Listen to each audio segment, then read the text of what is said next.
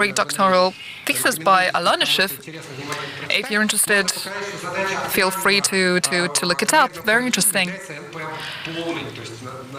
NP4, NP complete is the allocation problem, so you can just suggest characteristics. Same goes for checkpointing. This is where we need to understand which activations need to be maintained. With direct and reverse transfer, we don't have to store all the interim calculations. We can just store part of them and then recalculate the rest. So where do you draw these lines? Which ones do you store? Which ones do you not have to store? This is a problem for mathematical programming. And this requires pretty complex heuristics. Checkpointing, usually with checkpointing, we just take every third layer and we store them. The rest is not stored. But then there are effective software solutions that regular data scientists do not use in their work because, well, one of the reasons is because they are not very well known and the button is not very convenient, but the rotor program component is really great. Similar situation with the offloading of part of data from the GPU to CPU. So if we are lacking in memory in our GPU, we can offload it to CPU and, if necessary, reload back to GPU. And be complete, once again, we could come up with interesting heuristics for it. Zero infinity, for example, is an implementation case with just one GPU. Same goes not just to weights, not just for weights that could be offloaded, but also activations. If you have a situation where batch number 1 cannot be fit into the memory, we could do the activation offloading. What else can be done to reduce consumed memory in training? I will be talking about two things that we tried, that we tested. The first thing, and I think this is our achievement, I'm very proud of it, the idea is very simple. In the architecture of neural networks, there are activation flow functions. You've heard about ReLU. GeLU is what you use here. You need to store the flow derivative of this activation in all codes. This is how it's done. You store the full bit representation. What we're showing is that you don't have to store bit-by-bit representation or approximation, or you could just have this sort of a shelf to approximate a number. You need an 8-value table. This is how you can reduce the memory for training and memory for storing the parameters with actual models. 15 to 20% less memory, which is great in terms of training. We have managed to identify similar solutions for the linear layer and also for reducing consumed memory in attention. And another concept that we have been developing, we looked at all possible techniques used at the moment, and we saw that each and every technique can be improved, but to get maximal performance, we needed our own training framework. We needed to create one from scratch. We are looking at the blocks that we're using not as integral units, but each matrix is split up in smaller batches. We write a completely asynchronous multiplication of these batches and blocks. And so, let's say one multiplication is not yet performed at a certain layer, but part of the multiplications have already happened in some other batches. It could be represented as a diagram. PyTorch, TensorFlow, they do not exactly give us the right level, low level. Low level might sound a little primitive, but it's not primitive at all. Anyway, you can represent it as such, as this diagram, in mathematics, developing such frameworks takes a very long time, where we have each computational unit getting its super small sub-problems, which we distribute among different units. The units do not have to be homogeneous. Let's say we have some old GPUs, K80, K80, K40, and we want to use them for something. And we also want to automatically balance the load to ensure maximum efficiency. And it turns out it can be done. So we took this idea. Once again, what is the idea? We take standard neural network layers, transformer architecture, linear layer, norm layer, attention. For each of the layers, we implement this strange Frankenstein monster-like asynchronous multipliers. So we do the multiplication, but it's asynchronous. And if we can use the products of the multiplication later on in a subsequent layer, that's great. So that's the gist of it. We used as a planner the StarPU library. It's an openly available library. And we take this library and we write our own in C++ from scratch. It is a huge undertaking within the project of AI Center for Environmental Stewardship. We are developing this within the project on green AI. Green AI meaning an AI that does not consume the megawatts of power to train, so this has direct economic benefits. It took us roughly 6 months to effectively implement the basic layers, and by now we have pretty much implemented the elementary cycle of training, elementary block transformer, but writing, experimenting, testing, prototyping, this is a huge endeavor. We have to really dig deep inside the process of training. People who work in ML, they don't really like to do it for obvious reasons. I think we've done a good job. This is what it looks like.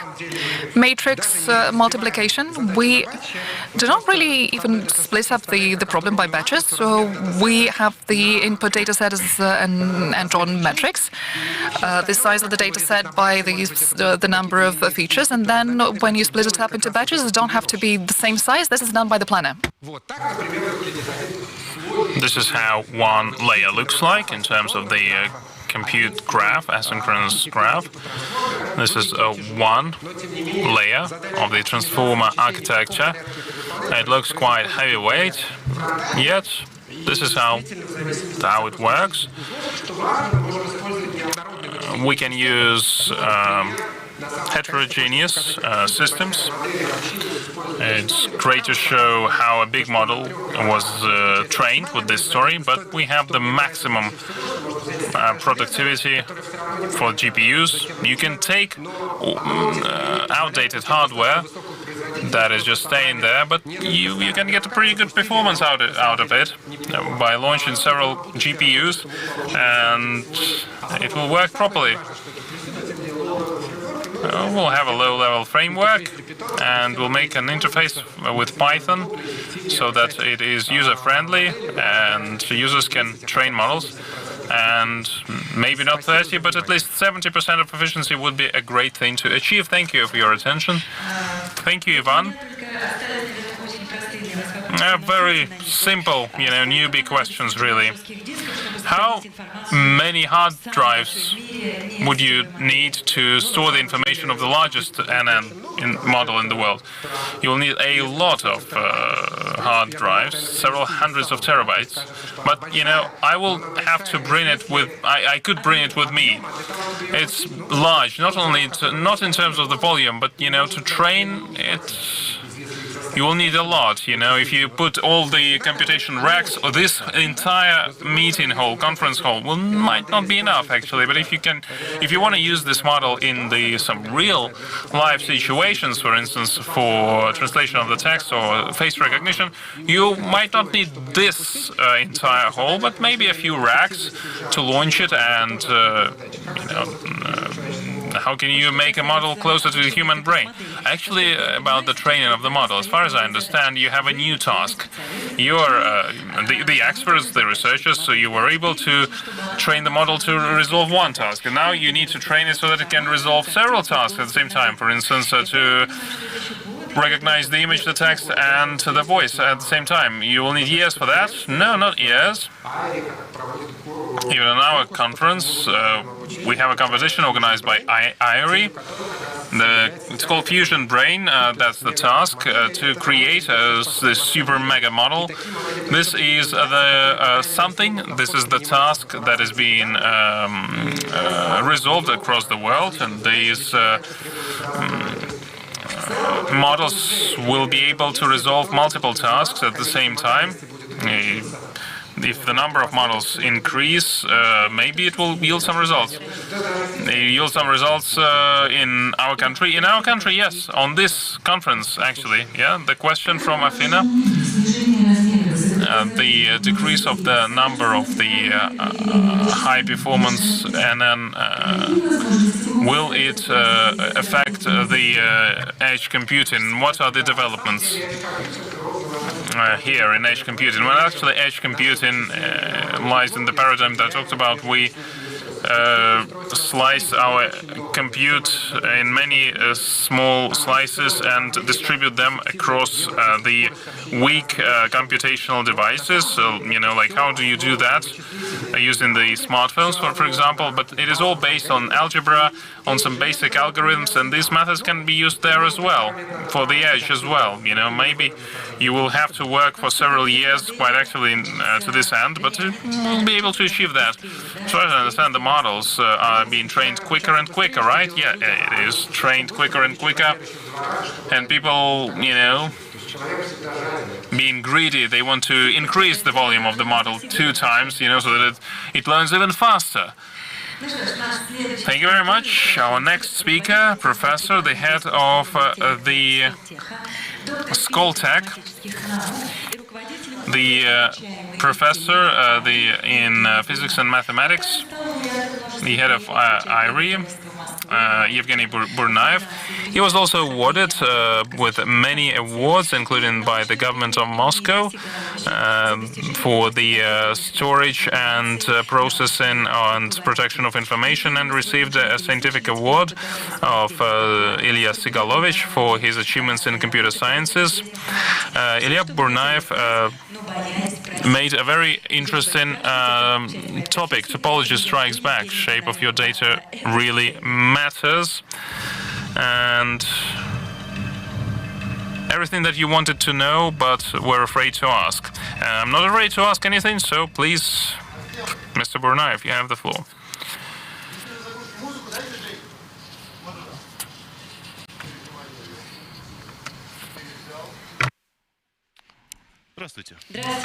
Hello, Evgeny. Hello.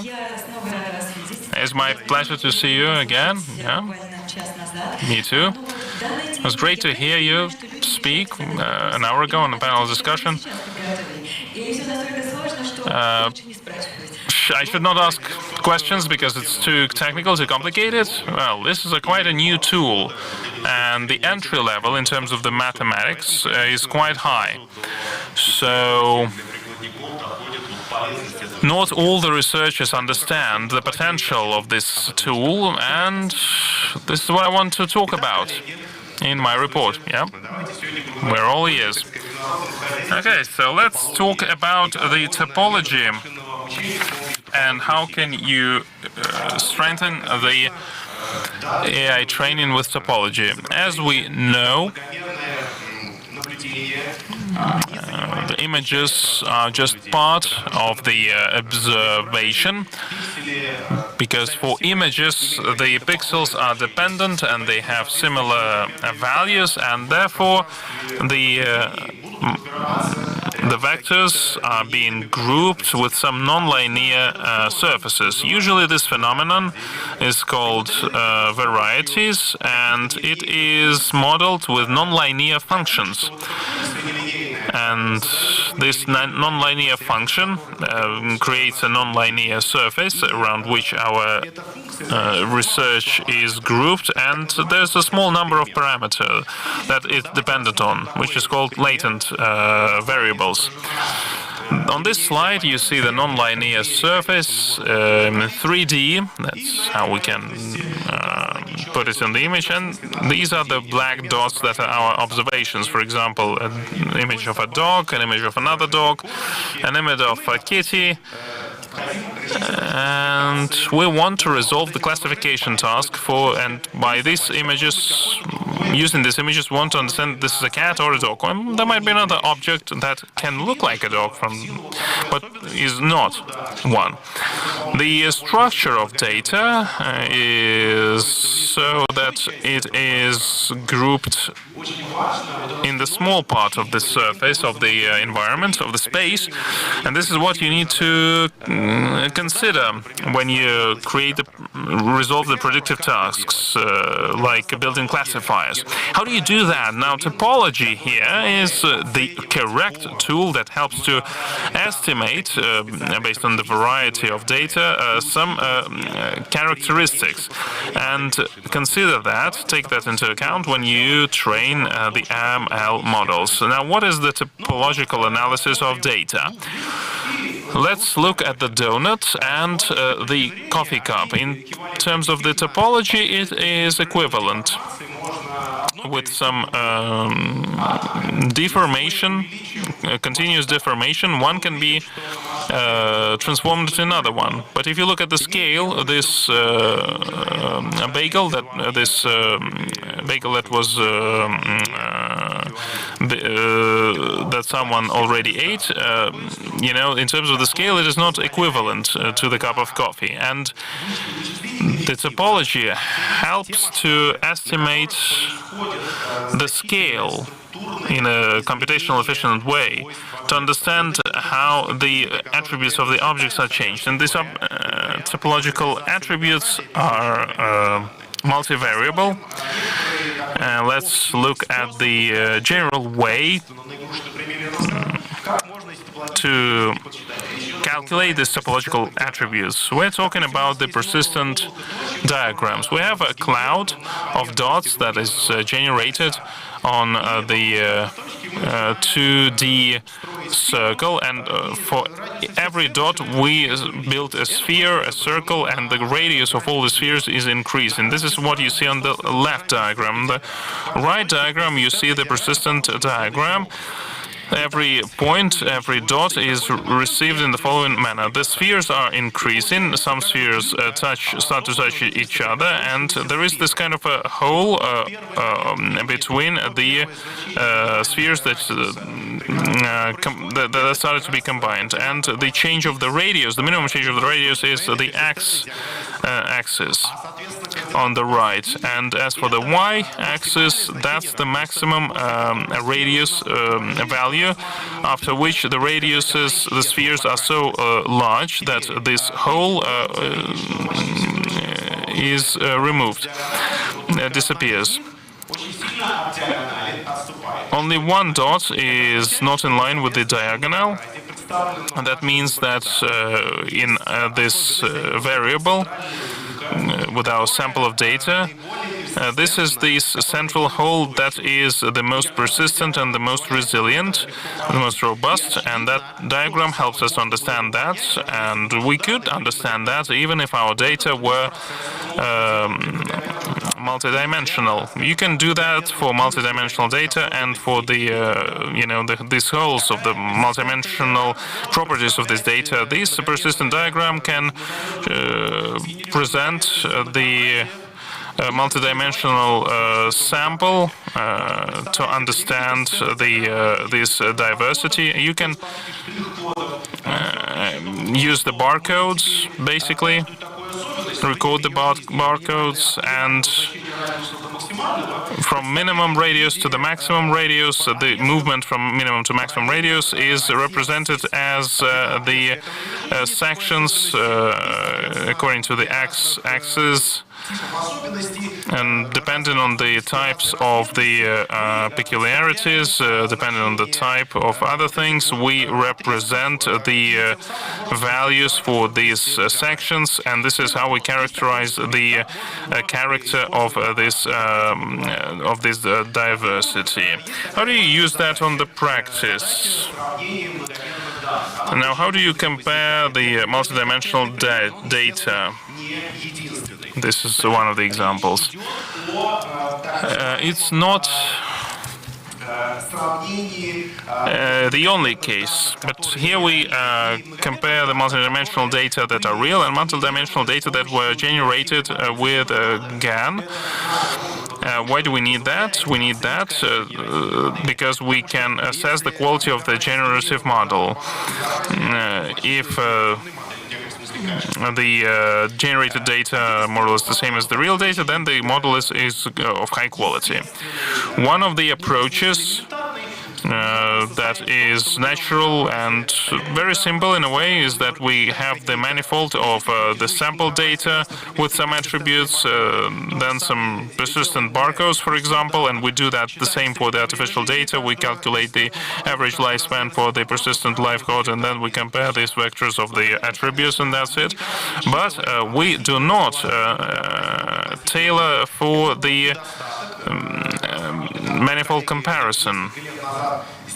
This is what some researchers made several years ago. They were able to resolve this issue. And we suggested the cross barcodes. The cross barcodes is the barcode that helps to assess to what extent the manifold is similar to another manifold. You need to calculate the topology attributes for the space. Basically, we take a scale, and if the dots from two different manifolds are nearer to each other, then we think it's one. If they're far away from each other, then these are different dots. And then we get one of the manifolds of the data, and we calculate topology attributes.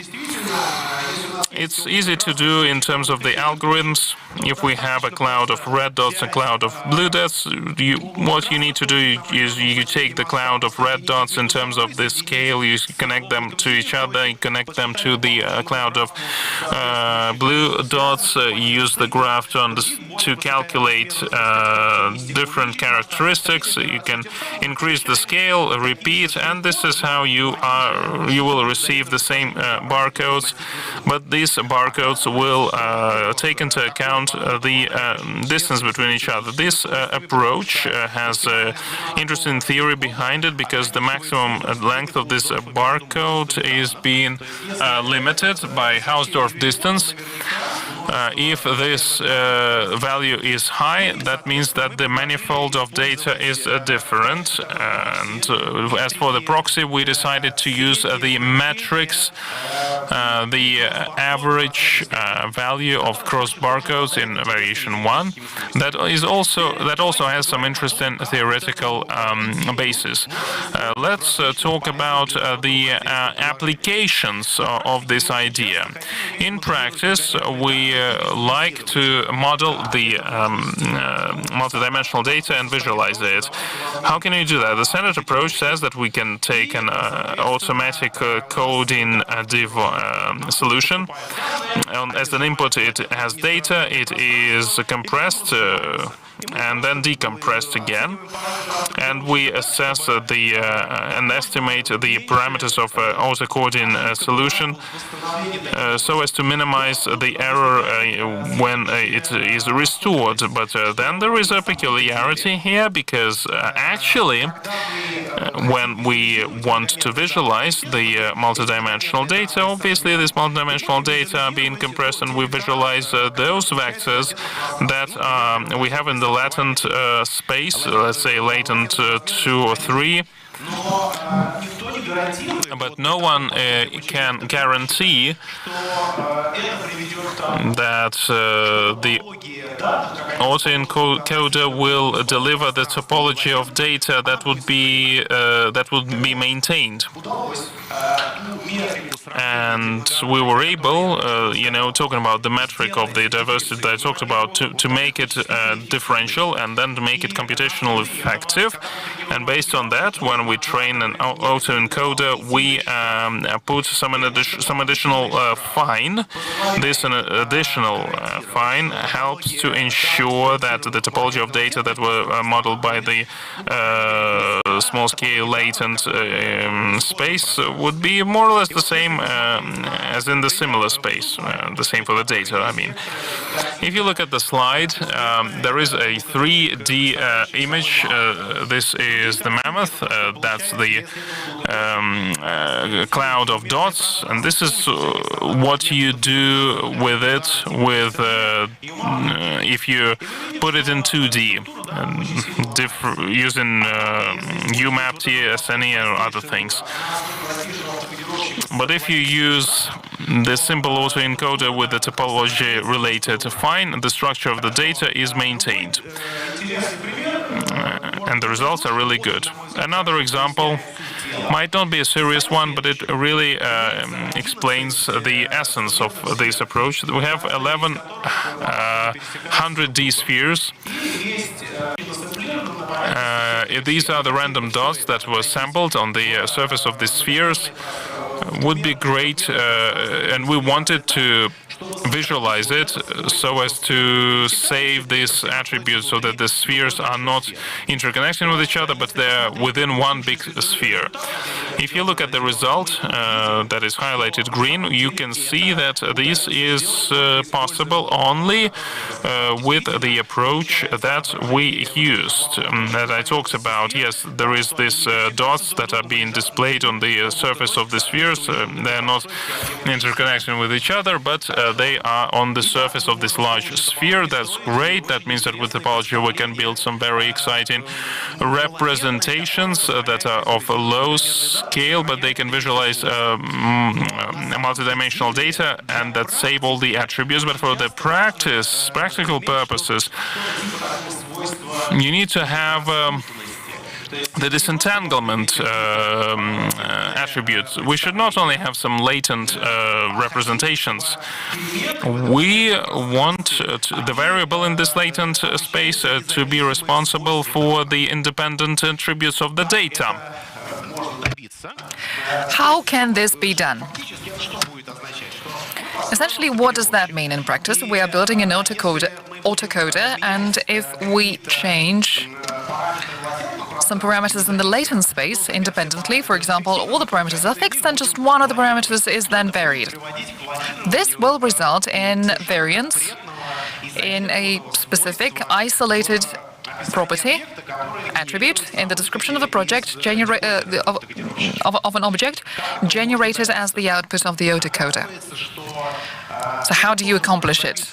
It can be accomplished with the topological fine, the one I mentioned before. What I mean here, let's not train the autocoder simply by adding the topological fine that guarantees the maintenance of data structure, but we will add a topological fine that will guarantee that the variables change. If there is a variance in latent variables, the change in data properties will be occurring in independent sub-manifolds. We will do as follows. Since we have an autocoder, we can use it to generate new objects. So, for example, we can just arbitrarily set a latent vector, and for that vector we can generate an object description that is similar to an actual one. So we can generate groups of such latent vectors, and for that we can generate a group of objects with the descriptions similar to the real ones. So these will be our anchor points, anchor objects. Next, we want the first latent variable to have a certain property. So we take this variable, this latent variable, and then for the latent vectors, we will be generating point descriptions, but we will be varying this first latent variable with small margins. Those will be our positive points. Then we will generate a sampling of negative points. But as opposed to the first case, we will take the latent variables and we will be varying them arbitrarily. Arbitrarial variance of arbitrarily selected variables. This way, we end up with three groups of points. The positive points and the negative points are produced by a special way of variance in the latent space. Then we take the three groups of points and we use them to build a triplet function of loss, this triplet function. The main thing there is that we will be using the topological characteristic to compare to what extent the topology of the initial sampling and the sampling that is produced through variance is similar or dissimilar. And then we will be training the autocoder thanks to optimizing the loss function that we produced. As I described, we generated a sampling of anchor points, a group of positive points, negative points. Based on them, we calculate the triplet loss, and then we activate the autocoder by adding the fine. What is the output of it? On the slide, you can see an example of a test 3D shapes dataset. In this dataset, you have shapes of different colors with backgrounds of different colors, surrounded by different colors once again. Then the scale of the shapes can be different, and the floor, the orientation can also vary. So 6 parameters for variation, independent variation at that. We wanted to build an autocoder that could generate objects that are similar, so that each latent variable could become automatically responsible for each of these types of variations. What we are trying to prove is that if you use the approach that I just described, you will be able to do this automatically. On the slide, you now see this short cartoon. What we did was we took the autocoder, we trained it with the topological fine. To that autocoder, we added, or rather thanks to the autocoder, we generated an object for a latent vector value, and then we took the latent vector to either vary the first coordinate or the second one, or coordinate 3, 4, 5, or 6. In each of the cases, we see that the relevant latent variable is responsible for precisely the property, the attribute that is varied in the initial sampling. That's what we expected. Also, if you generate any other random latent vector, and if you reproduce the experiment, the result will be the same. So this is the property of the autocoder derived automatically. Another interesting thing is that if you have the dimensionality of the latent space higher than 6, we have 6 parameters here for variation, you will see that 6 latent variables will be responsible for the variations, and then you will have 4 latent vectors that will not be participating at all. Once again, precisely the hypothesis we're going to prove. This could be useful for problems that have to do with image processing. Can the topology be as helpful with processing other types of data, though? Now let's talk about topology when you process natural language data. The main models that are used in NLP are so-called transformers, which help generate the attention matrix. The attention matrix shows the or rather each value within that matrix shows the dependence of each word within a sentence on any other word within the same sentence. Based on those relations, you can build a graph that describes the dependencies among words in a sentence or a text. And based on that graph, you can do the exact same process of topological attribute calculation as before. You set a scale, a threshold value from 0 to infinity, and depending on the threshold value, whether it's bigger or slower or lower for a graph edge, you take away the edge, and for a specific value, you can calculate the number of cycles, the number of empty spaces, null values, higher degree, lower degree, topological characteristics. And for them, you can calculate the barcodes. This is what you're looking at on the slide for a specific attention matrix of a transformer trained based on a collection of actual natural language texts. Then the pipeline. We have a natural language. This is an example on the slide.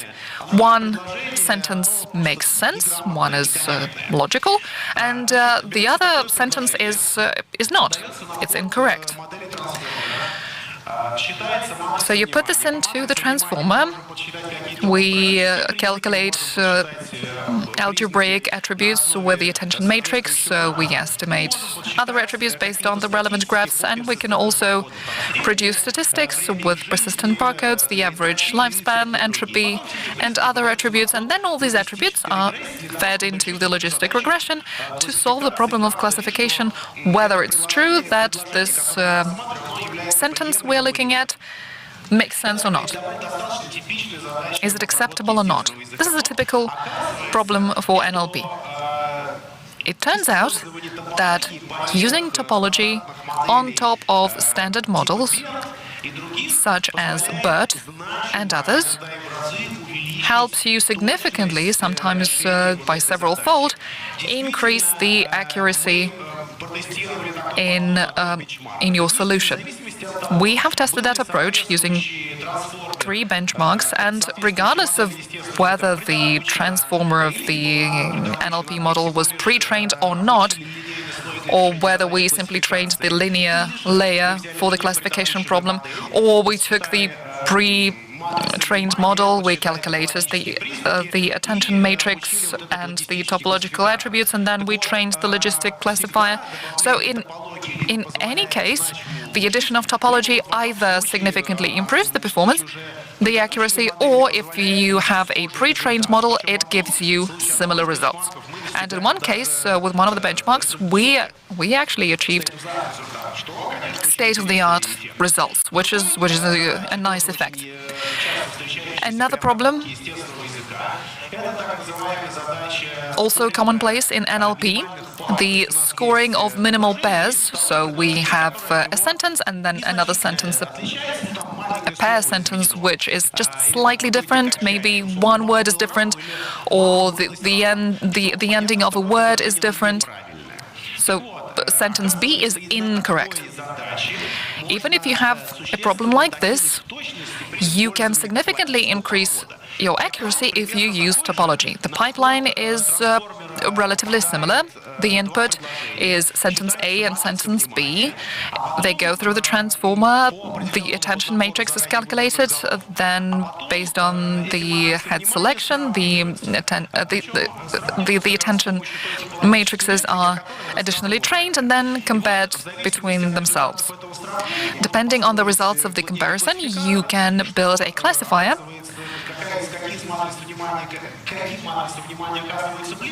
depending on which attention matrix is closer. You can generate a pretty simple classifier. The important thing is that for 8 different baselines, including Among other things, a baseline based on human labeling, so a human baseline, we have significantly increased the accuracy, the speed, the addition of topological analysis, whether it's Sber or Roberta model. You can increase the accuracy. You can even achieve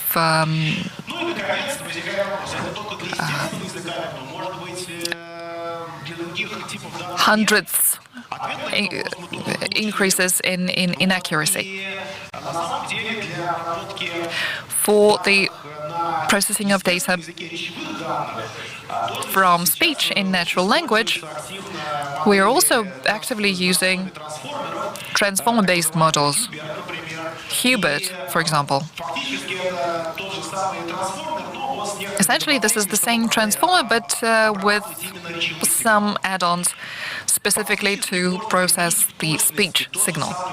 Once again, you can apply the very same pipeline, the same attributes. You have your speech signal.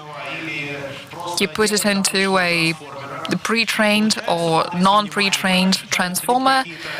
You get the output attention matrix. You use them to calculate algebraic attributes or statistical attributes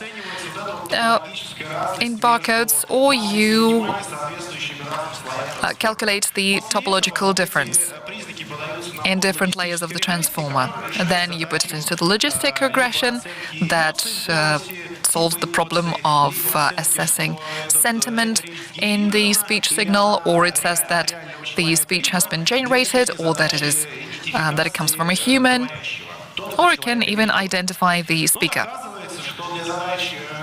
It turns out that for classifying emotions, this is a very good approach. With one of the benchmarks, we were even able to achieve state-of-the-art results.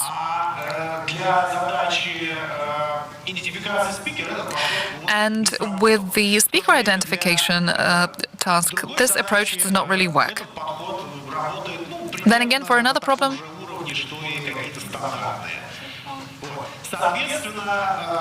this is on a par with some standard approaches. What is the conclusion? Topology is helpful in processing speech signals, and there's no surprise there. If you look at the slide and the minimal tree that approximates the corresponding attention matrix, you will see that depending on emotions, it has different structures, different properties. And in fact, with many of the topological attributes, there is a lot of hidden information about the structure of data on different scales, and this is what allows us to solve problems so efficiently. This gives us new topological approaches for assessing multidimensional properties of data, for disentanglement, for designing multidimensional data in multidimensional spaces. And we also saw that it is really helpful with NLP problems. So ML, to sum up, is the scientific area about data. So can you apply this to practice, or is that purely theoretical? In fact, some of these approaches, the algorithms that we have test-driven with the problems that I described in my report, we have been using them already in projects that deal with data processing in oil and gas technology, and also in some problems of classifying neurodegenerative disorders. It turns out that based on functional MRI scans, you can build attributes that are way better than some big, cumbersome neural networks. Given the data in medicine, this is very important. We generate a handful of attributes, and then they can give you a lot of information about the lack or the presence of a neurodegenerative disease. We talk a lot about neural networks, artificial neural networks. Can we apply your approaches for analyzing the data in a human brain using human brain networks? This is actually a good example that I gave you from healthcare, and this is something that is going to come very, very soon. This is just one of the examples. So we are currently working with our team on classification of data for the unified state exams. There are a lot of dependencies with these exams by components and time, and this means that all these data are based on the manifold. Thanks to topological attributions, we can assess the properties of the manifolds, and this gives us better ways to solve problems in medical diagnostics in particular. And a question from Athena. In your report, you mentioned the interpretability of ML models, their training, and how important interpretability is in training. But when striving to achieve the results, developers often do not formulate this as a priority. Do you think that in the future, as models become more complex, we will be able to achieve better interpretability? Well, this is a fundamental question. I think this should be expected from AI. But in all seriousness, I think this is already in the works. As I said today, clearly we are here in particular to pay compliments to each other, but in one of the reports, in one of the projects in NLP, we were analyzing beta models with many parameters, and it's very difficult to identify how these parameters interact with each other. But when we applied the topological attribute approach to analyzing the attention maps, we found that topological attributes are responsible for very specific properties in grammar, in speech. I think this interpretation could be very useful later on to interpret why this or that decision was made by this big model that processes natural language. Thank you very much. Thank you. I hope to see you back next year. Thank you. And now biocomputer sciences. The methods of NLP are increasingly often used for tackling applied and fundamental problems in biology. Quite recently, you surely remember, an international group of scientists announced that they completely deciphered the human genome. They could get the genome sequence. So that is now available, but we can understand the meaning of only 2% of the entire area of the genome. So data scientists and bioengineers united to find the hidden meanings of a genome. Mikhail Burtsev will tell you more about it, candidate of physics and mathematical sciences, director of research at AIJ, the leader of Deep Pavlov project, head of neural network lab at MIPT, and Olga Kardimon from AIJ.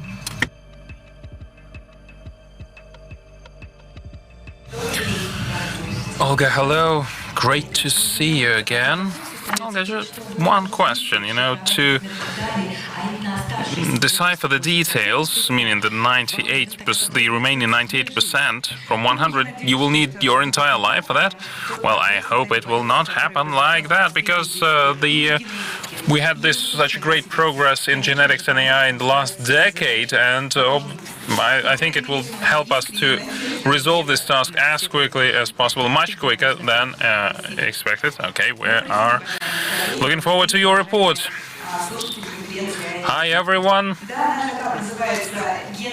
Our presentation is about GINA LM, the first DNA language model. But before we talk about our language model, let's talk about the construction of our genome machine. What is our genome consists of? What is DNA? What is a gene? And how the genes are working and regulated in our body. Then Mikhail is going to talk about our journey in terms of creation of GINA model and how we used it to resolve the real genomics tasks. And we are going to wrap up with the other applications of this DNA model. What are the real clinical tasks that we can resolve with it? And then we're going to touch upon the prospects of this technology. Now, many of you know that in 1990, there was a project that was launched. It was called the Genome of Humans. 10 years. researchers used the then available technology to create the genetic code.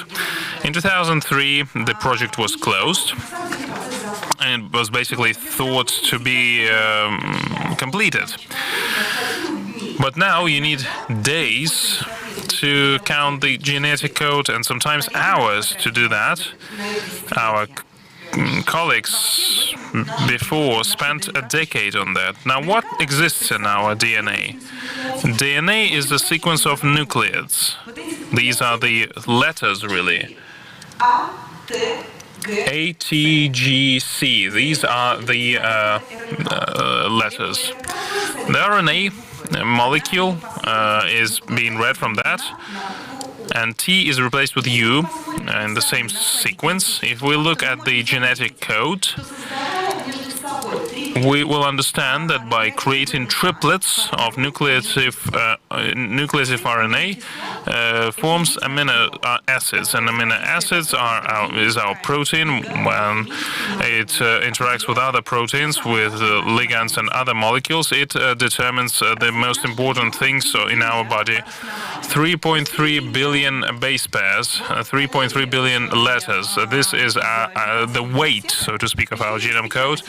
And the Oxford researchers decided to print it in font size 4, 130 books. That's the library of our genetic codes with 78,000 pages. And that's a lot of information in our genome. But if you look at that in real applications in medical genetics, only 1.52% is used. This is around 3 million base pairs, 3 million letters that are being coded by the proteins in our body that make up genes. If you look at our library, it will be 1.5 thousand pages from 78,000 pages of our entire library. So what stands behind all this information, all this great array of information that is still in the unknown? This volume used to be called a rubbish DNA, and people thought that there's nothing there. But increasingly often we understand that there are some hidden elements in the DNA that regulate the work of our genes, and in this sequence, it is this sequence that tells us the mechanism of how the genome will work in one cells and will be switched off in other cells. So now let's think about the central theory of the molecular biology. The RNA are being read from the genes. In RNA, there are parts that code our gene, and there are some intermittent periods that are called introns. As part of splicing, these introns are being removed, and this matrix RNA remains, and this is used for the further synthesis of the protein. It is interesting that when the genome was decoded, researchers thought that there will be around 100,000 genes in our RNA. Why? Well, because for quite a long time it was thought that we have at least 100,000 genes in our body, because we know at least 100,000 proteins in our body. But whatever we used to search through all that, we found only 20,000 genes. These 20,000 genes during the alternative splicing process can deliver 70,000 proteins, and when the protein has been synthesized, it can be modified additionally, and it can deliver another 250,000 proteins. So we have only 20,000 genes in our bodies. If you look at our genome machine in terms of how it works and how it's built, it's not a trivial process. First of all, for the RNA to be calculated together with the DNA, it should have a sequence. If you look at the at the surfaces, at the special distances, you can see the green zone, that is the gene. It starts with the part that is called promoter. This particular part is recognized as by the protein that becomes RNA, and the RNA synthesis ends at the end part. Around the gene, on the left and on the right, there can be enhancers. These are the parts of DNA that are linked with their own molecules, and together with the promoter, that they can strengthen the RNA. We also have silencers, and they work differently. If they receive their protein signal, they stop the gene, they disable it. Transposable elements are the parts of DNA that can jump from one part of the DNA to another part. If you look at that as a text, it's like several lines that would jump from one page to another page, or to another part of the page. And sometimes the chains of the DNA are synthesized by RNA, but from this RNA the protein is never coding. This RNA has its own regulatory function, and this is all packed in a very highly structured and complex structured DNA molecule. Obviously, this is a very high-level description. It does not give you all the peculiarities, but I just wanted you to understand how the machine works. It's very complex, and our genetic experts and biologists have a very hard time to decipher what happens in our bodies. The expression of the gene expression. How much do we receive of the end product from the gene? It can be protein, or it can be the RNA that does not code the protein. Here you can see the examples of the expression of the genes. The one is MYH7, that is found in the muscular parts of the heart and the skeleton, but it is never used for the brain. The other gene, SLC1A3, is actively working in the cells of the brain, and is very, very weak in the cells of other tissues and organs. And this example really shows us why, with the same sequence of DNA, depending on the different cells of our body, different tissues and organs are being formed. Why our tissues are so different? Because one genes are enabled, other genes are disabled. Now, how to define these functional elements that control the expression of the gene and the work of our gene? There are three approaches. The first is the experimental approach. It's the fixation of biochemical activity from a part of the specific part of the DNA. There are databases that researchers update by researching their parts that they research, and it is very but it's very expensive. It's very resource intense, and in the next decade we will not be able to make this database for all the cells, for all the cycles and states. The second approach is the evolutionary conservativeness evaluation, when the genome of a body is compared with the genome of other organisms. The parts that are similar are called conservative, and if these parts are evolutionarily conservative, they are likely to have a very important functional role, and that means that you can make experiments with them further on and try to understand what role they will play. How do you check that? You can check that with the genetic approach. And for example, we look at a specific region, we implement some mutations with genome editing. It is done in the labs, and then we see how the functions of our bodies change, and by describing a mutation in one region in terms of the mutation, we'll be able to understand what was the the role of this region. This is all very long, very expensive, very resource intense, and this is where our models come into play that were created with the deep learning. They can unite all these three approaches, and they can decrease the region being checked for our regions, and to understand their functional elements in these regions. In 2015, there was a disruptive research of DeepSea. It can assess one mutation in our genome, the change of one letter in a known coding element, and that can further lead to the removal of the transcription factors that regulate proteins, or can actually lead to its emergence. In 2019, the Illumina company offers a model that is also based on convolutional networks like the previous one. It can forecast the splicing. Splicing is the process when we have the matrix RNA, and RNA there are some coding and non-coding regions, and this process can be changed when we have mutations in these non-coding neurons. Now, before Splice AI,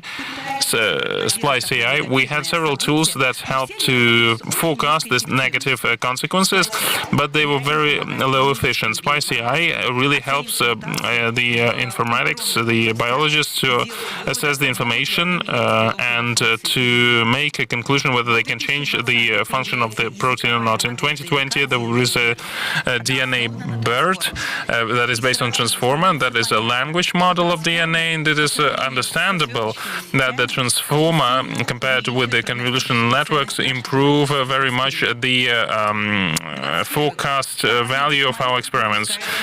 2021, DeepMind produces Informa model. It's a very complicated architecture with a transformer and convolutional networks, and it helps bioinformation experts to forecast the expression of the genes in our bodies. This has a very complex architecture. This is a very heavyweight model, and for the labs it's not really available. But at the same time, we see as an input of 100,000 pairs of 100,000 letters, which means that it improves the forecast. Now the trend has been set and understood. 2022, the biologists and IT experts and AI experts from AIJ publish GINA, a new model for DNA, and Mikhail Bursov will talk in detail how the model was created and how it can be used for the resolution of the biology-related tasks. Thank you, Olga. It is my pleasure to welcome everyone at the conference. And I'd like to talk about the current neural network methods for the bioinformatics. We have heard about the successes that NNs were able to achieve in bioinformatics, but what will be next? What will be the area that will be the most promising in terms of ML for the analysis of DNA? And let's look at the problem of understanding of the attributes of the consequence of the sequences of the genome, and let's look at it as a problem of an analysis of a language. Recently, as you know, in terms of language processing, there was a great disruption thanks to transformer model, and based on these transformer models, a whole set of algorithms were built. The most universal model, most known one that is used for NLP is called BERT. Several years ago it was introduced, and it was the only one. Now we have more than 50,000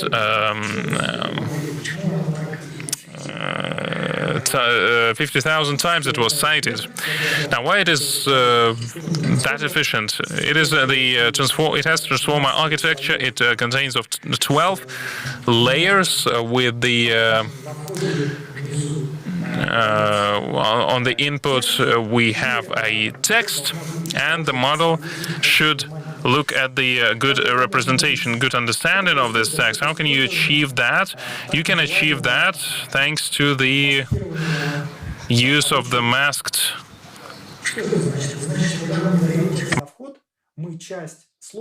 training. When we put the words on the input, we remove 10-15% of the words and ask the model to understand what will be these words. And this is how model starts to understand better and better what words should be there on these places. And this training is called the training with the use of the masking model. The logical thing to be is to ask the following, that we were able to fill out the missed words. What would be the practical applications of that? To understand the utterances and the texts written in natural language. The idea behind that is that today most successes were achieved thanks to the following. When we break down our models in two stages, first is the training done with the small samples of data, when we train this model to resolve universal tasks of restoring text.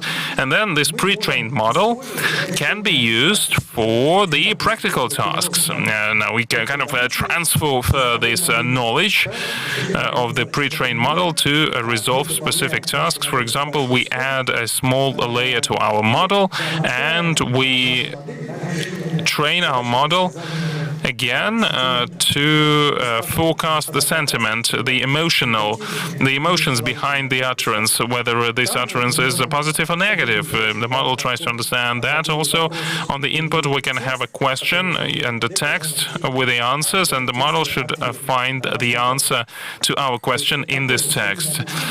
This type of training helped these models to become the universal tool that can be adapted for many NLP tasks and for many tests. In many tests, NLP models are resolving the tasks better than humans even. Okay, then, so what are the implications for the bioinformatics? Well, it is directly related, actually. We, as people, we describe the world around us in a natural language.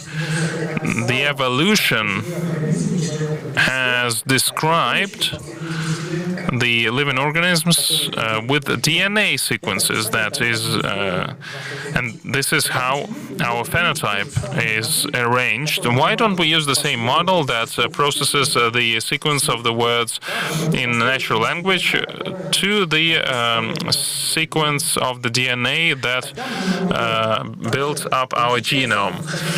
And this is how we can ensure the two-stage training. We can train the language model for the language of DNA, and then this good model of the sequences of the DNA can be used for resolution of some specific tasks in bioinformatics. And this approach was used 2 years ago when we took the same model, the BERT model, that is used for the natural language processing, and we fed the DNA language in it, and we trained the model to fill out the removed parts of the language. The name of the model was DNA BERT, and we found out that yes, this model can be used to resolve some specific tasks. In IRI, we also think that this is one of the most promising areas in training larger and more advanced models for DNA. And we have started several months ago to develop our own model for the DNA sequences, and we called it GINA. We have published the very, very first version of this language model, the version called GINA version 0. It is available in the Phase Transformers library. 610 downloads over the past month. So what is the difference between this one and the previous model, DNA BERT? With GINA, we use the tokenization that is commonly used with NLP in order to pre-process our input data, as opposed to the division that was used in DNA-BERT. DNA-BERT, we would take different input sequences varying in size, let's say with the length of 6, and then we coded these sequences with k-mers. We used a more optimal coding that yields a better result with NLP, the so-called BBE tokenization. This allowed us to increase the length of sequence that we can process with our model. DNA-BERT could process 510 nucleotides, 512 rather. Our model could accept as an input up to 4,000 of those. We also augmented our training dataset thanks to adding data from the 1,000 Genomes project. We also used the latest version of the reference genome, as opposed to DNA-BERT. It once again gave us plus 10% in the number of data, the volume of data that we could use for our purposes, for pre-training our language model. As I said, training is always divided into two phases. Once we have pre-trained our model, we can apply it to different tasks, bioinformatic tasks. 4 tasks on the slide. In particular, the first one is predicting the sequence for promoter. We see that in this case, the model, the D-promoter model from the initial article is worse than our model, than GINA. The second one, Deep Star, is where you predict the enhancer activity in the genome of Drosophila. Here you can see that our models are once again different, with the GINA version where we didn't have the additional data is worse than the augmented model. The model with the data from the 1,000 Genomes project is way better than the model that up to that point was the best for this type of tasks. We have also tested the pre-training, the additional training of our GINA model using the Splice AI dataset, a widely known dataset, which has been used for years now to develop, to fine-tune, to refine models. And in this case, even though we weren't able to beat the record, the best result, we came very close to it, and we spent much less effort than the community of experts that have been working on this task for many years now. Next task, the fourth one, Deep Sea, predicting changes in the states of chromatins depending on alterations in single nucleotides. And here our model is comparable in terms of output, in terms of its results, with the existing model that has previously held the record.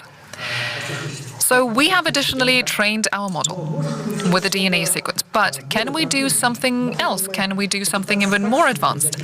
Can we try to significantly exceed the current results in quality? We think we can. Why do we think so?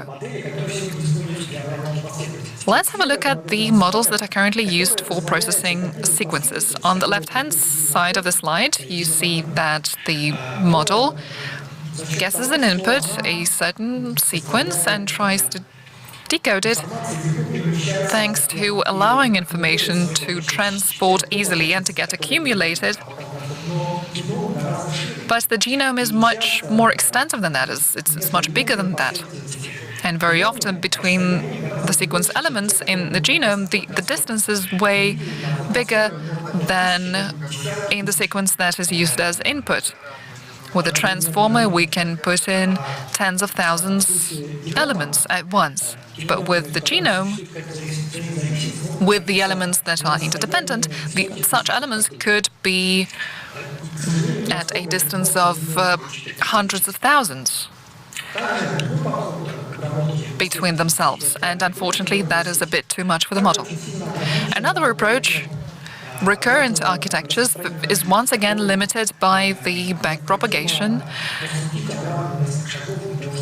where you need to backpropagate several stages to process the whole sequence. Once again, the limitation of several dozens of thousands of elements at once. What we propose is this new algorithm developed at our institute called MEMUP. With this algorithm, you can add a special memory block to your recurrent architecture, and with this block you'll be able to memorize information that can be significant for other more remote parts of the sequence. The information in red, marked with arrows on the model, this information is necessary to predict an element in the future. This dotted line to the right, the dotted line in red. This means the red element is important for the element in the future. So, there is a question mark above this arrow. Even though the element does not fall into the observable field for our model, but thanks to additional training,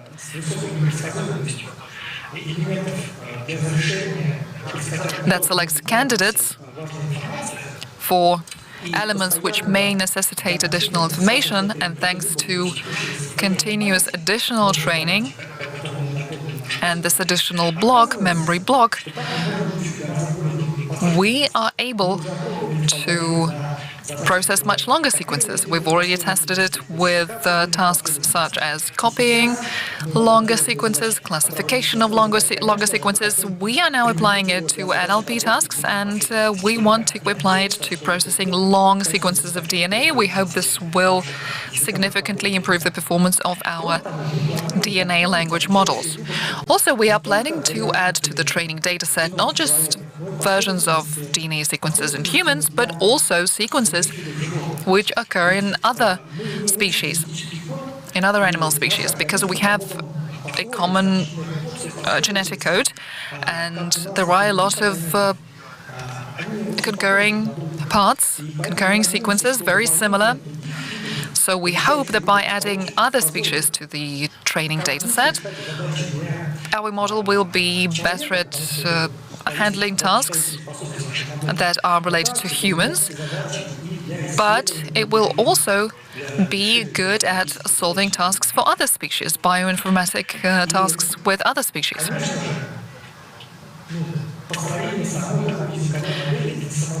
Of course, developing a model like that is not the final goal, is not the ultimate achievement. It is just a stepping stone for dealing with other tasks and problems in bioinformatics. We want to use other future versions of our language models for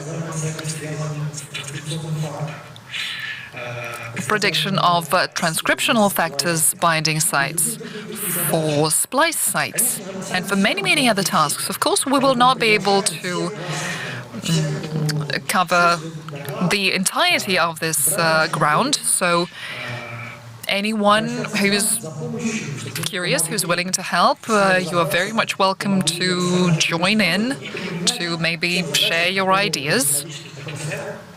How else we can augment our model and apply it to other bioinformatic tasks, and we hope that the model that we have now will also be helpful to you in different biomedical applications and in studying more deeply the way nature works. Thank you for your attention. At that, I give the floor back to Olga. Thank you, Mikhail. Fascinating. Thank you for describing the data science part of our model development. I would like to now maybe focus your attention on the practical applications of that model. the applications that are related to clinical studies, clinical purposes, anything related to the study of our genome, from sequencing the genome, from capturing the signal, where we need to identify whether this is an actual signal or this is an error on the dashboard. The convolutional networks can be very helpful. Secondly, the pathogen class.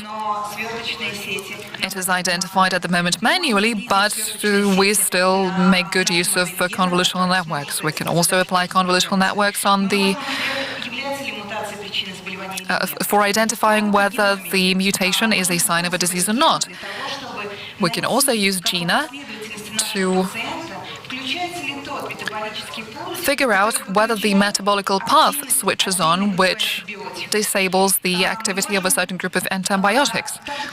We can also predict the functional elements of our genome. We can predict the expression of genes and the elements that regulate it. So the range of purposes and applications can be very, very broad. Feel free to download GINA and apply it to your tasks, to your studies if you need any technical help with it. The Hugging Space and GitHub have all our contact details. At the Institute, we have researchers that work at the forefront of this scientific area, and we'll be happy to help you. We'll be happy to collaborate in additional training and augmenting our model for your narrowly specialized tasks. This is an area of our interest. We hope it is yours as well. And in conclusion of my presentation, I would like to talk about a thing that is not quite obvious.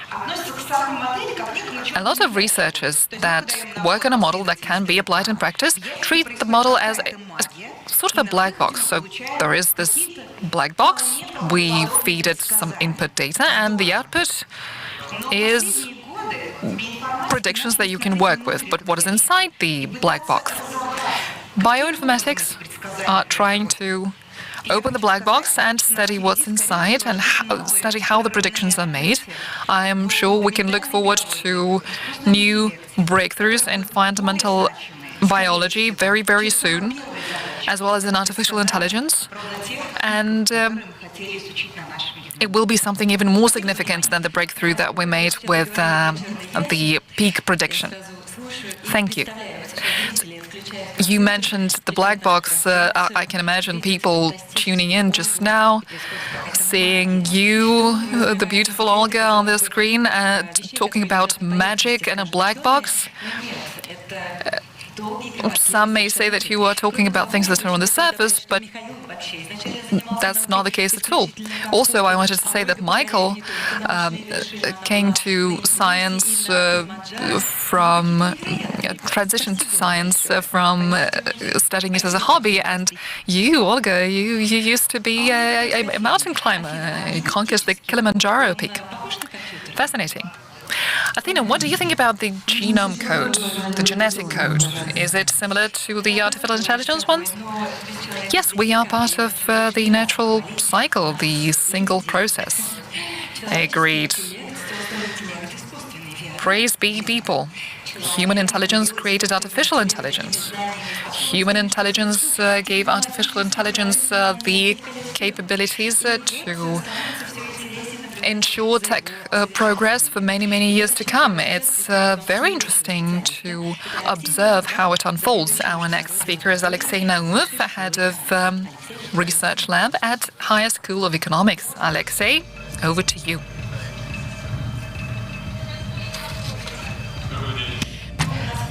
Hello. So you are here to present a pretty unique algorithms for reinforcement learning. Yes, this is a very interesting algorithm that, as opposed to others, has mathematical guarantees of reliability, because we need to be able to trust artificial intelligence and to trust that AI is reliable. Thank you, Anastasia. Welcome everyone to the AIJ conference. I am going to talk about this recent research and the results that we got published recently at the ICML conference this year. was continued at the NORA-IPS conference. This is a joint project involving a lot of fellow researchers from HSE, AIJ, Duisburg, Essen University, École Polytechnique, DeepMind, and Otto von Guericke University in Magdeburg. So what is reinforcement learning? In reinforcement learning, we have an agent that interacts with the environment. The agent can be in different states, and an agent in a state performs an action based on a policy. After completing the action, the agent gets a reward, and it switches to another state. You can see this process on the diagram, what it looks like. In the world of RL, there are two communities. One community is the community of mathematicians, which develops algorithms and tries to prove mathematical estimates for those algorithms. But usually those estimates only work in the tabular setting when the environments are not that big. This is the left-hand picture. There are about 100 states. The agent needs to go from one room to another and find the reward that is marked green.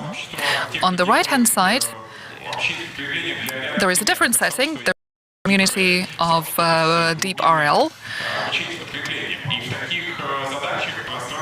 This community works on tasks where the space action can be very, very big, 10 to the power of 100. And in this case, the mathematical algorithm does not give enough guarantees of its performance. So one of the examples is Atari games, where you need to use this special moving card to bounce back the ball that then makes different segments, colored segments, disappear. So the problem is, how do you get mathematical guarantees in tabular settings and you transpose that to deep RL settings? What are we dealing with? RL is based on the Markov decision process. We are playing many episodes, and in each episode I have H steps. I have S states and the A action space. In each stage, I am in a certain state, STH, I perform an action, ATH, and then I move on to the next state, thanks to the Markov kernel, STH plus 1. And then I get a reward. The reward depends on the previous state and the previous action. The question is, how do you make states perform actions? That is where the policy is important. We can define different policies, and then we need to compare those policies. In order to compare, we need to first compare the value that each policy gives for each action. The value function is responsible for it at the H state within an episode.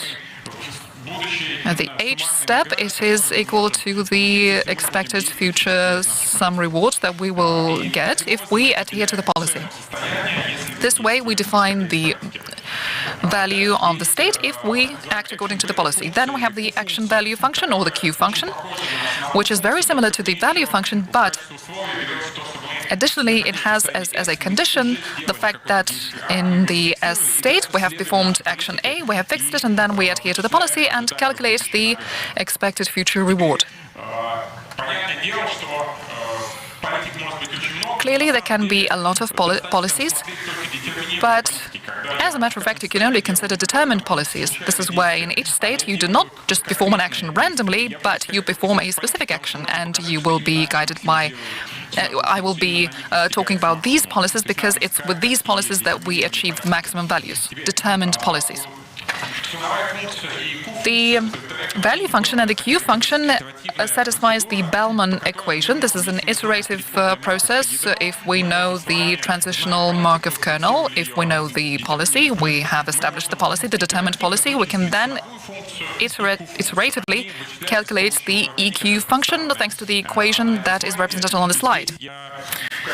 And here I'm writing that pH is applied for the value function, and that means that I'm just averaging the value function with the Markov kernel, and I'm taking the mathematical expectation for all the states that we expect to have. Now, obviously, we are interested with analytics that where the value function, Q function, can maximize, and based on the Bauman equation, Bauman theorem, there is an optimal solution, and there is a system of equation that is similar to the previous one, but instead of a Q function and the V and the value function in the P policy, there is an emergent optimal function and optimal value function. If I can resolve these equations, if I move to the kernel, transfer to the kernel, I can start with H plus 1, and then I move to the start of the circle. I can calculate the Q function, the value function. If as a strategy, as a policy, I take the action with which I can maximize the Q function for all the actions, that will be the optimal policy. But in the majority of the cases of the problems, we do not know what is the transition kernel, because the system might be very difficult, and I can just observe the state and make some actions there, and can try to understand how can I move to a new state. I do not know what is the kernel. I cannot generate the data in this case, and the situation. The problem is if I don't know the kernel, I cannot resolve the task. There are many strategies, there are many approaches on how to do that, and here, one understands that here, okay, we have a policy, we have a strategy. It's a good strategy whether it's close to an optimal or no. And here it is a regret function that is being introduced. If I lost at t of a number of episodes, like playing Tetris or chess, my maximum reward will be the sum of the optimal V functions. But obviously, I cannot act as optimally as it is written here. I use some policy, and this policy is being learned by me online, in online mode and in real-time mode, and the accumulated value that I received is on the right-hand side of this sum. Now I'm acting optimally, and I'm acting in line with my strategy, and the goal is to minimize the regret, to show that regret is the small part from the planning horizon, and there is a estimate that says that there is an optimal algorithm that you can build based on this specific example. You can build this algorithm, and you can show that the with the t and with the h to the factor of 3, we have the space of actions, and this is the estimate that we need to do. And our major task is to show that this algorithm makes this estimate closer. When we use optimal online algorithms with reinforcement learning, there is always a dilemma between the research and maximizing. For instance, you like to have coffee in one coffee shop and to eat a croissant there. You receive maximum pleasure there, but at the same time you understand there is a different coffee shop where the coffee and croissant might be better, or maybe not. And you go there, you make an effort and to try to understand whether it is like that, whether it's better or not. And then you start to go to this new coffee shop because it's better. And you always have this forking whether you should have a new place to try out the coffee or go to an old one. And if you try to research the new environment, you have to go to the new coffee shop without being afraid to have a new coffee and to make a mistake of selecting worse coffee and croissant. Now, we do not have an unknown kernel, but the unknown kernel should be replaced with the kernel that is being researched according to science. But how do you make an algorithm to make sure that this algorithm is encouraged to research the environment? For that, you need bonuses, and the optimal Bauman equations can be replaced with upper confidence bound. And if we visit some environments, our bonuses will be decreased, and this model will go closer and closer to optimal Bellman equation. There are many works there. Upper confidence bound value iteration paper.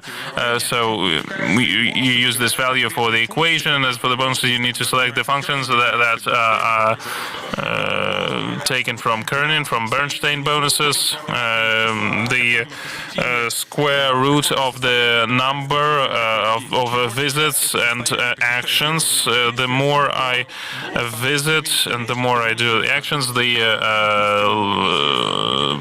lower the bonus is, and the closer I get to the unknown kernel. These algorithms give optimal estimates for the regrets, and they cannot be at the same time moved and migrated to these large examples. In Go, for example, there is a lot of states there, and these algorithms cannot be scaled, and you have to support the base of these bonuses. And how do you invent the algorithms that can be encouraged for the research of the environment, but without the bonuses? And we decided on the following. Instead of an unknown kernel being evaluated, maybe we should replace it with some random kernel that we're going to make through Dirichlet distribution. Why Dirichlet is useful here, I'm going to explain that later, but that can be replaced here. We can replace the random distribution, and we can make the experiment many times and make a chosen quantile. And like you see on this slide, it will be a good estimate for an optimal Q function. Why does it work, and how does it work? This approach, as it turns out to be, gives a better estimate, and it is transferred to the. It can be used in deep learning with RL. Now, I also said there is Rubin. Why? There is a statistical task who can be understood by everyone who learns statistics. You have a sample, some sample, and with this sample you want to understand what is the mathematical expectation. Now there is a classical bootstrap. Select the sample with the resample it with b times, and then for every selection take the empirical average and compute the quantile over that. Now we have the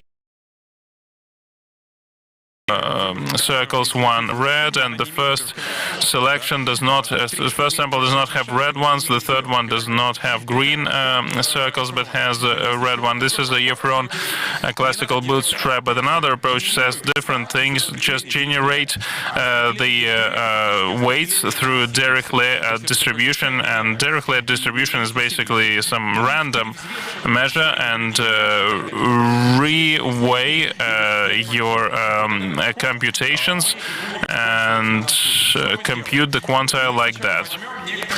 Now what are we going to do? We're going to take some estimates for our Q function, estimations for Q functions, like on the slide. This y function is the realization of h is a plus v multiplied by t. That's a random variable, because if we take the mathematical expectation, this is a real, the true mathematical expectation with a non-kernel. That's what you see on the slide. And like in the previous slide, when I had to estimate the mathematical expectation, we had a large sample and we had to reweigh this sample. Now the same thing here. We change the ways for the estimations of the Q function and compute the quantiles after we receive this b number of samples. Now, how do you show that this procedure works, and how do we achieve the result that we need? Now, what is a Dirichlet distribution? It's a distribution by simplex. To compute Dirichlet distribution, we have the current state and the current actions. And I want to see with what probability will I go to the new state. For that, we need to generate a gamma distributed random values that the parameters of which show the number of times of me moving from S state to S to the other state, and then I'm just dividing that on the sum of these values, and this is how a Dirichlet distribution works. Now, what do we see here on this slide? My random estimation of Q function is the sum of the Dirichlet distribution with the parameters for the estimations of Q function. And then we use the Rubin approach, and we say that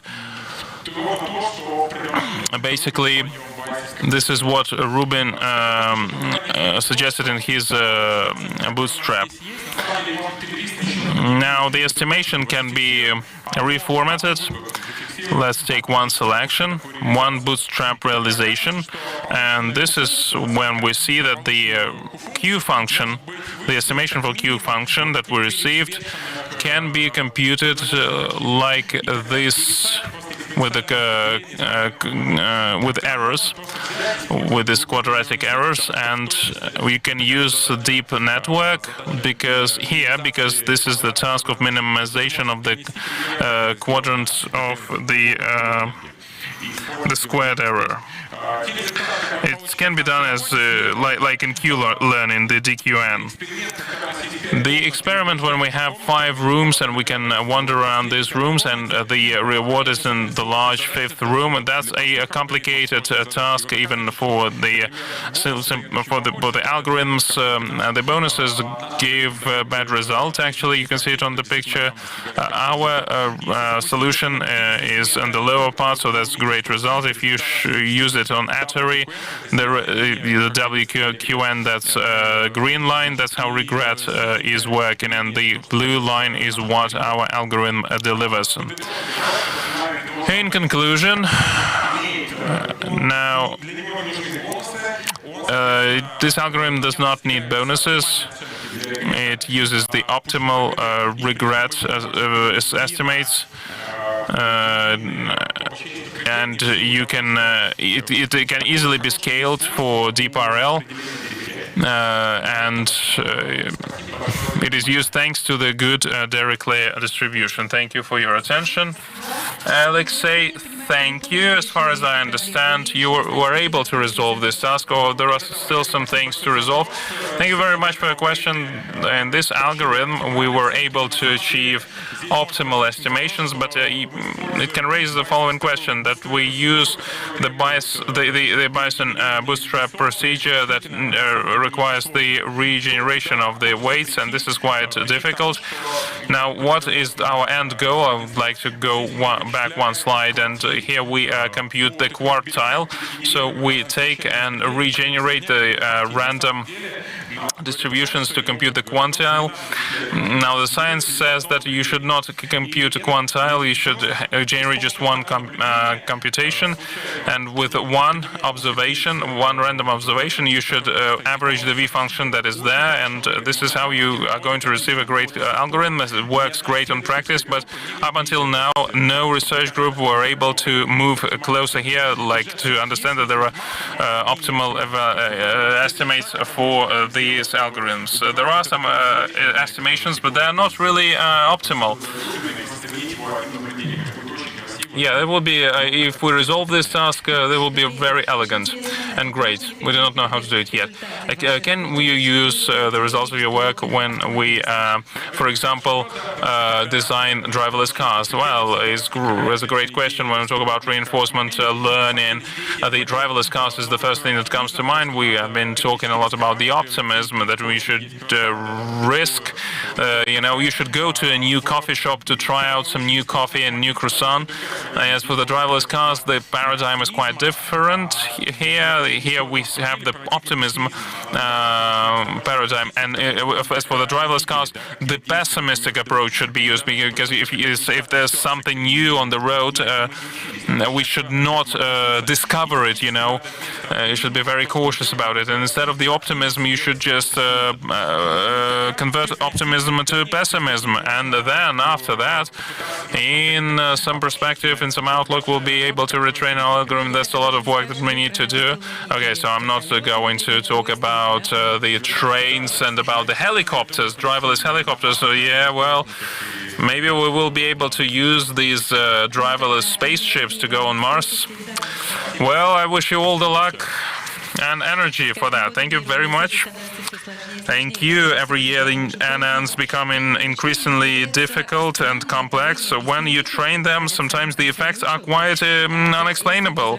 The researchers say that, and the developers of NNs do not quite understand what processes are being used when you train the models, AI models. Dmitry Vetrov, the PhD in physics and mathematics, the professor and researcher of the faculty of the computer sciences of the Higher School of Economics, and the lead researcher, lead scientific employee, and the head of the group, which is from AIJ, which is called the Probabilistic Methods of Machine Learning. Dmitry, hello, great to see you. Could you tell me the situation with the training of the AI models is really going out of control, and we do not quite understand what is under the hood of the relevant NNs?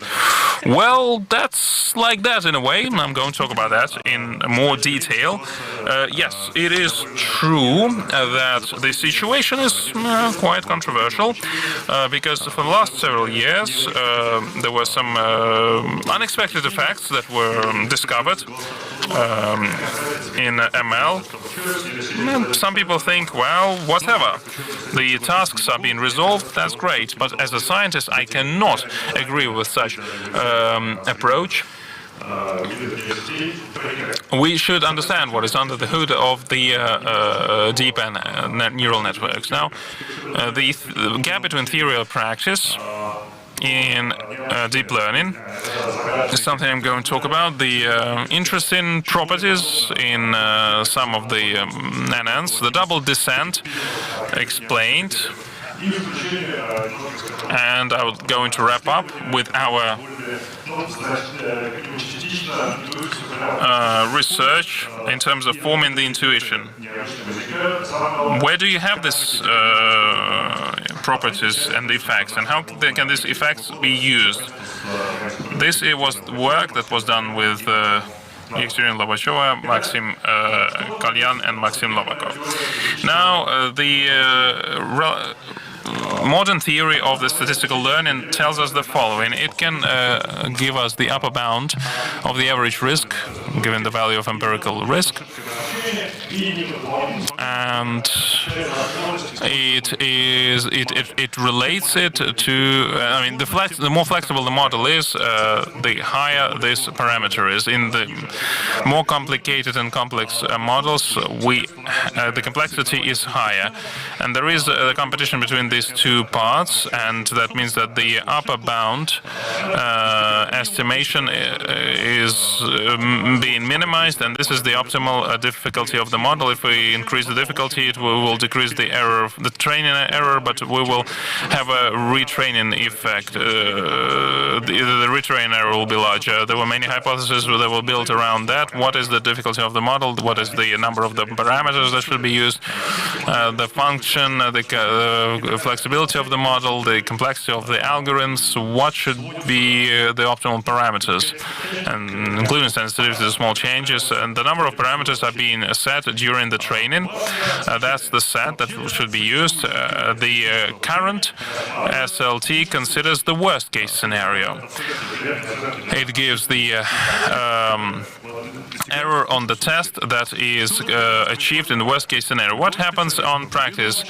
Any deep learning expert that use deep NN will tell you that the deeper and the larger and wider the NN is, the better it works on the test, and therefore there is a contradiction between theory and practice. The theory says that you can't use complex models because it will be overtrained, and on the practice, you see that the more complicated the model is, the better they work. Now, there are contradictions, and there is no response to that. There is no answer to this question, because if you look at worst-case scenario, how do you do that? You take a DNN, you take a ML task, and the training sample, and the other sample. The error rate for the evolution sample will be maximized, and as for the training sample, it will be minimized. And you can see that in DNNs, there's a lot of the values of the weights with the zero training error, and these are the parasite minimum.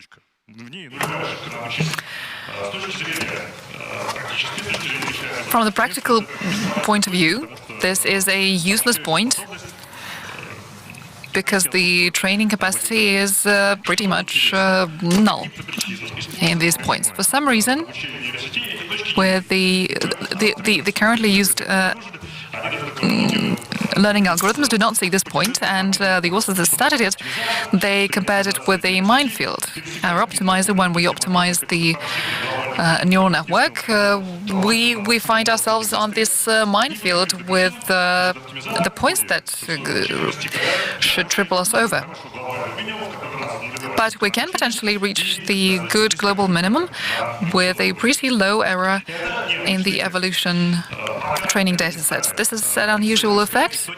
No one thought this was possible, that we have these points at all, not until we started studying it. In very complex and very flexible models, the upper bound estimation for the validation error is very high, so they can be catastrophically overtrained. Another interesting effect, we used to believe that we have an exponentially high amount of global minima, but those minima are isolated. But if we want to identify a way that could link two global minima, so that along the way the training error could be close to zero, we have such ways, we have such paths that can be easily identified, and this drives us to the conclusion saying that after reaching zero train loss, there is a drift within the manifold. The space is multidimensional, it's not linear, but it's hard to say how many dimensions it has. This gives us the idea of trying to at least have a peek at the property of the function that we are optimizing for additional training of the neural network, the loss function. This is not an easy thing to do, because the dimensionality could be absolutely breathtaking, and we have a shortage of tools for optimizing in this case. But even with the experiments that we have in this gigantic space, there is the manifold with zero train loss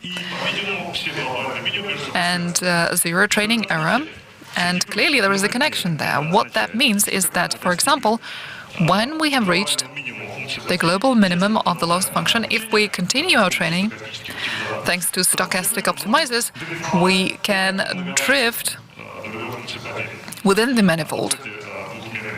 This is the two-dimensional slice, the actual loss function in an actual neural network, actual task.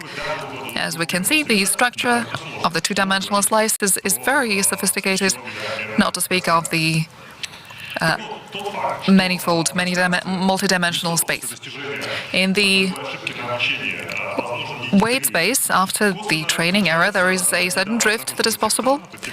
Indirectly, it is confirmed by the Grogging effect discovered last year, a very curious thing. The researchers were tackling a specific task that has to do with some arithmetic algorithm with the training set and the evolutionary set. The neural set was being trained with a training data set, and after approximately 500 epochs, it learned the training data set and gave 100% accuracy with the training data set. The accuracy with the evolutionary data set was at the level of simply guessing, so the training capacity was lacking. But if we continue the process of training, and if we perform another few hundreds of epochs, then at some point the accuracy starts to grow and also reaches 100%. So we have this trained neural network with 100% accuracy with a training data set, but it is in a global minimum. But then something happens, and after a while it turns into a trainable capacity, and we increase accuracy in validation. Another interesting effect, the double descent that I mentioned earlier. What is double descent? In machine learning, you have a task, a training data set, and you start tackling the task with neural networks of different sizes. Simple neural networks, and then you increase the complexity. And then you look at how the training error changes, the validation error changes, depending on the complexity of the neural network. At first, it all happens in full conformity with the theory. The training error decreases, the more flexible the model, the easier for it is to learn the training data set, and then as complexity increases, the risk of error increases. So we continue to increase the complexity of the model. At some point, the model is so flexible as to be able to identify the training data set without any errors, and if we continue complicating the model, the validation error starts to decrease once again. So there is this non-monotonous curve. The peak of validation error occurs approximately at the level of complexity of the model, where the model is able for the first time to fully, without any error, to classify, to identify the training set. After that, we find ourselves in the modern regime, modern phase. The wider, the deeper the neural network, the better it is with validation. Note this, before the peak and after the peak, we have two different situations. On the left of the diagram, we are under-parametrized, where the parametrization of our model does not allow us to identify the training data set without mistakes. We do not have enough area for maneuvering. After the peak, we are over-parametrized. In this situation, the properties of the model radically change. Let's look at the difference between under and over parametrization. First off, if the model is under-parametrized, we do not get non-zero train error. With the over-parametrized model, it's the reverse. Under-parametrized, either one isolated minimum, or they are several but isolated. With the over-parametrization, there is a manifold of zero of minimum. Under-parametrized, the loss function is at least locally convex. With over-parametrized, it is non-convex. If you've ever given it a try, you know that in this range of global minimum, there are some problems with local convexity. And with the under-parametrized model, there is an optimal complexity level. It exists. If we complicate the model above that level, we start getting validation error more frequently. With over-parametrization, there is no such optimal complexity. The more complex the neural network, the better it performs. So it all is about the limitation of our computing hardware. Now, what is happening with the weights in the global minimum point? We know from linear models, from kernel machines, such as the support vectors machine, that the more the weight norm, the higher the functional norm. That means the norm of the function that is realized by our ML algorithm. What is the function norm? This is about the Lipschitz constant. It is higher in this case. So with all things even, we should select the rule where the weight norm is lower. This means we can higher hopes that the quality of training will be transformed to validation. Two diagrams that depict that. The left one, the one on the left, is where the weight norm is smaller. The one on the right is where the weight norm is higher. So with the one on the right, we cannot really count on good training capacity. This is the case for linear models and for kernel machines, but experiments show that there is a similar effect for neural networks as well. This is why in neural networks, regularization techniques are very popular, which impose a penalty for higher weight norms. Now, let's try to use this intuition to explain the effect of double descent. Let's take an overparametrized model, one-dimensional space. The weight parameters of an overparametrized model, of course, in actuality will be much more complex. We have not one global minimum, but a whole manifold of global minima. In the manifold, the red strokes represent the manifold. So in that space, we can find a point with the lowest norm. This is the point to which we need to come when I work additionally with the parameterizer that imposes a fine for excessive weight norm. So this is the point for zero train or error. Now let's take a model that is more overparameterized, which embeds this model. We add weights. We increase the manifold. The old manifold is within it.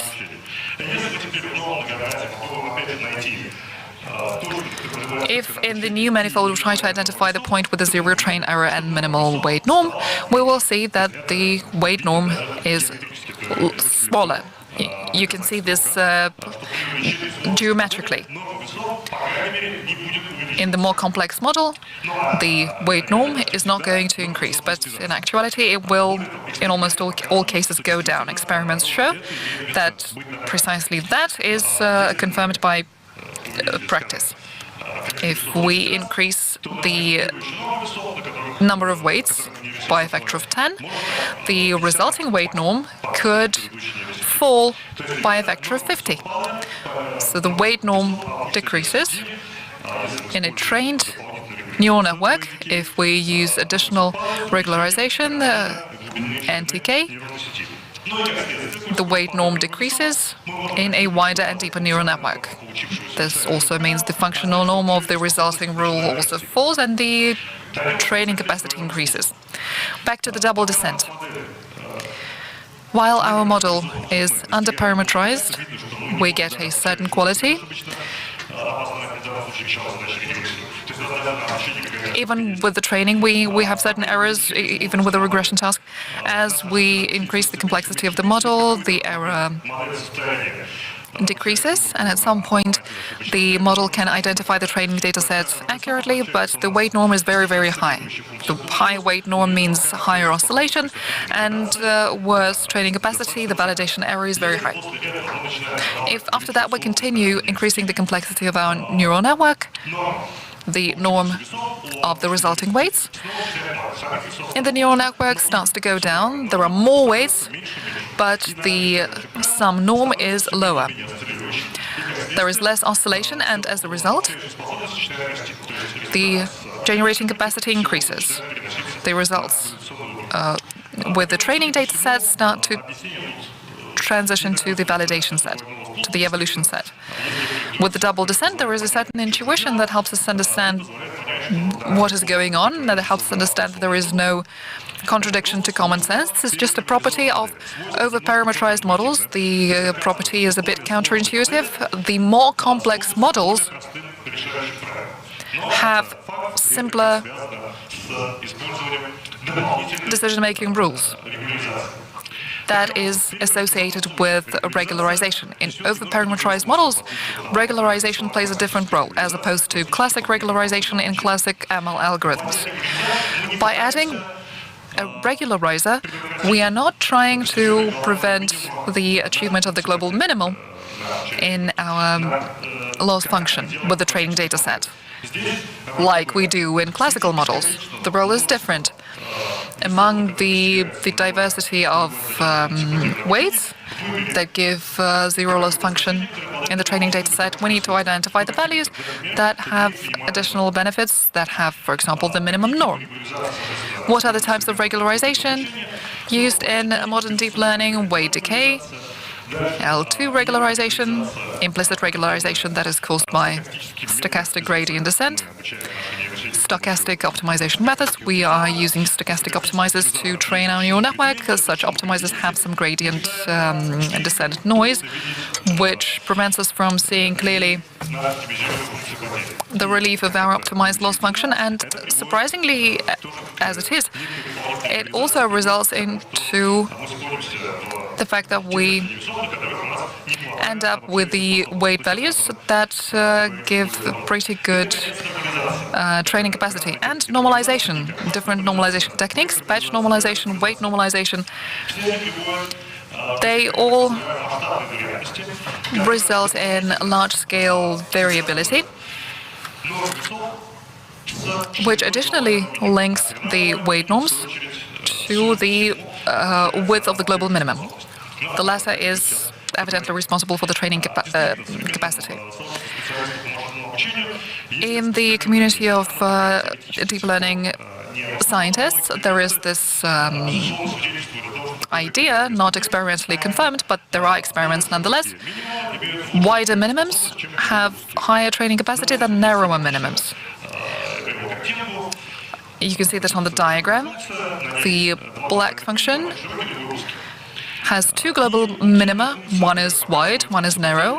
And then there is the function that represents the loss function. The black one is for the training data set, and the dotted red one is for the evolution data set. Slightly skewed, as opposed to the black one. If we find ourselves in the flat minimum,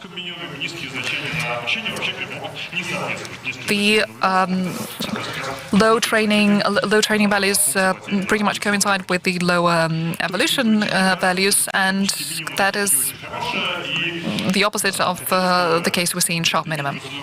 That is not optimal. We would like to have a procedure of training that would end up in flatter minimum. Which minima are more commonplace, more widespread, flat or sharp? What is better in terms of regulation? We have some intuition that points us in the right direction. One of the regulators that helps us end up where we can converge is the dispersion of our optimizer steps. The steps are random because we are training with stochastic optimizers. The dispersion of the steps is impacted by two parameters: the size of the mini-batch and the step interval. The bigger the step interval, the higher the dispersion of our steps during optimization. But there is this analogy one can draw, is where the relief of the optimized function is not seen very clearly. It's as if we have a myopic person and we take away the glasses. They can see the surrounding world, but without any details. What does that mean? That means that more subtle details are simply not seen by the optimal multi-minima. There are a lot of minima, flat and sharp. In our landscape, if we start at some point and we launch two stochastic optimizers, with one we use a smaller step interval and a bigger step interval, in the other one, with a smaller learning rate, we see more minute details and we descend down to the very closest minimum. With a larger learning rate, we will end up in zero train loss, and with the training data set, the error will be conversely pretty high. But if we start at the same starting point and we launch our stochastic optimizer with a larger learning rate, the dispersion of our steps is bigger. In the iteration procedure, we do not see the smaller details in the optimization function, and then with a larger learning rate, the black function is seen as the dotted green line. It does not see the smaller details, but it sees the flat minimum. We will cover more ground from the starting point to the minimum, but we will end up in the flat minimum. However, in the flat minimum, we have better training capacity, so we have a lower error with the evolutionary data set. So this is the hypothesis. Just take it and test drive it. Take a neural network and try running it from from the same starting point with different learning rates and see the effect. I also decided to show that apparently if we review the sharp minimum, inside of it there is an even sharper minimum, and this is clearly true for a certain learning rate. So just take this hypothesis and experiment with it, right? It's not that simple. The key challenge here for validating our hypothesis with experiments is batch normalization. On the one hand, we know that the batch normalization procedures simplify the training procedure. It makes it more safe in terms of the hyperparameters, and basically all NNs use normalization in its architecture. At the same time, every block of normalization makes it much more difficult to analyze the loss function, because we have the landscape variant. This is the symmetry that does not help us to link the width of the minimum with the generalization capacity. In this case, the entire network within a generalization block becomes the following. If we take all the ways that we multiply by some positive constant, the ways changed and the neural network remained the same. So the function that NN realized were unchanged. And so if we look at our space of the ways, we see that we have different variants that are descended. Let's take a dot where the global minimum is achieved, this red asterisk. We can estimate that. We can, for instance, use the Gaussian matrix. If we take these ways and multiply it by 100, we shifted the function. In functional terms, it's minimally equivalent, but we have this kind of a forking that widen as we go from the zero. In this case, it's very hard to say what is our optimal minimum width. It can be anything depending on the ways. And what is the hypothetical minimum width? And this is what is determined by our resolution capacity of our solution. And the geometrical width cannot be calculated here because of the variability, because the same function realized by NN can have any width depending on the ways. So the idea is maybe we should, as a characteristic of the curve of the width of our minimum, maybe we can have a single sphere for that. And we can compare the green and the red and calculate the minimum here. This width will have the resolution capacity, but it might not have the resolution capacity of our algorithm of optimization. This is a kind of a negative attribute that is explained by the wide use of the normalization blocks. Now, what do you do here? What the weights do if we work with the large-scale NNs, with a lot of normalization blocks? In this case, for the weight norm, we have two forces. The competition between two forces. One is weight decay, tries to minimize the weight of the weights, and then the gradient from the data, the competing one. It is always orthogonal to the beam, because the function of the beam does not change, so the gradient of the data will be orthogonal. But if we make a step on the gradient for the on the data, stochastically the norm of the weights will increase, according to the Pythagorean theorem. What will happen in the weights? Well, depends which force is stronger. And if we look at real NNs with the weights, with the weight norms. The weight norms, it changes. It either increases by manifold, and then the narrow minima become wider minimum, or it can be decreased, and then the situation will be reversed. It makes the analysis harder in terms of what are the functions and the attributes of the minimized losses. And to move from a dead point, we need to understand that the resolution value of our optimizer changes. Whatever the step. Now, how can we remove this variativity? Well, we can do that. Let's say that we train the NN with the gradient descent. You can use whatever stochastic optimizer that you like. Our ways describe the trajectory. The function is changed.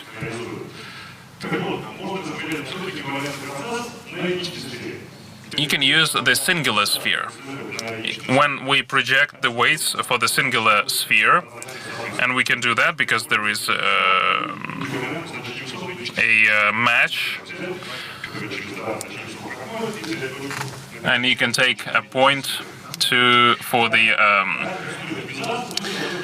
optimize that. Now our procedures will be equal, will be the same. The step will be different. We'll have not an ether learning rate, but an effective learning rate, and we'll not have just a gradient, but an effective gradient with a singular sphere. The effective gradient is related with our parameters related to the steps. We use this formula. It depends on the current ways of the weights, but we can use the singular sphere here. Now we do not have the beams according to which the function changes.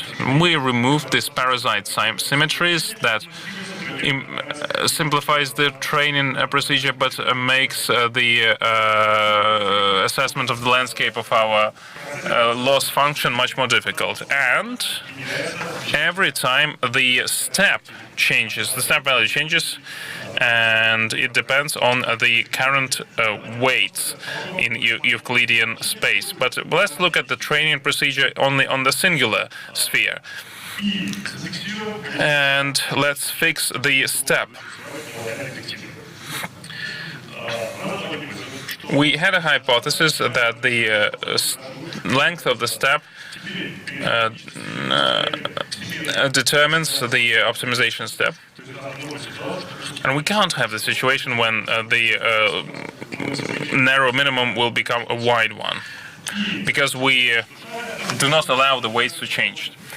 By fixing the step, we fix the resolving power, resolving capability of our solution. And let's fix the last layer with some weights. The Euclidean theorem shows that it does not have any other consequences. And you can train everything except for the last layer, and the NN will be trained. And then let's fix the last layer, because the last layer is not used for normalization, but for the experiment we want to make a full-scale NN.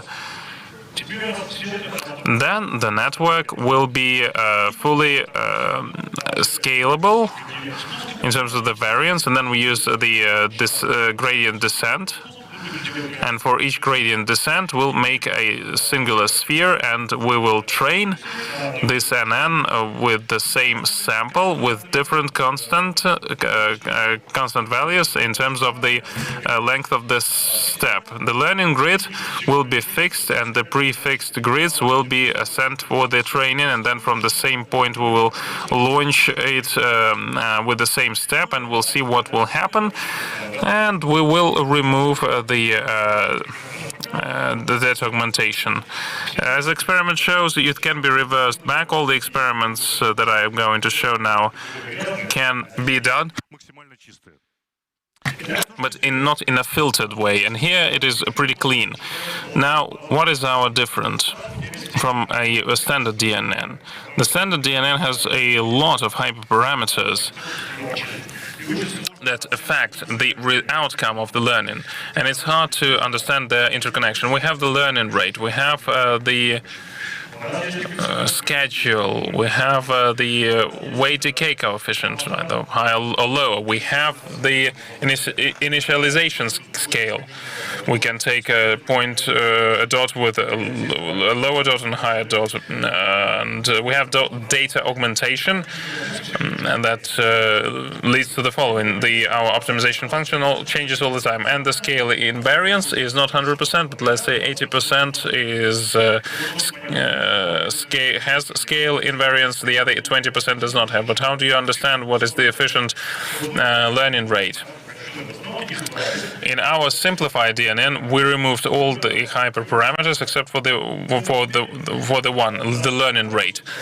And then we have the situation when the geometrical width of the minimum is in line with the functional minimum width. We can't change that because it's in the singular sphere. We do not have the weight decay because our weight norm is a constant. We launch with the same learning rate, and it does not depend on the initialization point. So we select a point and we launch the training procedure. So there's only one parameter that we can control, the learning rate, that we think is responsible for our algorithm optimization. This is the experiment design. We're going to launch our NN, the same sample, the same architecture for the DNN, but just the learning rates will be different. The step will be different, the learning rate will be the constant, and the results were quite interesting. Depending on the learning rate, we have three phases, three modes of the learning of our DNN. If we take a very large learning rate, our DNN goes to phase C, the divergence random guess accuracy. On the right-hand side, if we take a very small step length, the rate, we go to the zero training error rate. But if we have it somewhere in the middle, the effect is very unexpected. We do not have neither conversions nor diversions. The DNN has some level of accuracy. On the upper diagrams is the dependence of the NN on the learning method. In the middle part, we have the error of the training, the error of the validation. On the right-hand side, we see the average of the norm of the gradient. The lower it is, the wider the minima is. And what do we see here? Let's look at the first phase. There is some range of the steps of the rate, but if you look at the right-hand side diagrams, you will see that the more the step is, the wider the range is, the wider the minimum. So in our losses function, there is a lot of minima with different width, and we can regulate the width of the minimum by selecting the rate, the width of the rate, the width of the step. The smaller it is, the wider the width of our minimum, and the width of our global minimum correlates very well with the generalization capacity. The narrower our minimum is, the higher the validation error is, and vice versa. And this is a direct dependency, and you can see that on lower diagrams. So there is a dependency here that you can see it.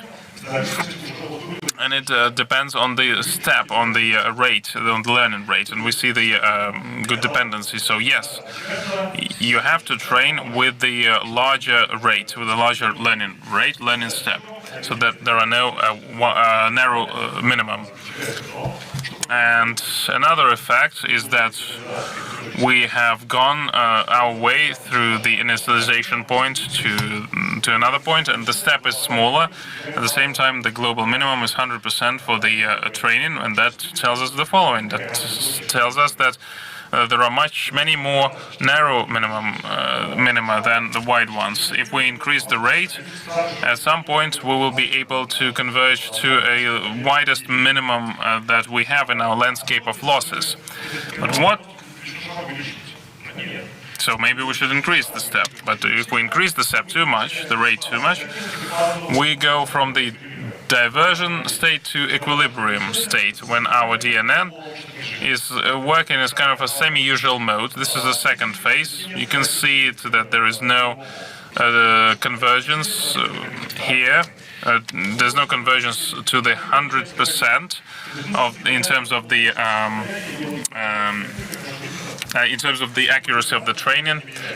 So the situation does not change in terms when we implement some iteration. There is some attractor, some negative feedback when we are in this semi-usual state. And in this semi-usual state, the interesting thing is that if in the phase we take a larger rate, we are somewhere on the heightened points, heightened levels. The validation error is higher. And by increasing the rate, we go to the third phase, where we see the full guesswork and divergence, full divergence. This is an unusual effect, and we didn't know what it is related to, and it is related to the scale variability, scale invariant function.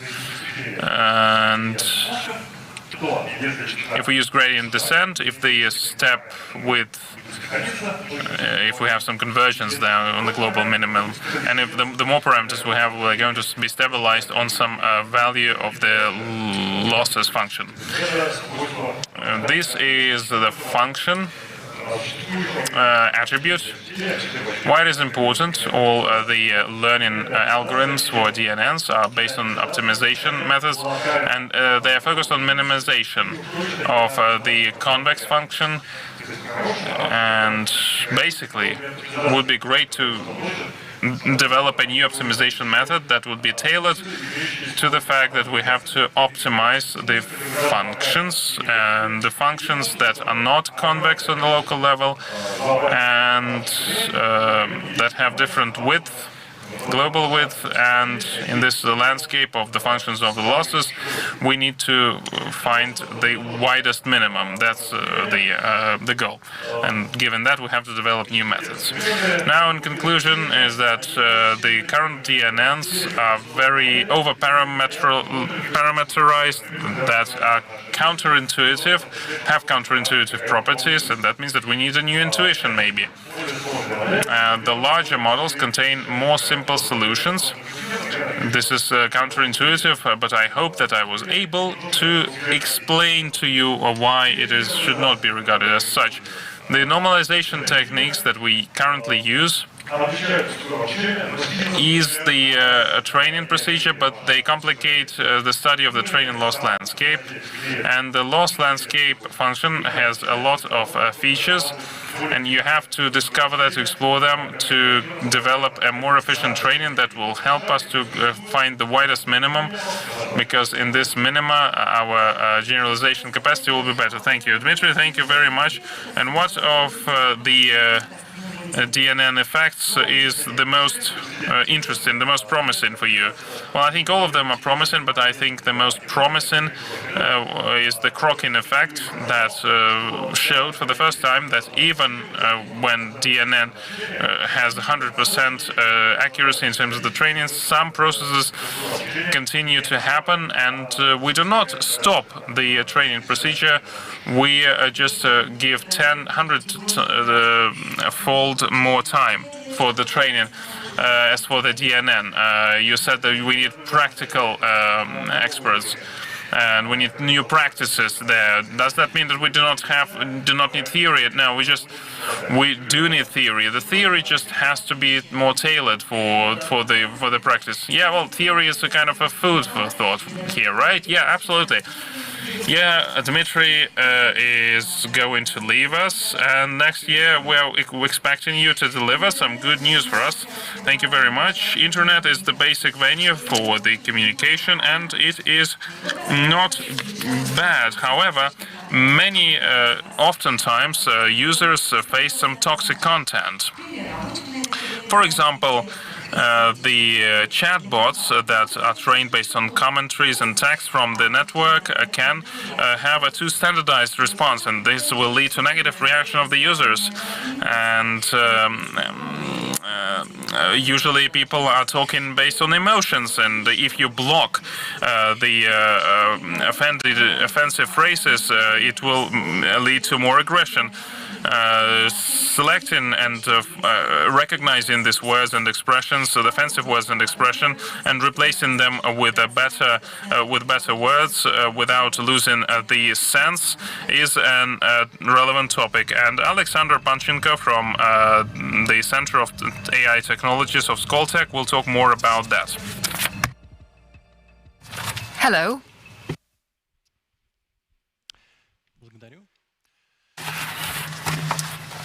Thank you. The project that I will be talking about is about detoxification of text, supported by the research center of MTS. And first things first, I wanted to thank so many of my colleagues, engineers, postgrads, research fellows who contributed so much to this project, and primarily David Daley, Darina Dementeva, and Varvara Logachova. I also wanted to thank Darina for helping me with the slides. After the project, we published a lot of papers, 16 to be specific, in international journals, in collections of articles for conferences. We published in ASCL and EMNLP, and if you're interested, if you want to learn more about the technical aspects that I simply won't have enough time to cover in my presentation today, feel free to look up those publications. Unfortunately, toxicity is the norm in today's internet life. This is the way of communication that is commonplace, that is everywhere, and there are different solutions to this problem. Solutions can be simple and straightforward, simply blocking, using a selection of specific words. That is the solution used in Instagram, or classification of posts, toxic posts that contain signs of toxicity in different threads. Usually this results in censorship, blocking posts, blocking users who publish those posts. The technology of detoxification of texts suggests an alternative to such direct censorship. Specifically, we could offer a commenting user to rephrase the comment. This way, we will not be censoring them. An alternative use case in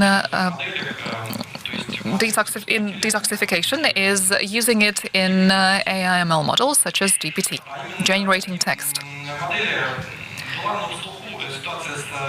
There's been this high-profile case with the chatbot called Oleg, developed by Tinkoff Bank, when the chatbot suggested a client to simply cut off her fingers because the client was experiencing troubles with identification using the fingerprints. In situations like this, technology directly affects and could even ruin the reputation of a company. What is the solution we are talking about? We have an input text in a certain style. The goal is to generate text in a selected style to maintain the content and to have the text be grammatically correct. In detoxification of text, we are talking about transition from toxic style marker to neutral or non-toxic. The content should be preserved as much as possible. And the result, of course, should be, as I said, grammatically correct. A few examples of such rewordings. You can see them on the slide. Also, there are two big schools of thought, two big approaches based on parallel data and non-parallel data. One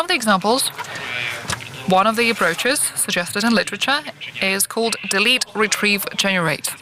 In this approach, you use a big set of texts, non-labeled. Positive text could be transformed into negative and the other way around. To do that, we look for colorful markers, explicit markers, and then in the simplest example, the marker from the initial text can be substituted for a marker retrieved from another text, a similar text. Or we could use recurrent neural networks, where the marker identified in the background collection could be replaced and used for generation. An alternative suggested once again in literature is mask and fill. In the original text, we once again look for toxicity markers, so words that are classified as toxic by the classifier. Then we use the masking language models, which masks the markers and replaces them with lexical units that are the closest in content by content, by meaning, but that are less toxic. We had this publication in the EMNLP, where we use pre-trained paraphraser.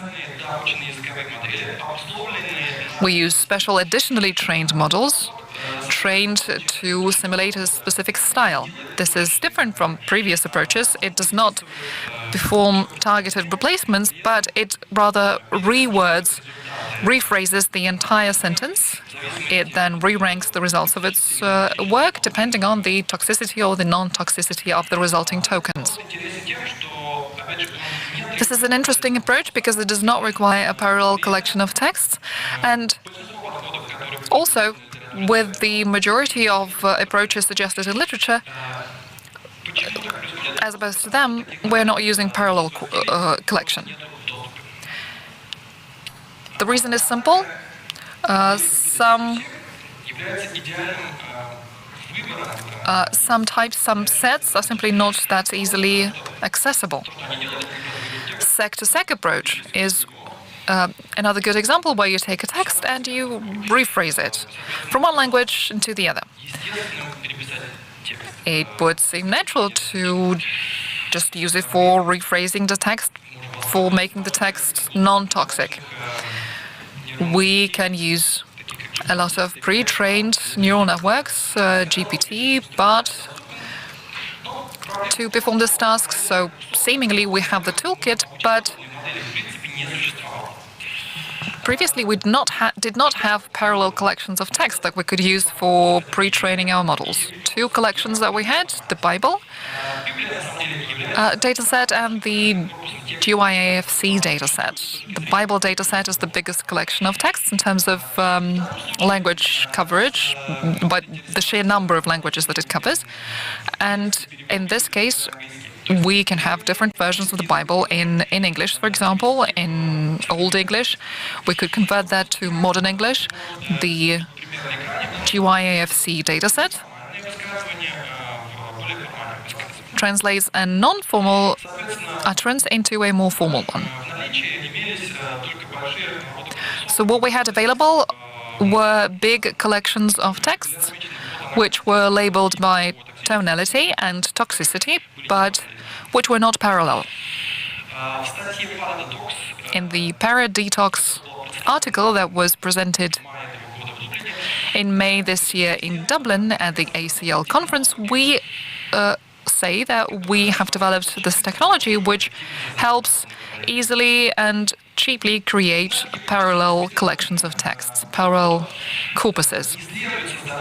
Our hypothesis was that we should not create models that are not based on parallel corpuses, but rather we need a technology that would help us get parallel corpus. We were guided by several criteria. We wanted a corpus where for each toxic text we could have between 1 and 3 rephrasings. The content, once again, should be equivalent, so the message of the author, the idea of the author should be preserved. The style of the text should be obviously non-toxic, and the grammatical correctness should be preserved. The idea of toxicity is a tricky one. A lot of definitions, a lot of data sets that are inconsistently labeled. In our project, we decided to adopt a simple subset of this concept, the toxicity that can be rephrased in terms of style. So, for example, if someone makes this utterance somewhere along the lines of people that belong to group X are not very good, you cannot really replace some parts of it with equivalent phrases and make it non-toxic. So we would remove such utterances from our data set, and we would keep those that can be rephrased successfully into their non-toxic versions. So we took the texts, we split them up, we filtered them, we selected texts that are not too long, not too short, and we created a pipeline for crowdsourcing. It included 3 problems. The first problem was about rephrasing. So a person would get a text, the text was toxic, and we asked them to rephrase them in a non-toxic way. Very, very simple. They could refuse to rephrase if, for example, they thought that rephrasing was not possible. The trick was that we were not paying for this. Instead, we had 2 other problems where we would analyze the results of rephrasing. First, we would check whether the generated rephrased text was equivalent content-wise. If it was not, we would discard it and we would not pay the user. And we would also check whether the rephrased text was non-toxic. The overall Para-Detox pipeline was like this. The input text, we ask the user to rephrase it, we perform 2 checks, and then we repeat this procedure twice to get verifiable results. Once we have completed the 2 checks successfully, that's when we can pay the user. Quality control is absolutely crucial here, meaning that we need to make sure that the users are native speakers in the language. We also need to make sure that they have completed training and examination. We need to test them. We need to offer pretty complex tests, pretty difficult ones to select the best. We have 3 to 5 annotators that overlap, and we also need to have some control during tasks. Last but not least, we need to sort out the best, the most valid answers, because otherwise in the data set there will be deficient data and we will not be able to train the model successfully. We had the data set for the English language, and also in the Russian language we trained 2 detoxification systems last year. All the data are available free of charge. There is also a description of it in the form of articles. You are free to use them in your experiments, in your developments. So for the English model, we collected 12,000 unique sentences with 1 to 3 rephrased versions, and 8,500 sentences for the Russian model. The cost of creating this corpus for the English and the Russian languages was less than $1,000. Compare this to the cost of work of a data scientist or a researcher, you will see that clearly this is very, very affordable. These are the examples that we ended up with for the English language. As you can see, the rephrased sentences are the same in meaning, but they are devoid of any toxic words. And these are the examples for the Russian language. This is a parallel corpus, same as you would use for machine learning model training, and it would seem natural to use it for sequence-to-sequence models and machine translation models. We talk more in our articles about the models that we were using. One is CondBERT. CondBERT looks for toxic words in the text. It then masks them and references a pre-trained model to replace the masked words with non-toxic words, and does the re-ranking. Another obvious task is to use the dictionary to remove toxic words or defamatory words. Other models that we used were ParaGDI, zero-shot, sequence-to-sequence, and zero-shot GPT. Our experiments were based on deep pre-trained models, transform-based, GPT-2, T5, and BART.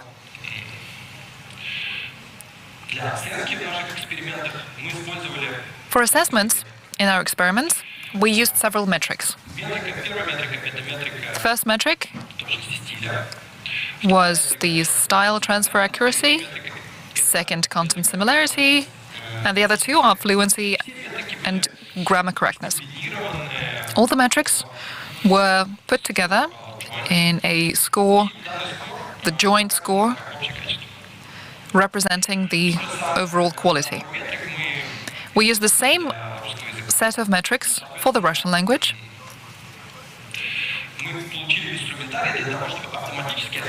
And this gave us the toolkit to automatically assess the quality of models, translating from toxic to non-toxic. In addition to these metrics, we also used manual evaluation.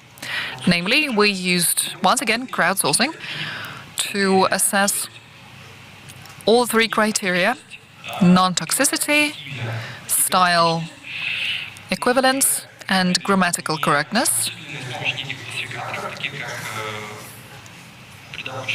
computed using classifiers, pre-trained classifiers based on BERT for toxicity, or BERT-based pre-trained classifier for fluency assessment. With manual evaluation, we asked humans for their opinion for assessment. These are the results of our experiments. As you can see, approaches based on deep pre-trained models using our ParaDetox corpus are way ahead of any alternative solutions. The approaches that use the non-parallel corpus, they generate results that are way worse. Based on automated and other metrics, we were able to demonstrate the advantage of our approach over all the analogs. This slide shows one of the examples, the original column with the original results of different models. As you can see from this slide, the sequence-to-sequence model is very accurately rephrasing, preserving the content, and removing all the toxic elements. Compare that to convert, for example. They perform very locally and they often break the structure of the sentence. This applies to the dictionary-based method, where we can just randomly remove a word. We insert another one that doesn't really connect to other words in the sentence, and the result is not particularly relevant. We got the same quality of results for the Russian language. This table shows that models that were trained using Russian language corpus with BRU-GPT, BRU-TP base and BRU-TP large are way ahead of other equivalent solutions. Same results with automated and manual evaluation. And a few examples of quality assessment. How big is the difference between different models? Our model, BRU-TP, BRU-TP5, and our competition. We have also developed demo systems, and you can try to find a chatbot in Telegram. It's called RU Detoxifier. Or you can go on a website, enter a phrase, and get a response. It works for both Russian and English. And it can give you an overall idea in terms of how the system works. We also have an APIs where you can integrate this technology in your pipelines. And obviously the models can also be downloaded and used through the interface. So you can go and play with these models and see the possible applications of these models for yourself. A few words about the future developments. We are working on multi-language and cross-language detoxifiers. So we talk about the translation and the change of the style. The text that is written in a toxic, offensive German language can be translated into Russian, removing the toxicity of this language, of the source. These systems can be trained easily and quite cheaply. It is important to say that all models that we have tested were trained in just one GPU during several hours. So this is a very available technology. You get a good corpora of texts for less than $1,000. You train it with one GPU. You train the model with one GPU, and you get the great technology that works perfectly. Another area is the attempt to make the marking more efficiently through a smarter sampling of these examples. With the active learning model, potentially it will help us to save even more and to create the process of building such corpora even more efficient. And you should not look at this technology only as a technology for detoxification. You can create any text corpora that you need. It will be quick and cheap, and if you can formulate your task as in a sequence-to-sequence mode, and you need some training data, you can use our developments. I would like to thank the organizers for inviting me here. If you want to participate as a MA student, doctoral student, engineer, or a researcher, please contact me and we will discuss the possible options. Thank you very much, Alexander. I'd like to take this opportunity and ask you whether you train the model so that the model change the phrases, but didn't you give the freedom to the AI some toxic words can be replaced with some other toxic words. We have a vocabulary of offensive language in Russian, for example. Didn't you think about that? Well, this is a paraphrasing task. There are many technologies, and there are parallel corpora of texts when one text is in line with the other text and the sense of this text and all the other parameters of this text are equivalent, so we can use the current technologies. As for the vocabulary of Russian offensive language, we had tens of thousands of words and expressions in our offensive language glossary, but the vocabulary methods do not work properly because the neural network approaches help to generate text that is much more expressive and natural. So it does not really creates these things, right? But I think maybe it will be great to give some freedom to artificial intelligence so that it suggests its own solutions to some problems. Well, I beg to differ, because the success story of our project is that we limited the freedom of the AI. We put a very stringent task. You need to translate this sentence and have this result. And these are the requirements. If you put a proper task for the AI, the result will be great, the outcome will be great. And the lack of success for other methods was related to the fact that the task was very loosely stated. So I believe in a very stringent problem requirements. The same for the engineer. If you make a great technical assignment for an engineer, they will make a great development. So you have some good results, but how can you use this technology in other languages? Is it difficult to do that? Yeah, thank you for the question. We are working on that exactly. And now we have the pre-trained networks that use dozens and even hundreds of languages.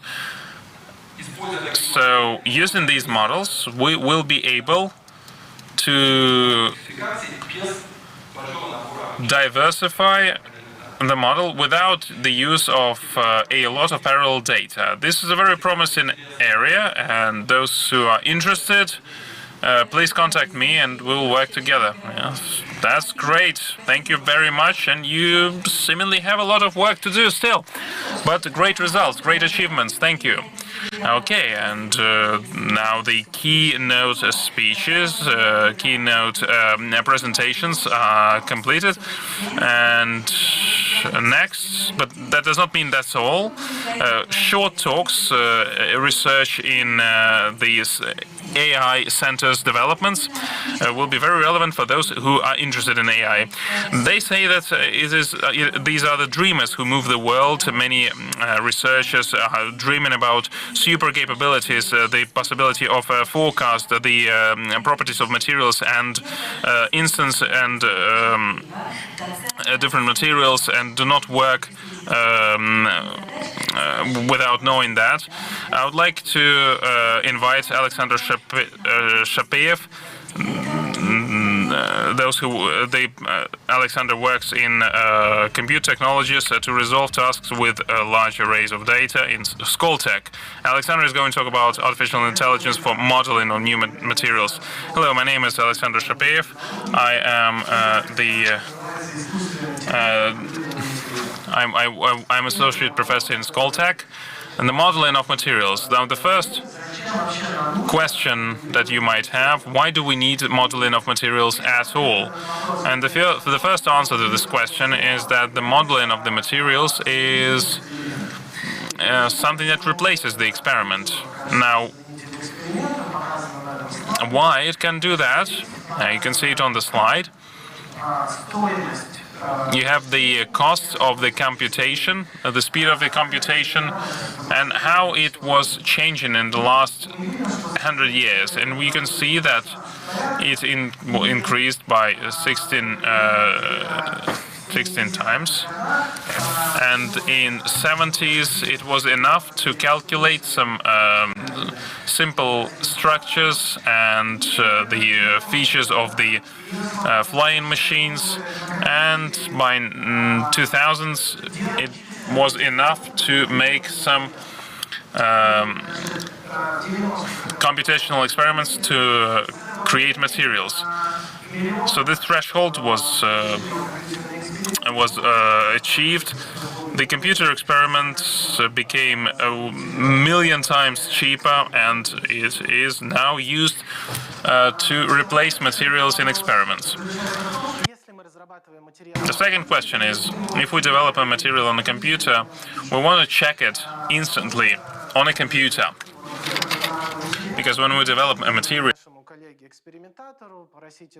we do not want to call the experimentation department and ask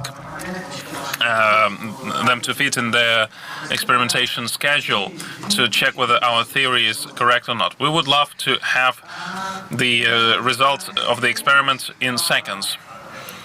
The classical experiment is still the main method for the development of the materials. As an input, we have a composition and the synthesis plan of the material. The experiment is done in the lab, it is tested there, and then it goes on and on, different cycles of attempts and to develop a new materials. It goes back and then goes back to the lab. Now, if you have recently completed the data analysis courses, you would see that the outcome are data. Based on data, we can build an ML model, and based on the input data of the experiment, we can predict the results of this experiment and spend much less resources on that. The problem is that in this approach, we lack data. Despite the fact that this cycle was executed several times, many data are still not of the quality that we need for training the AI. The classical modeling is a different story. There is an atomic structure of the material that's in the input, then the modeling is done, the simulation, so to speak, and the results of this simulation, that's the outcome. If we want high accuracy, we use the models that are being maintained by supercomputers. That's quite expensive, but it is becoming cheaper by the day, as I have told you already. And if we think about using AI, this is the molecular dynamics. The atom is falling here, and at some point it stops, and this modeling resulted in the prediction of some attributes that we're interested in. If we want to use AI for that, our first thought is the following. We have the outcomes of the experiments. We train ML model based on that, and we try to predict, to make direct predictions. The problem is that we still lack data to train ML models. I would wrap up here if I had no more ideas. But the more promising idea is the following. Let's use the ML training methods. Let's learn the physics. Let's machine learn the physics. This is how we're going to replace these computers, the supercomputers, with the models of AI. Now, what is happening on the physical level? On the supercomputers, we model with the quantum mechanics models. We have the cores of the atoms as in a material that are described by the classical Newton mechanics, and we have light electrons that work in accordance with quantum mechanic laws. And the quantum mechanic laws cannot really be calculated with on a normal computer, so that's why we need supercomputers. As for the ML, the model is simpler. We do not need electrons. to predict how the material will react to a pressure, to some pressure, some load. We need the position of the atoms. And this is a simpler model. And this is why the simple ML models are quite successful here and efficient here. Now, what have we achieved? We have our modeling diagram. The modeling is done based on the laws that the NN learned, and NN was trained based on the some 1,000 instances of data. That's not a lot. And as for the full-fledged modeling, we would need hundreds of thousands. So it works pretty well. These are the examples of our work, the outcomes. We have worked with Mrs. and they made a calculation of the mechanical attributes of the titan and nitrogen surfaces, the coatings, and they spent $40,000 and received the accuracy of 5%. And then we, using the ML, had the accuracy of 6%, and it was only $80, thousands of times cheaper. So that does not only mean that it is much cheaper, it gives you a fast feedback. Having very cheap calculations and computations help us to use higher level models. You don't need $40 million to get 1,000 instances of data to train a simple neural network. And depending on the task, it can cost around 80,000 to use the NN. Now, a small closed competition that was organized in San Diego, California. There were 4 groups from Cambridge, Skoltech, Bochum, and Germany, and Sandia, a national lab of the US. In 2 parameters, we were talking about the test error against the computational cost. And based on the polynomial power, the hidden layers were better than the neural networks, and NNs cannot achieve this level of accuracy because they need around 10 times more data than our models. It works absolutely fantastic to write papers and talk and sell your products to investors, but you can do even better. And the bottleneck here is the following one, is that we need to manually train the models that predict the physics. And the problem here is that is here on the slide, on this diagram. If we play a game, like we need to predict the energy of the interaction between the atoms, and for example, this is a simple one-way function, singular function. We interpolate that, and that describes the parameters much better on our interval. But if we did not guess with the intervals and we have to go beyond the interval, our model predicts something that can fully destroy the molecular dynamic principles. And if we worked in one dimension, everything would be great, but if we talk about 30 or 50 dimensions, something that is usually done, it does not work. So you need to train it manually many times, but instead of that, to automate the process, the entire process, you can use the active learning algorithms. And if we had a model that would predict what points be added in the process of the molecular dynamics, and that should be used to train, then the problem would have been resolved. It would be resolved. I add points. The model is trained based on that, and when the points are properly distributed, the next point will be here, will be added here, and then the model thinks that it should not be trained. The next dot is added here, and it happens up until the moment when we go beyond our area. What can happen? What effect will it have on our calculations, on our computations? The algorithm will think that you should add dots here until everything is covered with dots.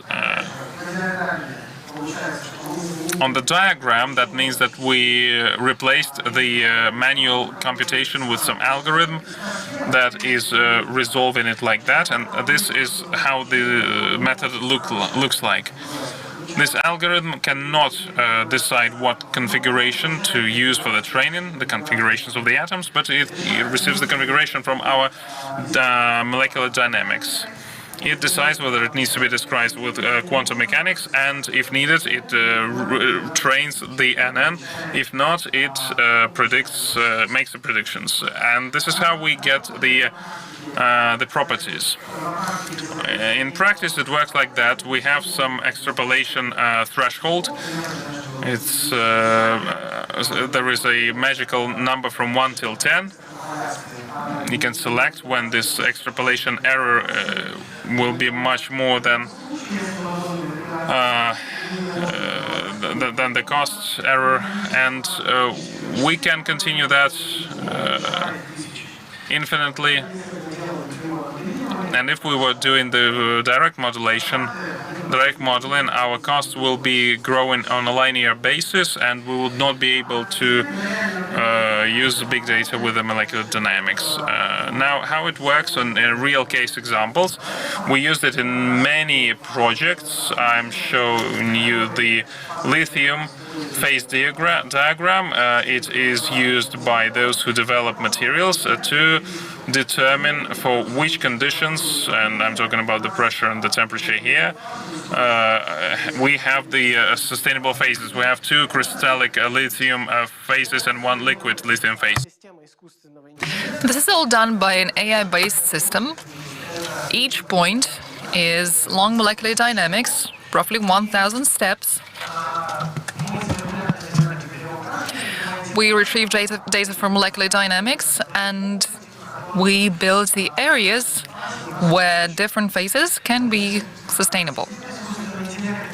The AI system does not only that, it also identifies flaws on the borders between the areas of sustainability, and it also helps us decide at which point we need to run molecular dynamics in order to be the most effective at reducing the error. This would give us the lowest number of calculations to end up with the dynamics. So in other words, it decides where you run your numerical experiment. This is the scheme of molecular dynamics that I described in the first part of my presentation. On top of that, we built this new algorithm. The input is the material. The algorithm then runs the molecular dynamics. It decides where it is, in which areas, and then there is another AI system which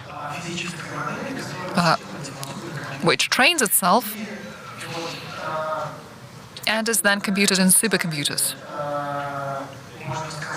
On the slide, you can say there is, in my opinion, a blueprint for the future where this industry is going, with different models, different methods of AI operating in different scales for our tasks and practical purposes, technically significant practical purposes. I would like to end my presentation here on this spectacular slide.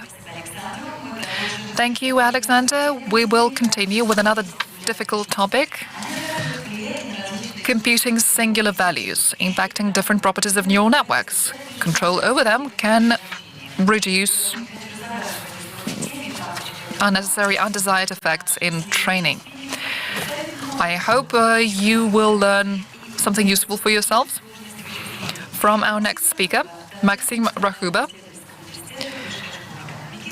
fellow professor at High School of Economics University. Maxim, over to you.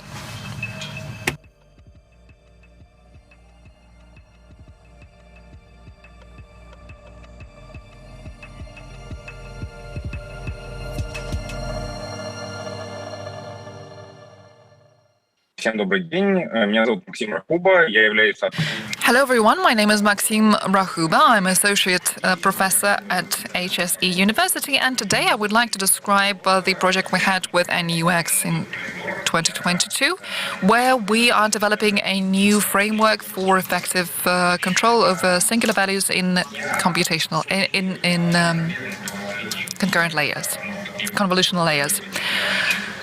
So the first area where this could be useful, the control over Lipschitz constant. We have a neural network.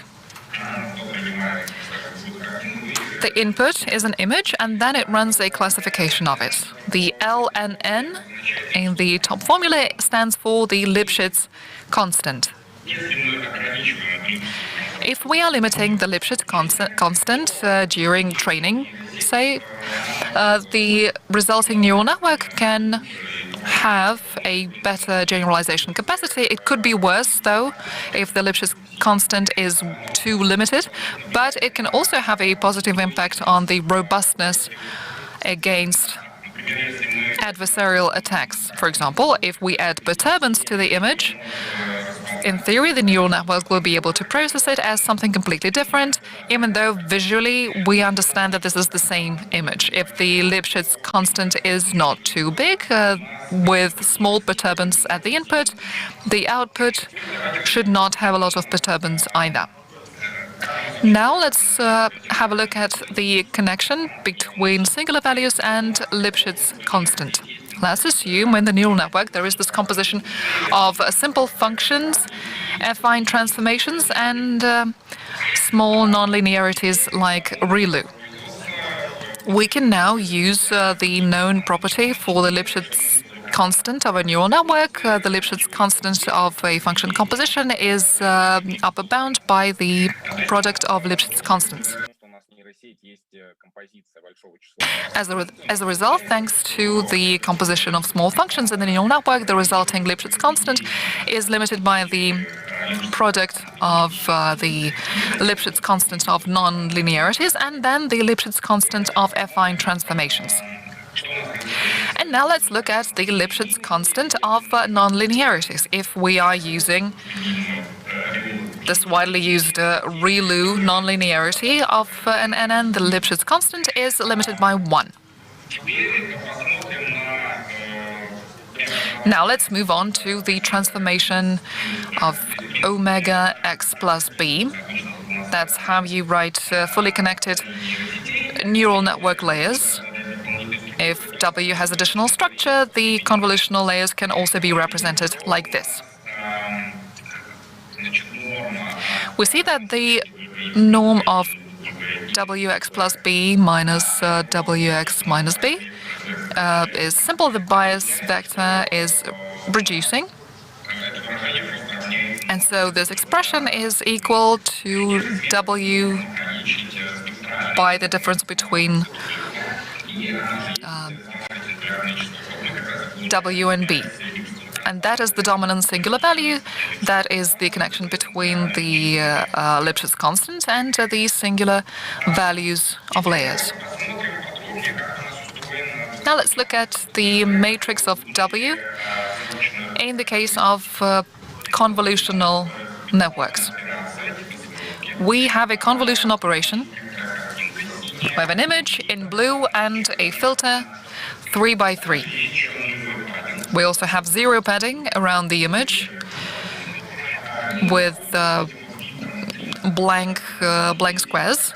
So we take this filter, 3 by 3 filter, and we move it along the image. We compute element by element the product of the image and the blank squares, and we have the result.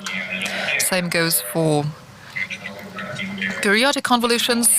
In this case, we don't have this padding with zero blanks. So this is the convolution operation. In neural networks, we also have multi-channel convolutions, where the input depends on a number of channels. For example, as the input of our neural network, we have 3 channels. Cin is the number of input channels, and they are then represented as a certain number of images with a certain number of output channels, Cout. K is the filter size. So as a result, what we get is the transformation of the convolution is set by a tensor, the four-dimensional array, K by C in by C out. That is the size. Now let's go back from the convolution transformation to the structure of the matrix. The convolution is a linear transform. Any linear transform can be written as multiplication by a matrix. If we take X as a long vector and do the same with Y, we will have a matrix multiplication represented as TC.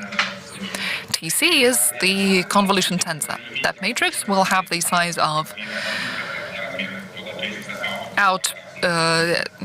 output to input, so C out n square by C in n square, and it will have some additional structure. But if we do not factor in the structure, we will see very soon that this matrix is way too big, and it's simply impossible to apply a singular value decomposition. If we look at PGG 19, for example, and specifically one of its first layers, and if we use as the dataset ImageNet with images the size of 224, the size of the matrix will be 3 million by 3 million, and we will not be able to calculate the singular values. So we need to additionally factor in the structure of the matrix. The structure of the matrix was precisely what we included in our work, in our research in 2019. So what is this matrix built of? It consists of blocks with block circlants and circlant blocks. If you know what circlants are, good. If you don't know, no problem. I'm going to show you the algorithm now. We have the convolution kernel, C.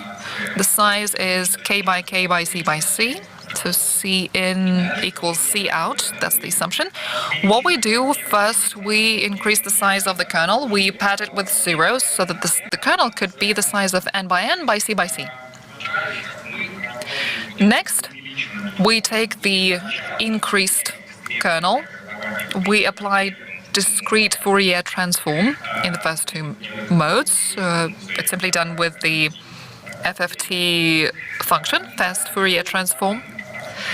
And then with the remaining two modes, we calculate the singular value decomposition.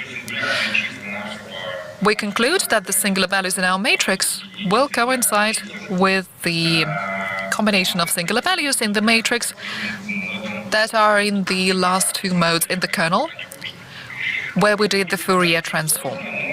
It looks pretty sophisticated, but the code looks very simple. NP FFT2, the code of the kernel in the first two modes, and then NP linalg SVD with the remaining two modes. This algorithm has a clear and obvious problem when we are expanding the kernel, when we are padding it with zeros, and when we start applying Fourier transform, we are facing the challenge of memory. Big kernel, and also if we are processing big images or if we are working with three-dimensional convolutions, which is even worse, we have this problem with memory and another problem with computing complexity, because it quadratically depends on the number of channels and the size of the image. What is our suggestion? We suggest decomposing the kernel using tensor decomposition. In the right top corner, we have the initial convolution kernel. It boils down to a four-dimensional array, but we have fewer channels, and we add two more matrices, U1 and U2. If you know how you mark tensor diagrams, this is what you see on the left. The four-dimensional array, the G kernel on the top with two straight lines coming out of it, and two matrices with two lines coming from them. and the connecting edge.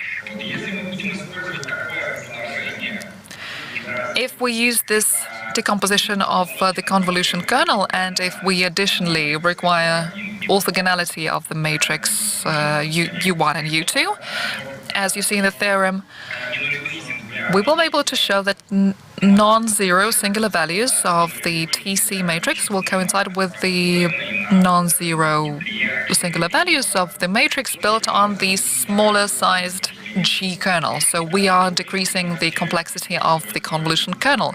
And then you can use any algorithm to control singular values as long as you can maintain the orthogonality. In our work, we do it in several ways. We calculate the QR decomposition of the matrix, U1 and U2, and you can add supplementary regularization to maintain the orthogonality. Then you can metrize the singular values of the kernel using an algorithm of your choosing, or you can compute singular values and then you could clip them to 1. So this would be a step to singular values with desired properties. Let's look at how our algorithm behaves in practice. Here on the horizontal axis, what is plotted is the number of channels, and the speed up score belongs on the vertical value, on the vertical axis.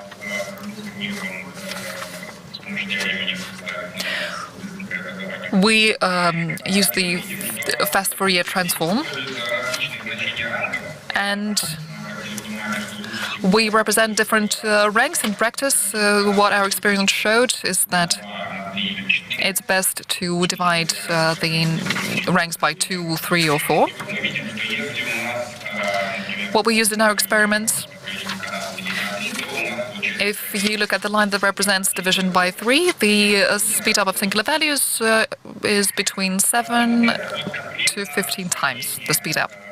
So this is the speed up of just one layer. Across the neural network, the effect can be unpredictable, or I will show you what it could look like. But first, let's look at more interesting experiments. These are the results of calculations when we trained the wide ResNet 1610 network. Baseline stands for cases where there is no control over singular values. If the rank is blank, it means that we're not using any additional compression thanks to tensor decomposition. And we see that in the case of the baseline, the accuracy is 95.52.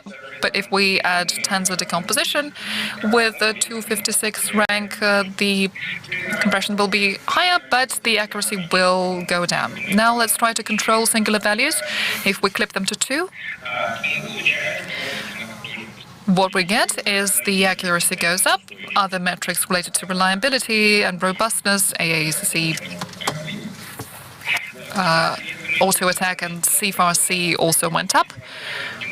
And if the rank is 256, the accuracy is lower, but still it's higher compared to the baseline, and way higher than the simply comprised network. As for the robustness metrics, it is even better than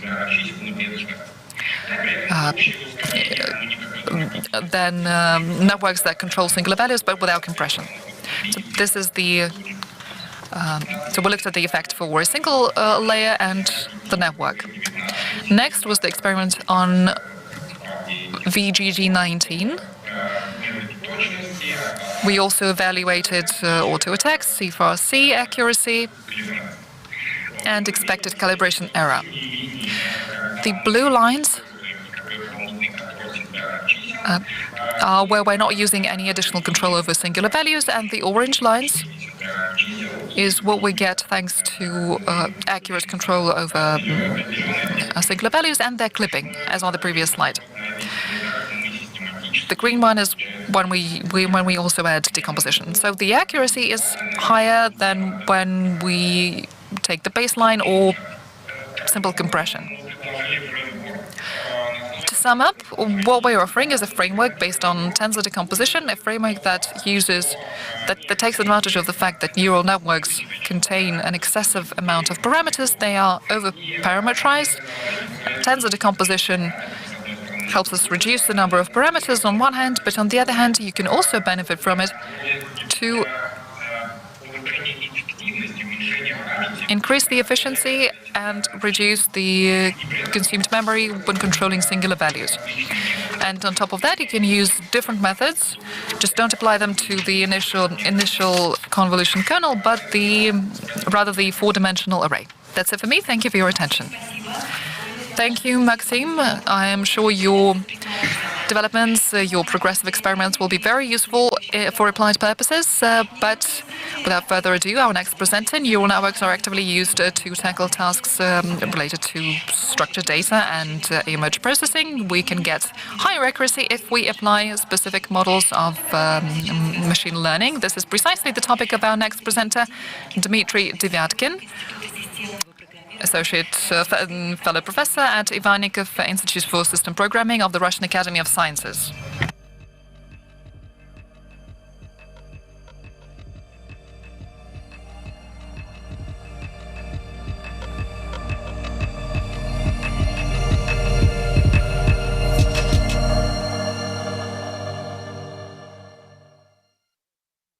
Коллеги, добрый день. Hi everyone, my name is Dmitry Devyatkin. I am representing the Ivanikov Institute for System Programming of the Russian Academy of Science. I'm going to talk about the ensembles of nonlinear multivariate decision trees. Currently, the methods of training of NNs for the task of analysis of data and recognition of the images are used quite actively. However, there is a limited scope in terms of using that. The examples of these tasks are the tasks for the restoration of the images of MRI scans, the tasks of determining the 3D structure based on 2D images, the analysis of the tonality and sentiment of the text, when the small change of the text, the small change in with one comma in the sentence changes the tonality of the text completely. Therefore, the development of the discrete methods is very relevant, and these methods include the decision trees and their ensembles. However, currently they have some limitations. The limitation is related to the limited discriminative power, related to the peculiarities of built-in decision trees, and to complicated structure of the decision trees when you analyze the data with the large feature sets. The decision trees have to be optimized so that in the nodes there are splitters, multidimensional splitters with several attributes, not only one attribute. These decision trees have to be put in the random ensembles, random forests, because these ensembles, they do not have limitations in terms of the complexity of the basic algorithms for analysis of the data that are included in the composition of the ensemble, and it can be trained on distributed computational networks, which is very important thanks to the development of the distributed computations. We started working on that more than 30 years ago. The first algorithms were randomized algorithms with low computational efficiency. On every step, only the parameters that could improve some of the criteria for the homogeneity of the data across the trees were maintained. However, the results of this research for such algorithms showed that these trees have a very low computational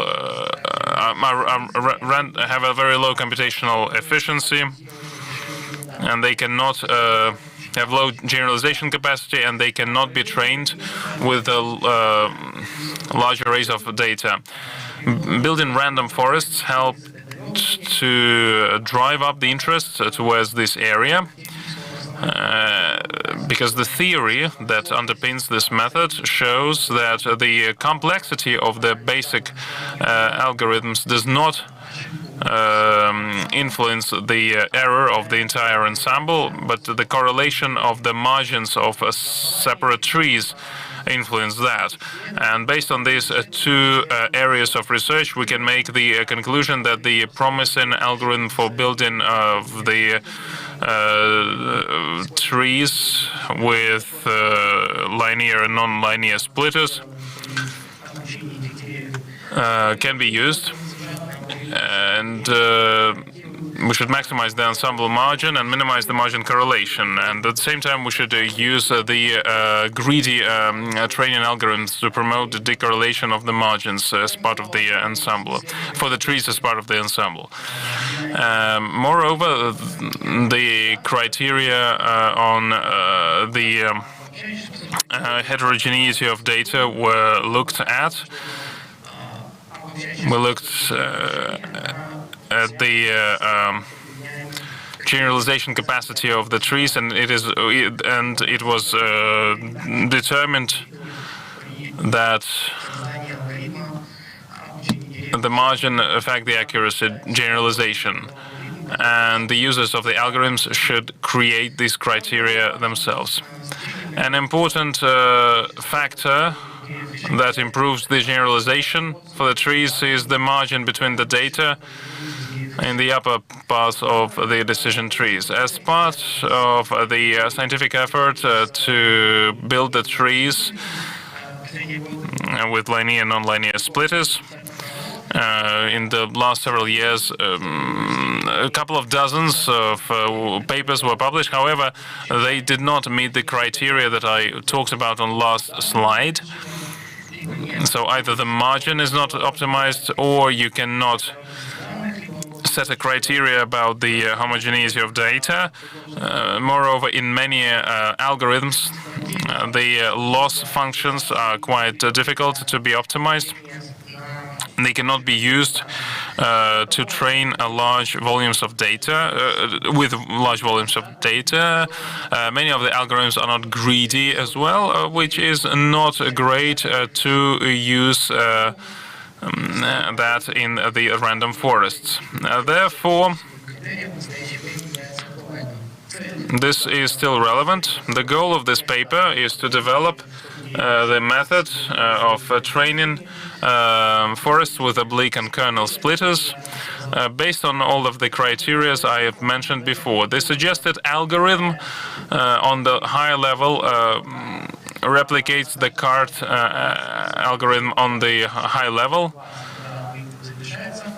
If data include only one cluster, the algorithm completes its work, it ends. If no, then some distribution of classes is generated among the subtrees. It is generated by the minimization of the criteria of the heterogeneity of the data that is set by the user. If we don't have a lot of classes, then the specific solution is found. If not, the greedy algorithm is used, and then the distribution, the set distribution, defined distribution, is used for the classifier that distributes all the objects of the analyzed data across the subtrees. The support vector method is used there. And we look at the classification method, and with it we decompose the set, and the entire algorithm is being repeated. On the right-hand side, you see an image, the one to the right. This is where we use the support vectors method with the slack variable. And on the left-hand side, without the slack variable, we use the Gini to support that, and we can see that if we use slack variable, there is a heterogeneity of the data in the blue area. How do you build a binary classifier? We use the support vectors method with the scale of the slack variables. They're being scaled up until the point when the when it leads to the heterogeneity of the data. In our algorithm, we have set the distribution of the classes according to the subtrees. It is not possible to find the global optimum for the criterion of the heterogeneity of the data. And there is a descent of the graph of the criteria of heterogeneity of the data towards one of the local optimums. On practice, since it's a greedy algorithm and the trees are used in random ensemble, the ensemble of the forests of the decision trees, that means that achieving the minimum, only the optimum minimum, does not decrease the quality of the results. At the same time, the speed of the training increases dramatically. Then the experiments showed that the decision trees that we receive can be retrained vigorously, and this is why we decided to use the procedure of decreasing the complexity of the decision trees. The forests of the classes that were formed in the leaves of the decision trees that were used by the original algorithms were removed, and we used SVM task to optimize the weights. And then the empirical risk for the entire ensemble was minimized, and moreover, we minimized and regulated the newly generated weights. The regularization parameters helped to set up the generalization capacity of this amplification. And the second step of this process, we removed the vectors of the generated classes for the leaves for which these vectors were quite similar, quite nearby. Talking about the Euclidean metrics.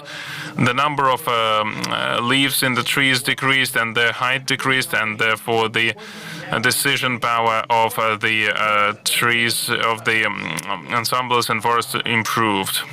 Deep forest is a cascade of forests. Have several layers, have a sliding window to generate features, and it has the vector of the weights that coordinates with the vector of the source attributes, and it moves to the next model, to the next random forest that has a larger set of attributes. Using this approach to help to increase the accuracy of classification up to some point. However, this method has some drawbacks. The instability of the results, first of all, because it's related to the fact that apart from the random forests, there were extreme forests that were used to improve the decision-making capacity. And the card trees meant low efficiency in terms of the big data analysis with the size of attribute space. As a solution, we decided to use the algorithm with for the forests of trees with linear and non-linear splitters. Oblique kernel splitters. It helped to increase the accuracy of the forest method, and it helped to decrease the instability, because this is how we were able to improve the results. Now, the results of the experiments, we used two sets of groups of data, the UCI data set. These are quite large data sets that are working for the image recognition. These data sets have quite a low, have a very high MNIST, 784 features. CFAR10 is a big data set, and these data have a big size, more than 3,000 features. That makes the use of the forest-based method quite difficult, because there's a lot of data. So we were able to show that the kernel forest maximizes the accuracy and classification of the random forest. And the decrease of the complexity of the forests, of the trees, helped to increase the accuracy of the classification by more than 1%. There was also an assessment that was done in terms of the time for the training. There was an analysis made, and for the oblique splitters, the algorithm for building the forests is the same as with the forest with splitters, and we also got some practical results using the data with the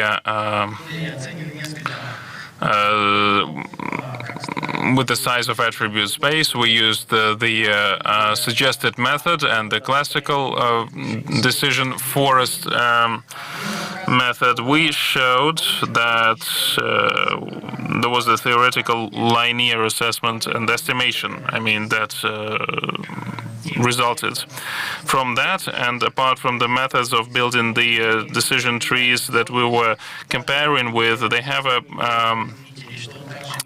asymptotic complexity that you can see on the diagram. That means that the algorithm that we suggested for building the univariate trees is good for big data. On the second stage of our experiment, we looked how using deep forest can improve the quality of the classification with the same data set. It was shown that on all data sets there was a great improvement in terms of the accuracy of classification. It was also compared with the actively applied architectures like AlexNet and another one, and ResNet. We showed that the observed data can be compared with the results of ResNet. With CIFAR dataset, with the big size of the attribute space, there were no results still. So it's still relevant to improve this method to increase its accuracy. To wrap up, I would like to say that the proposed algorithm is in line with all of the criteria used to build the decision trees with oblique and kernel splitters. The experiments showed that the use of nonlinear kernels improves the accuracy of classification on many data sets. Moreover, the used method of strengthening and decreasing the complexity of the ensembles of the trees showed its applicability for the optimization and improvement of the trees with oblique or kernel splitters. At the same time, we showed that using the kernel splitters with big data, the speed is not good, is not enough. So it's still relevant to develop the computational efficient methods of the double optimization of dual solvers for problems with slack scaling is still required, is still relevant. And that's it for me. Thank you for your attention. Dmitry, thank you very much. I think that we should go with the same tempo, and we are going to our next speaker, who is going to present Deep Pavlov Dream. Quite romantic. Does that mean that the dream of many researchers came true? Well, we are going to know that.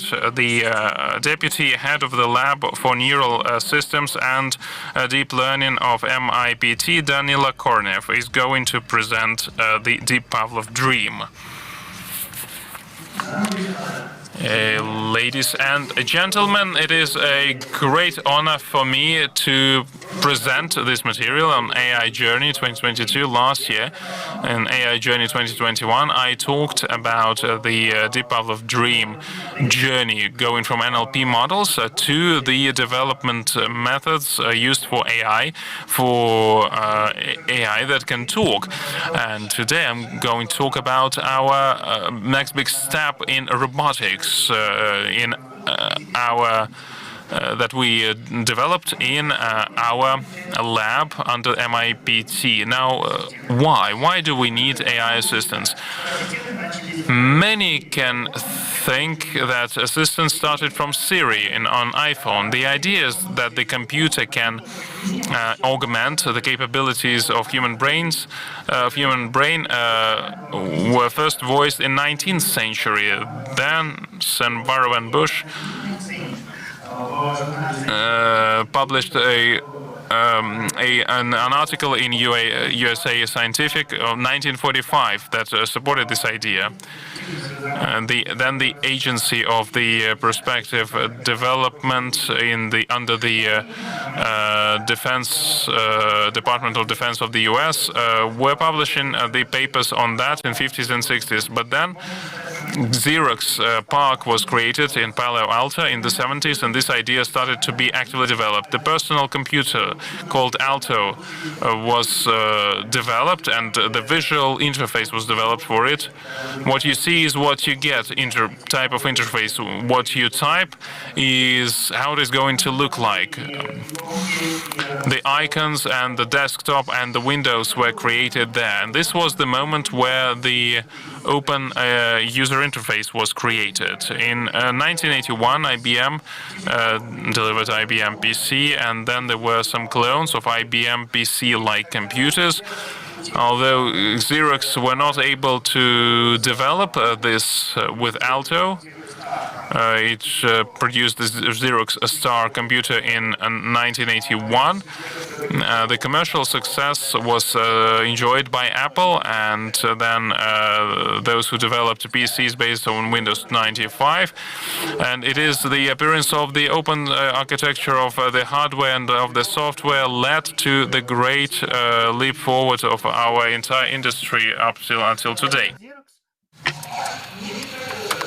But Xerox didn't stop there with PARC. In 1991, their leading scientist, Mark Weiser, published another article in Scientific American about ubiquitous computing. His idea was to have computing devices be ubiquitous everywhere, so we could seamlessly transition from one device to another. His idea was that all computers would be connected in a single network, and each system controlled by user computers would adapt to changes and would help users perform any tasks at any computer, at any device. He thought that there would be a new type of devices, devices that we now call smartphones, tablets, smart displays. Anyway, there is a huge range of all kinds of devices, and this simplified switching from one device to another, and this means we have new problems that we need to tackle. DARPA supported this idea back then in the 90s, but in the noughties, this idea of ubiquity started appearing everywhere, developed everywhere, in Dartmouth and elsewhere. DARPA Kalo project for a cognitive trainable assistant that spans across all devices of a user. From that, we transitioned to the concept of smart assistants for users, Siri, Alexa. From that, we transitioned to the concept of surfaces, smart watches, glasses, what have you. Then we focused on assistants, mainly controlled by voice, but voice assistants are limited, way too limited. They don't know when we are addressing them, other than the cases where we directly call them by name. They don't understand when we are silent, when we are taking a break. Are we going to resume talking? Are we smiling? Are we laughing? Are we crying? Are we talking to them or to other people? The dream of creating a perfect virtual assistant is associated with another project, this assistant for the kitchen.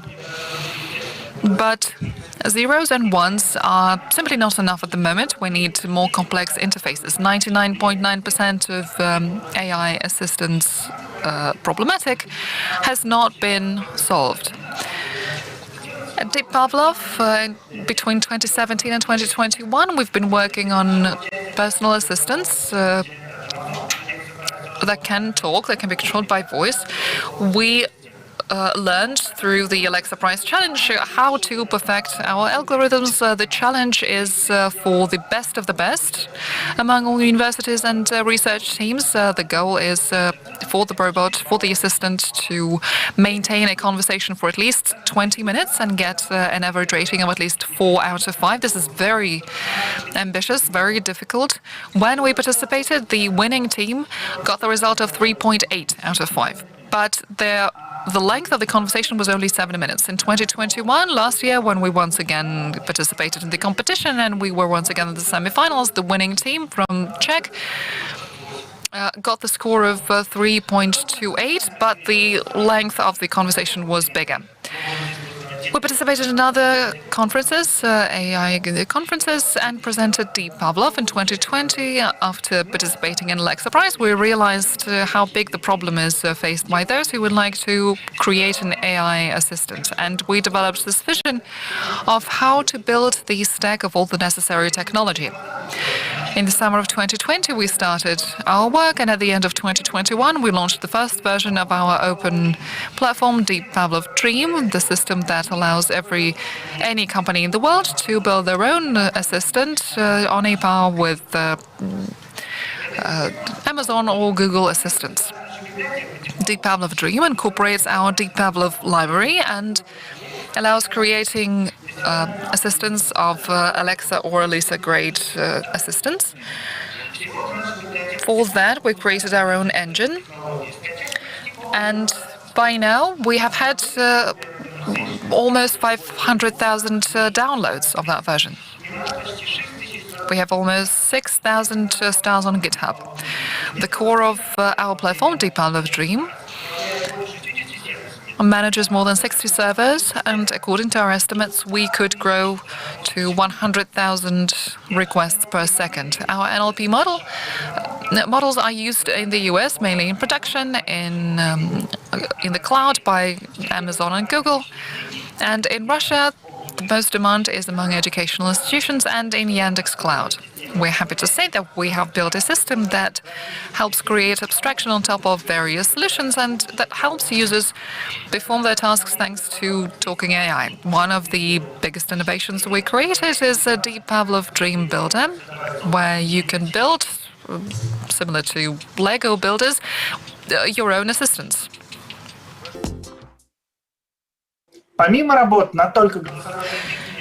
In addition to voice-to-text assistants, we did something else in the summer of last year. Together with MIPT and Sber devices, we suggested the next step to go beyond text and voice. The step towards assistants that can see, hear, and perform in accordance with our requests. Assistants that could live in virtual and physical environments, assistants that can help us anywhere. This is how we devised this vision of our AI center.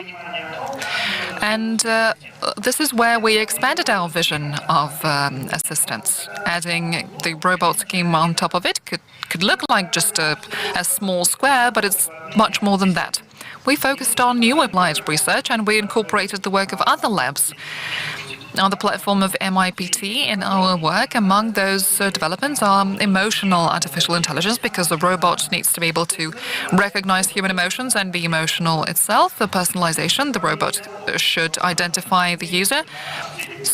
Strategic identification of user goals. Robot should also have its own goals. Control over your robot should not be a black box, and multimodality.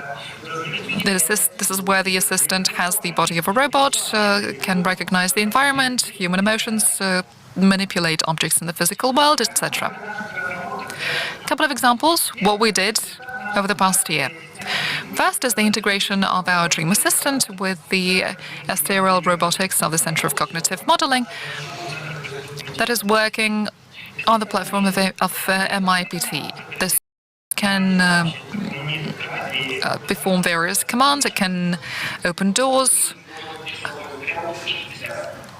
rotate counterclockwise 60 degrees.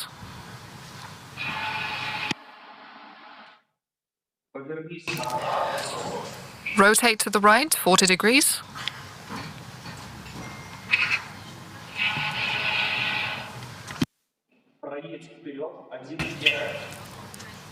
Move forward 1 meter forward.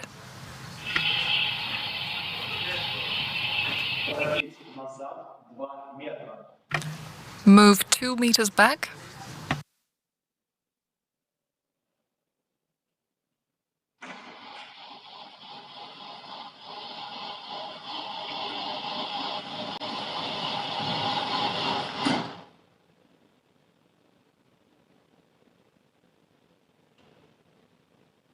Повернись против часовой на 200 градусов.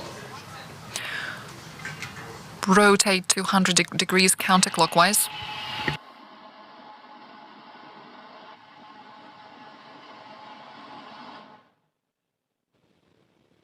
Это интеграция Deep Pavlov Dream. This is an integration of Deep Pavlov Dream and STRL Robotics of the Cognitive Modeling Center. These are our first steps towards integration with other labs in our center that develop human-like robots and driverless cars.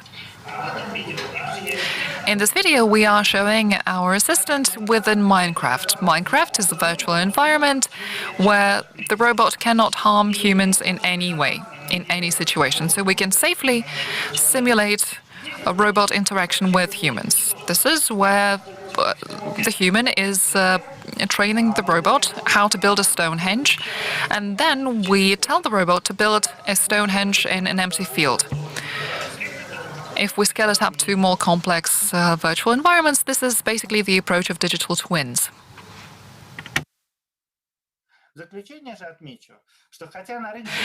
In conclusion, I'd like to say that in the market of talking AI, there are a lot of solutions by startups and big corporations, but we were the first ones to bet on multimodality and robotics. Thank you very much for inviting me to AI Journey 2022. I encourage you to create your own AI assistants for your robots using Deep Pavlov Dream with STL Robotics and the Center of Cognitive Modeling and other AI labs and centers in MIPT. Thank you. Thank you, Danila. I'm so happy to see that all the speakers, same as celebrities of intellectual Hollywood, are so enthusiastic and would love to talk about their research for hours. Once again, we saw that artificial intelligence is rife with opportunities for change. We continue. The next speaker knows all this firsthand, the researcher of AI lab in healthcare, Alexei Kornaev. He's representing the Innopolis University, which is leading and takes an anchor place in HR resources for digital economy within the national program Digital Economics. Alexei suggests using neural networks for modeling hydrodynamic processes. Alexei, the floor is yours.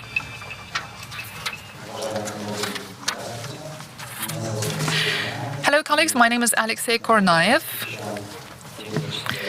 My presentation will be about theory-based machine learning and its use in hydrodynamics. 5 parts of my presentation, including mathematical modeling, simulation modeling, and so forth.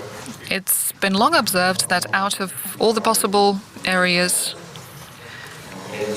of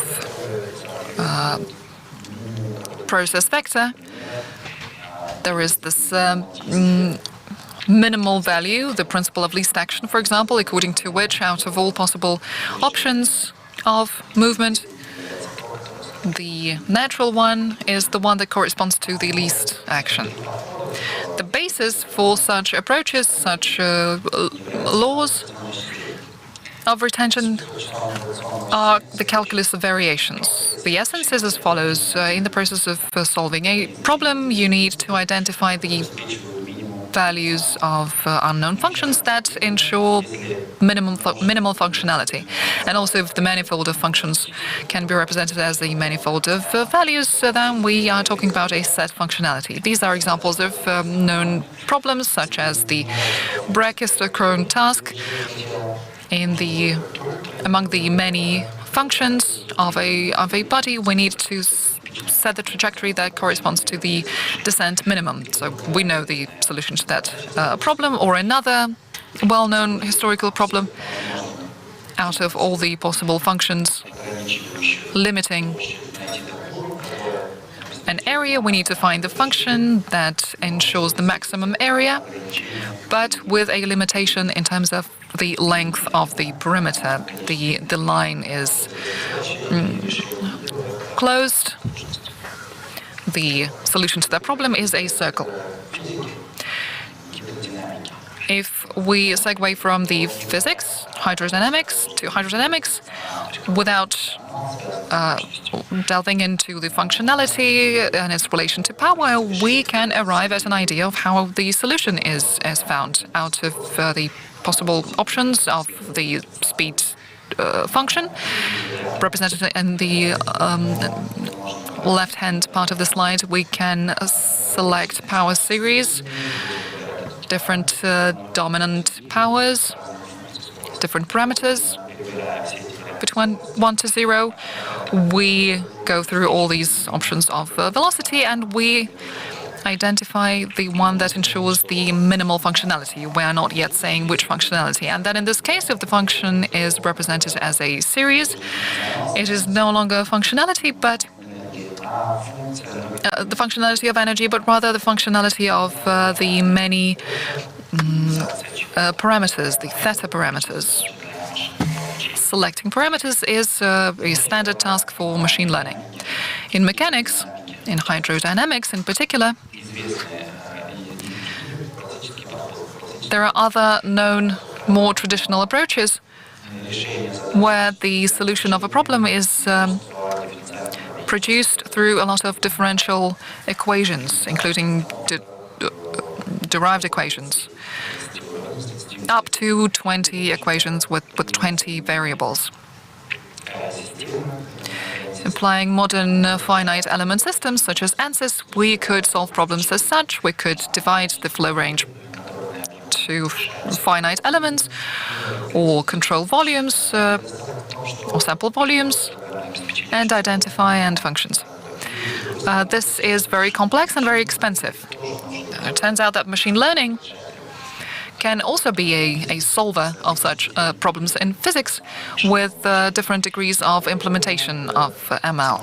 The first option, the most straightforward one, is when in machine learning we do not fix any natural basis. For example, we have this solid environment, air around the wing. There is this wing formula, and within the area there is the wing. We need to identify different areas of physical metrics, the velocity, pressure, other metrics. This is obviously a complex task. The first option for solving it is using supervised training. We know the input, the images of the wings, and we need to minimize the error. The typical approach is to simply minimize the error, no physics. Another option, more complex, higher level solution in terms of physics. The functionality of the error, to that we add a summand that has a physical meaning. In this case, it could be the difference between the left and the right parts of the differential equation.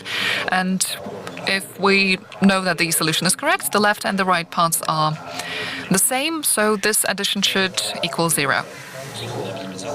This is an example of conditional optimization with the 0 added summand. So in this case, machine learning occurs in a more physical sense. And third option is the option that we explore in our work, is using as the minimized function a physical expression. As I said in the beginning, it could be an expression for, say, velocity.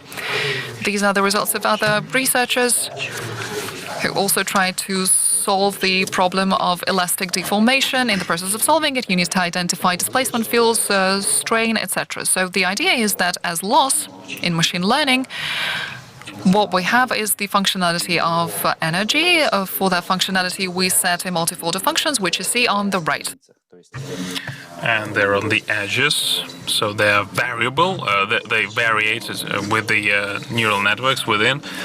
And on the edge, they are reset. And with the neural network, we select the parameter, provides a solution. For the hydrodynamics, this approach with the reset on the boundaries, on the edges, is not working because the functions of this type cannot describe complex boundaries of liquid moving related to vortexes that happen sometime. However, the idea is the correct one. In this research, we were focusing on trying to find the physics-based loss and the functionality, the minimization of which will be in line of the resolution of the problem of the application of non-Newtonian and real magnetic fluids flow modeling. So this was the goal. And the problem was that to think about that loss, we need to make sure that it is in line with some physics, law of physics. So finding this loss should be reasoned. There should be reasoning for finding this loss. Now, two options again. Either you can resolve the differential equations. These are the examples of the differential equations.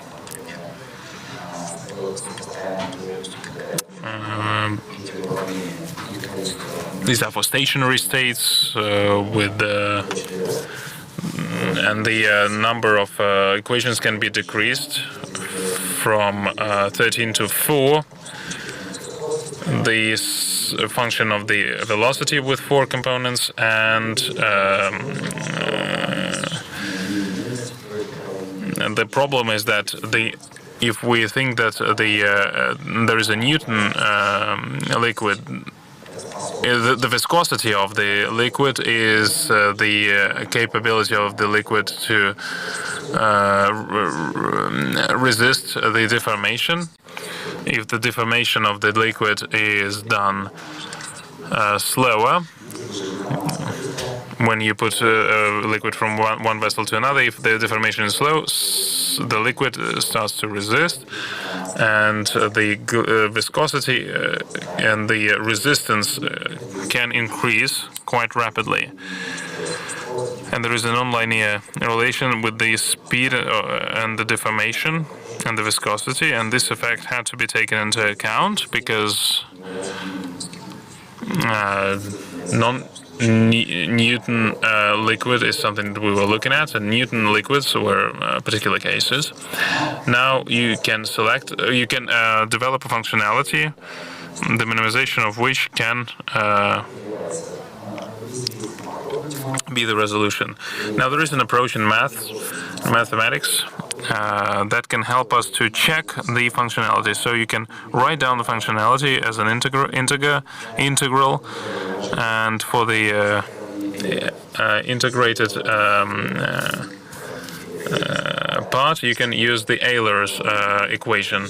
If the Euler's equation meet the classical problem, then the functionality is the correct one. This is a heuristic approach of selecting the functionality when every choice can be checked. As this task was resolved, as we were resolving this problem, we had to generalize the Euler's equation. That's what we did, basically. There are limitations in Euler's equation. You know, the variable function should be fixed on the borders.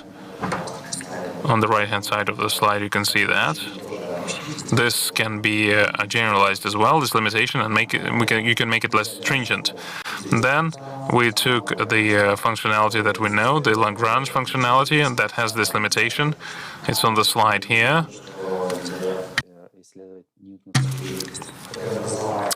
That means that non-Newtonian fluids cannot be taken into account. So in our suggested functionality, that's the current, the rotor function, that is the main unknown. it is the vector of speed, of velocity. That functionality is in line with the source physics equation, the transfer of the vorticity transfer equation.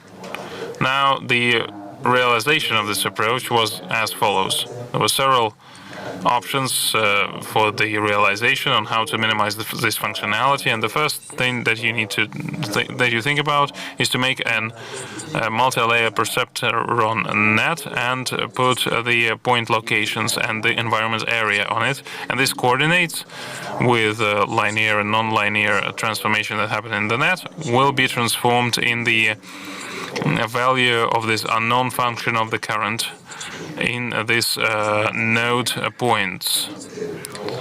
Knowing the function, the value of the function of the current, you can determine the velocities function. That's the rotor of this function, and then you can calculate the values of the functionality that should be minimized. And then there is a very standardized gradient calculation, standardized for ML. The unknown parameter values are being determined, and this is repeated up until the minimum of the functionality is found. And the minimum of this functionality, based on the hypothesis, the minimum will be the functions that are real or close to the real ones. And the second approach, resolving the same task, is lower requirements, because in the previous case we had to divide the space and to build the grid, the net for this space. And the second option is simpler. What will happen if you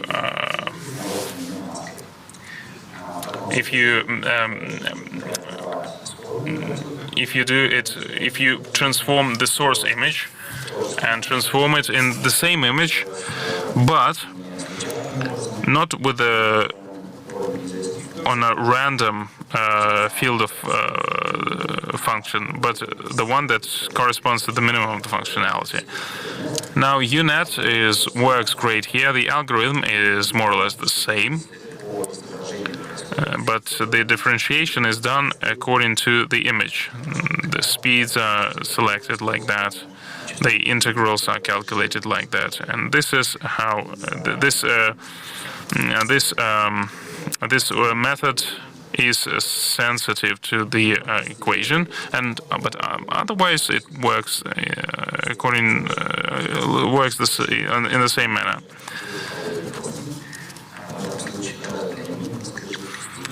Now, we looked at the movement between two parallel plates, and we looked at the liquid subject to magnetic forces, and this liquid must be geomagnetic. We made some computational experiments, and we understood that the observational error is 7%, and the resolutions and the solutions are the same. There are options to decrease the observational error. Then we looked at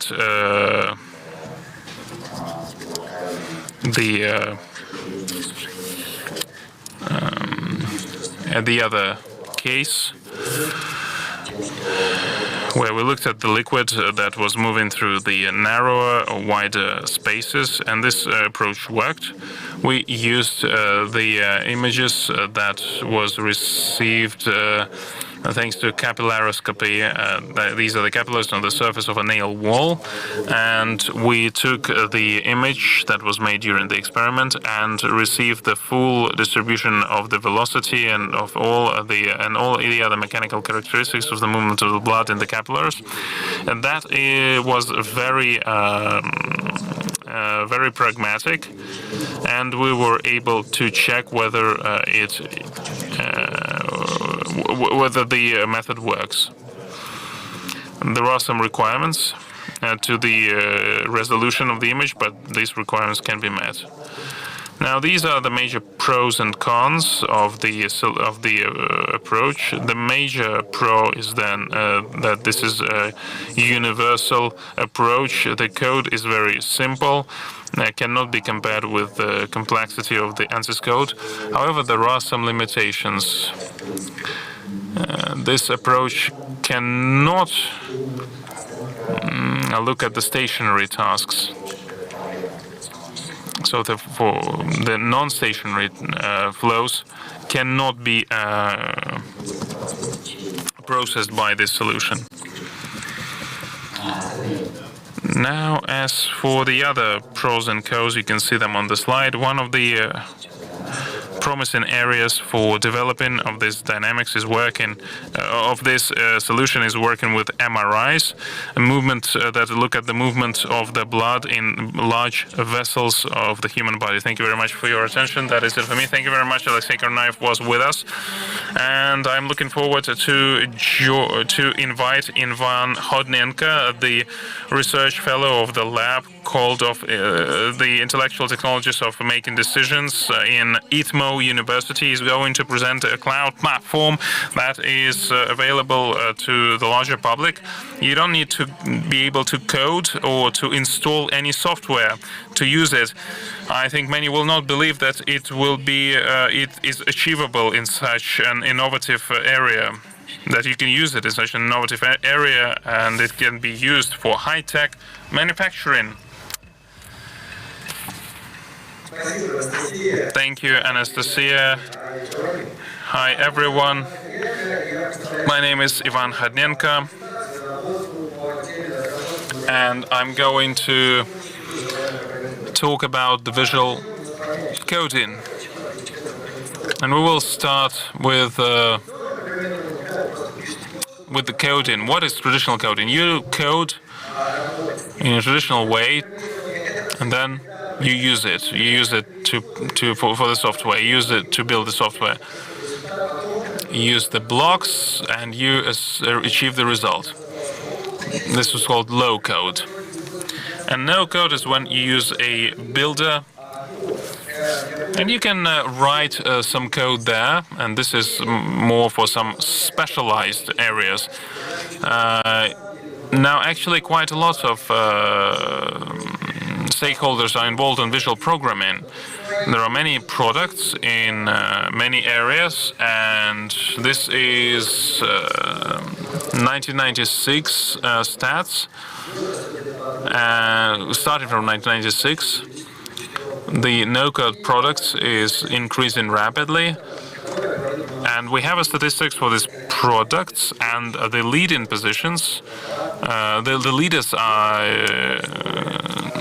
there are new leaders all the time, and the research confirms that people actually use these tools for research. And this, I mean, there were many reasons. I'm not going to talk about all of them. This is why we decided to develop our own product. And first of all, we wanted to focus on automation and improvement of the performance.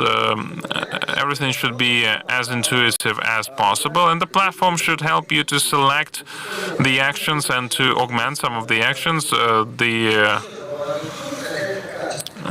Quality, development quality, the quality of the model being developed, and the quality of the process of the development of the model. That's very important as well.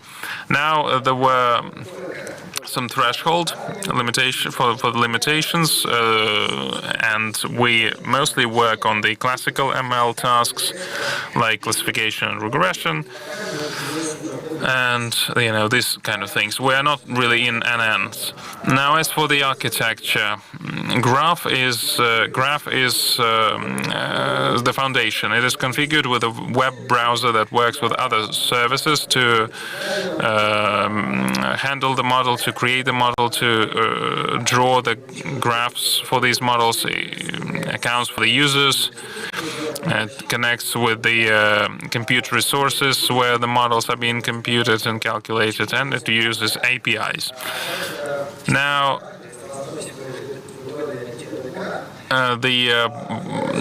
bipartile-oriented graph is the main component here. There are two nodes, the model node and the data mode. Data mode node is responsible for everything related to data. The model node, these are all models of the kernel, the pandas or other nodes that were uploaded to the model. And the graph, the computational graph is built and the computation is done.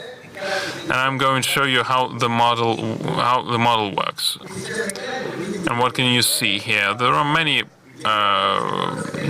projects here, and there are models for creation of models. There are templates for creation of the models. Now you can put any name. There are some prompts. You can you are not required to read them, and then you create a data set.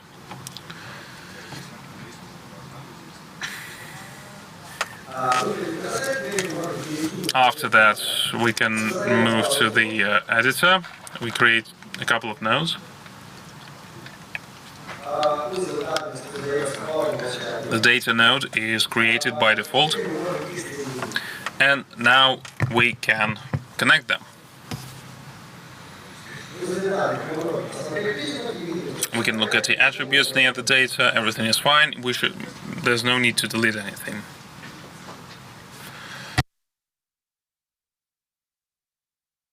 The second node shows an error because there's no reason to connect two nodes. So we can select a model, and then we select a logistical regression, for example.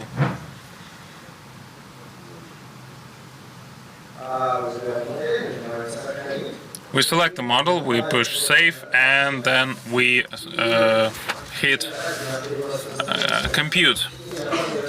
And we go to the calculation panel, and you can see the logs and the results. You can see the qualitative metrics table, and you can look at the diagrams as well. So these are the attributes of the model.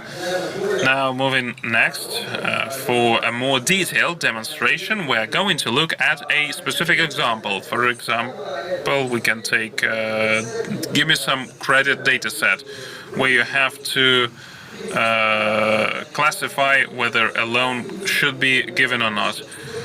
Now, there's a lack of balance. There are imbalance-related outliers and some spaces that.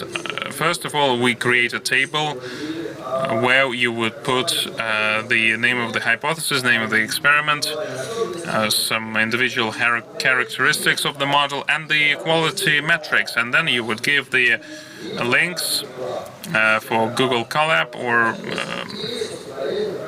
something else, or some other notebooks. It can be synchronized with GitHub, for example. And this is the development process that is, well, basically standardized. With Smile, your life becomes easier.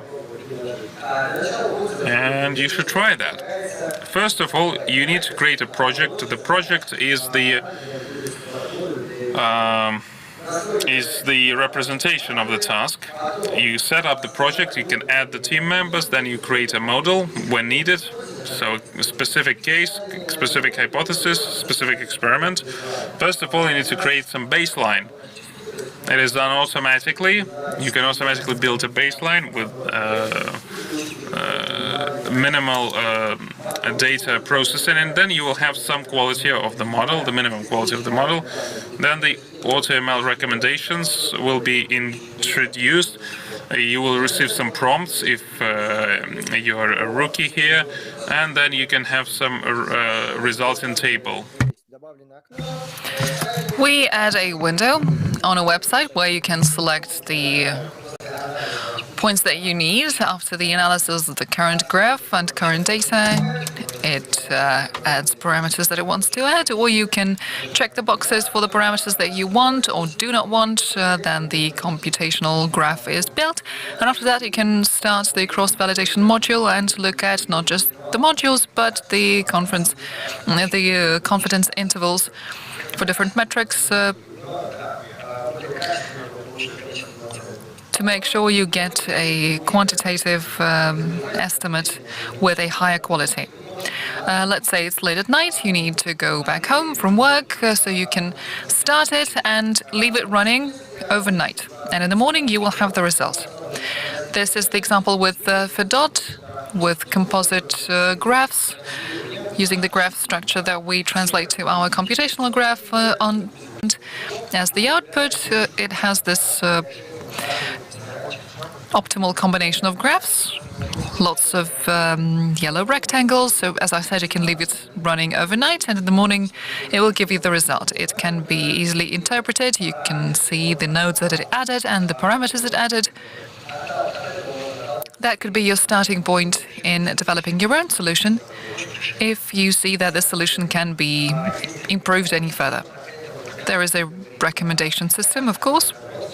That's what I said about the quality of development, especially pertinent for newbies, for people without much experience in this, so that they could have prompts or tips or a checklist to make sure that you're using not just a model for training, but that you're using cross-validation to assess quality, to make sure your model is not overfitted, there are no errors. The recommendation system will prompt you to check item by item whether you did everything correctly, and last but not least, you'll have the space of modules in front of you, and you'll also have the spreadsheet with the models that are best. And while the mean score is calculated, this functionality is still in development. We have something on the screen, and you can even see that some modules are null, but anyway, this is to make sure you have the confidence interval and you're able to compare confidence intervals between different models and do your quality assessment correctly. As an example of what I was saying, this is this slide. The project is a bank scoring model. We have been versioning the solution, but anyhow, you can see that there is a version where there is just one model. There is the 7th version of the project with the most modules. You see everything that is possible here in this model. The module of machine learning, divided by train and test, cross-validation module with validation of single data, bootstrap. No differences between them, but the key idea was to combine all modules together. And as you can see, as you can verify, as I was saying, there are different tips for the developer, reflecting everything you might need in your work. Of course, you can add some other things to it, but still, this is a good start. No check this tool online. It exists, but only virtually. A couple of examples. How have we been using it? We did not just develop the system for no reason. We had practical use cases in mind, and we've been customizing it.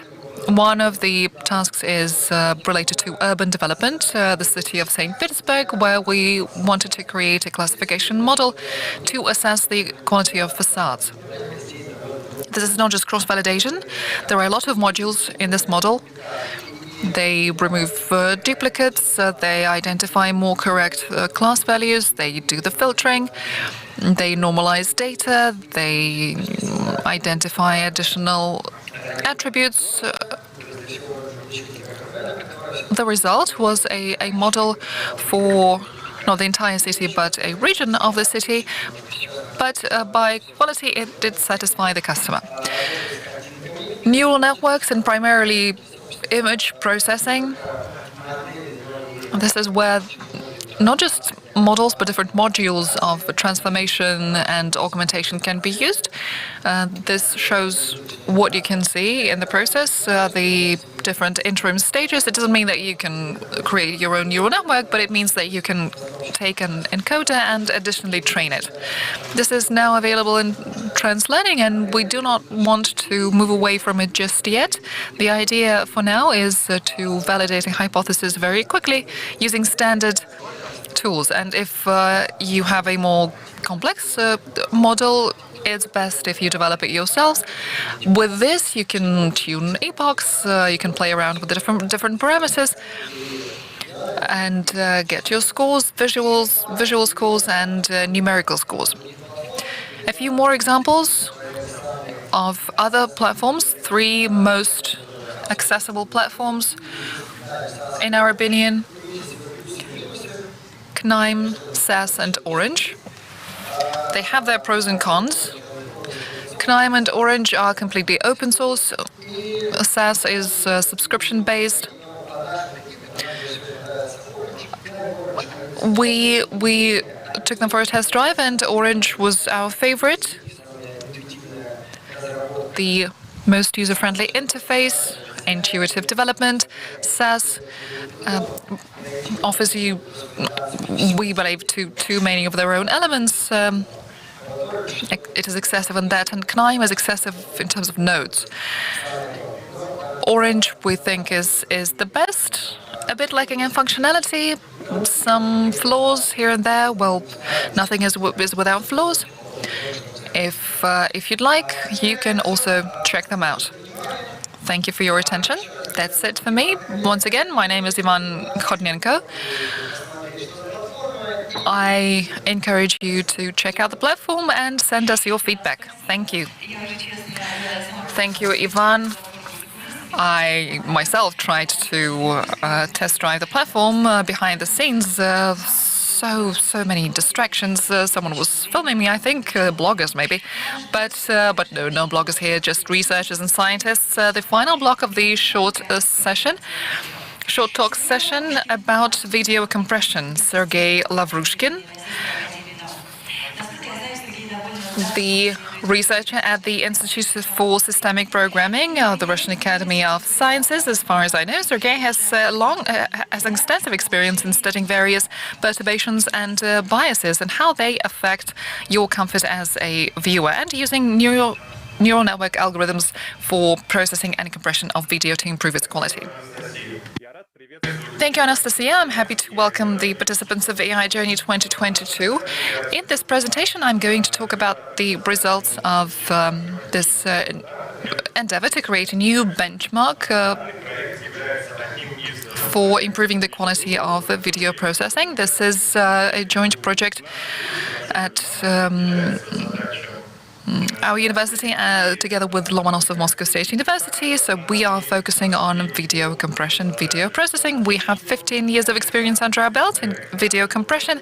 One of the most prominent projects of our lab is annual comparison of video codecs involving companies that develop these solutions. We also have a lot of experience in assessing the quality of video. In our group, we have the VQMT software tool, and we've also been working on various benchmarks and studying different ways to assess the quality of video. This year at the NIPS conference, we have submitted our paper about the new dataset and benchmarks for learning-based video quality metrics.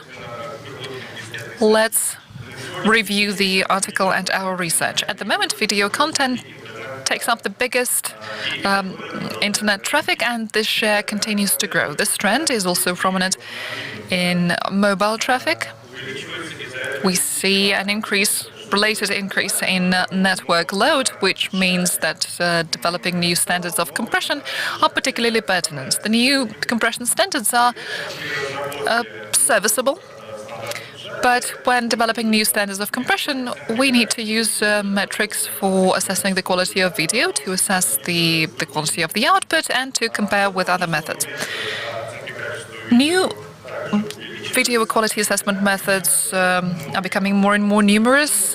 New approaches based on machine learning and neural networks are emerging. Most new methods are trained with old data sets, with old compression standards, which means these methods are not applicable with new standards of compression that are using newer neural network approaches. I am showing the example which illustrates that older algorithms, older methods are worse than ML-based algorithms that can recover more detail. The goal of our research is to study the applicability of new methods in compression tasks using newest standards of compression. And to achieve that goal, we suggest a new set of data consisting of 2,486 compressed videos with subjective scores associated with each video. And based on that data set, we have conducted a large-scale study of objective quality assessment metrics with benchmarked and non-benchmarked methods. Let's review the data sets. The data set included 36 high bitrate videos selected out of 18,000 videos extracted from Vimeo, EXIF, and YouTube UJC. We tried to cover all possible cases with spatio-temporal clustering. The average length of the video was 10 seconds. The final dataset resulted from compression of initial selected videos across 7 compression standards. We reviewed 3 preset parameters for compression and 3 target bit rates to cover all possible perturbances. The resulting dataset was divided into open and closed parts, 40 to 60% respectively. The closed part is used for testing methods without benchmarks so that the tested methods could not be retrained for our dataset. The image shows the distribution of resulting bit rates in the 2 samplings. According to this parameter, as you can see, the samplings have similar characteristics. We have also been collecting subjective assessments. Thanks to subjectify.us, we would show viewers pairs of videos generated from one initial video, original video, and the viewers were supposed to choose the video of the best quality or to say that the quality is the same.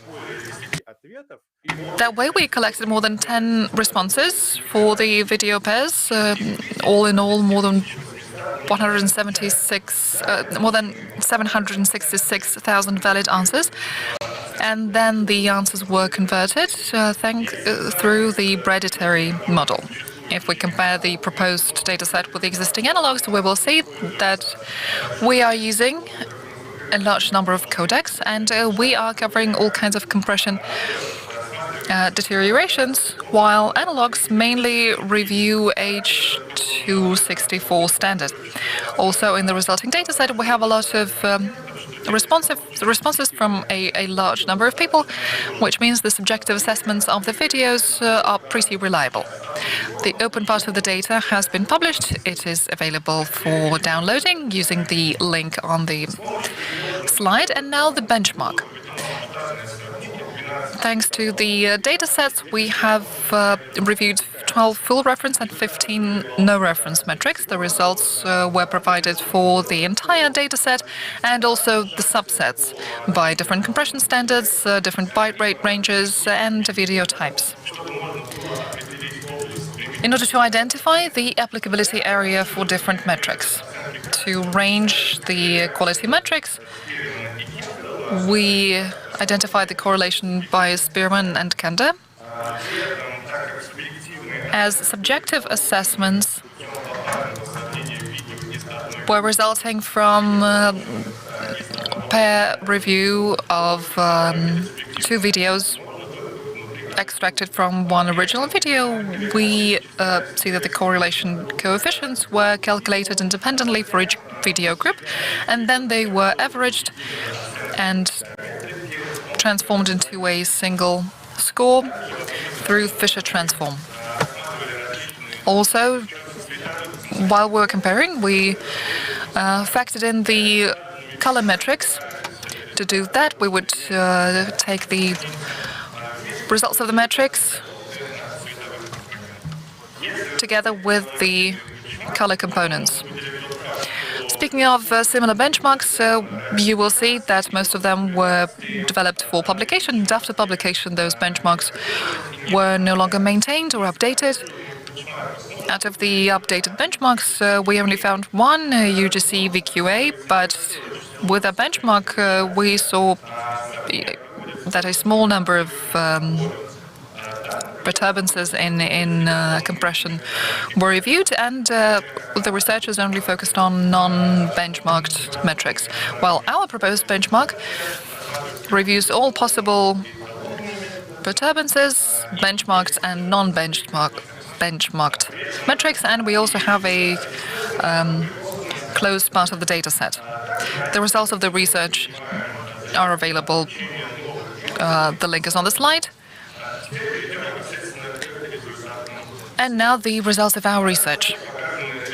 This slide shows the outcome across the data set.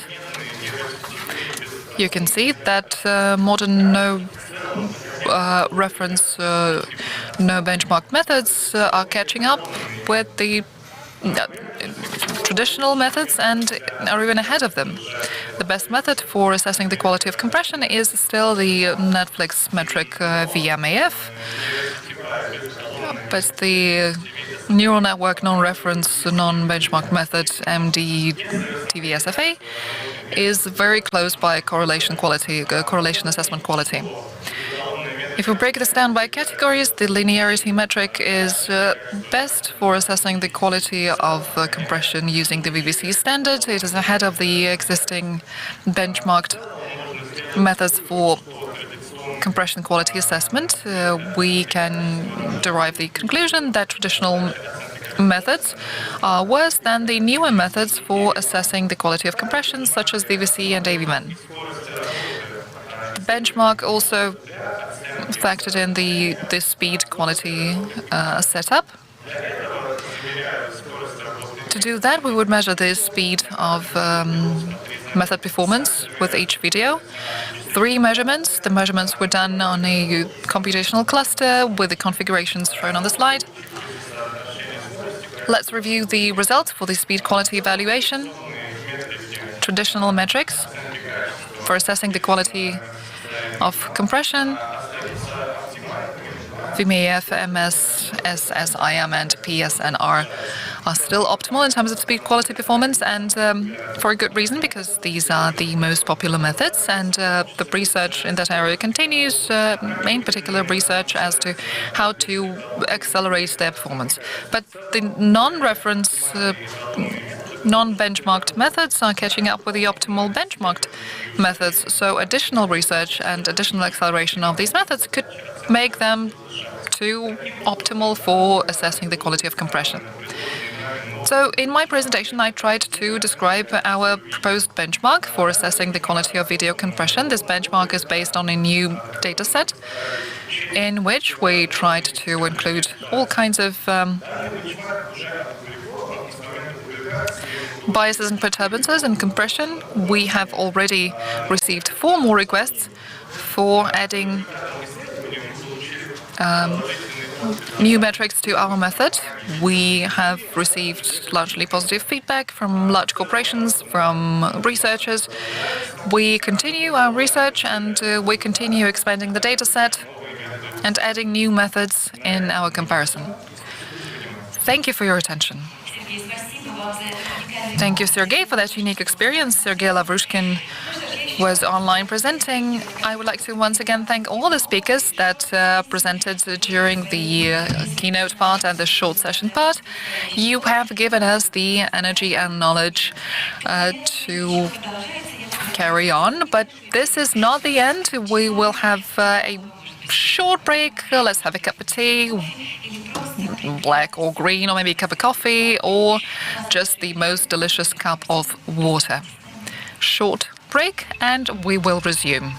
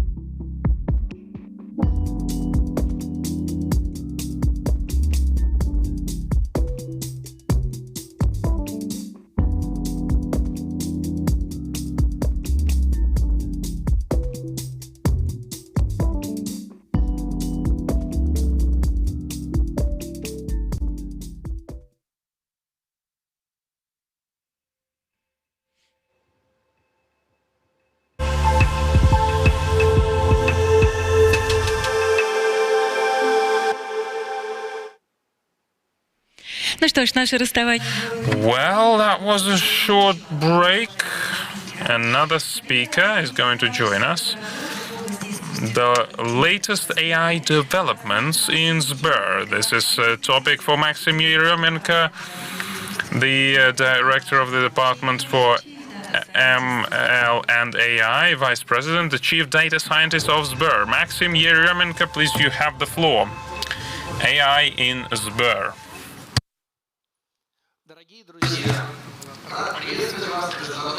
It is my pleasure to welcome you to AIJ, an international conference.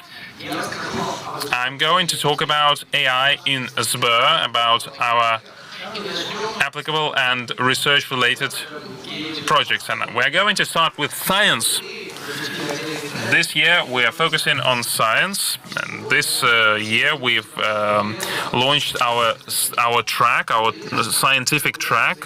That's the first conference with that, and we have developed a journal with the Russian Academy of Science. More than 90 leading researchers were the authors that contributed to this journal.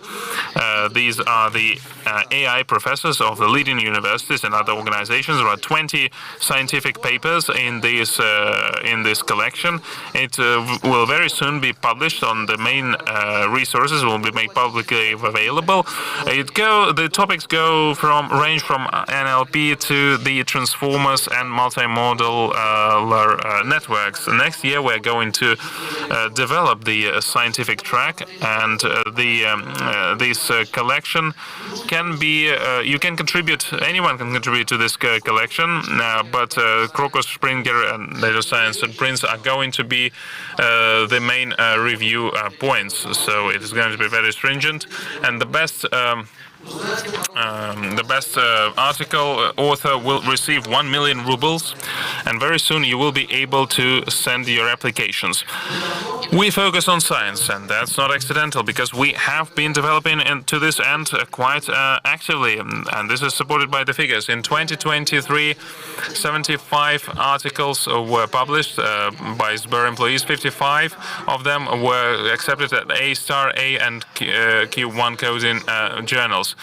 And the progress is more than 1.5 increase. Our research helps to make a great business developments that improves everything. Now, our articles span across different topics, and AI for the better of the society is the key topic. There are many projects that we develop here. On our hackathons, we can also find some socially important tasks. The languages of the indigenous peoples of Russia and other topics are very on this are being researched.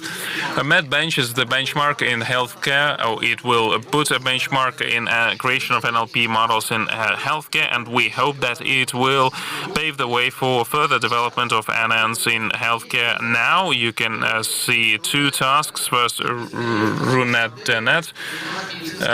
It helps the model to understand the medical texts. The second model is between the two texts on natural language, RUMET and NLI, and the other one uses the medical practices. Geometry is another flagship project. This is what we use to work with satellite images. It can scan the Earth surface and can detect the objects and its properties.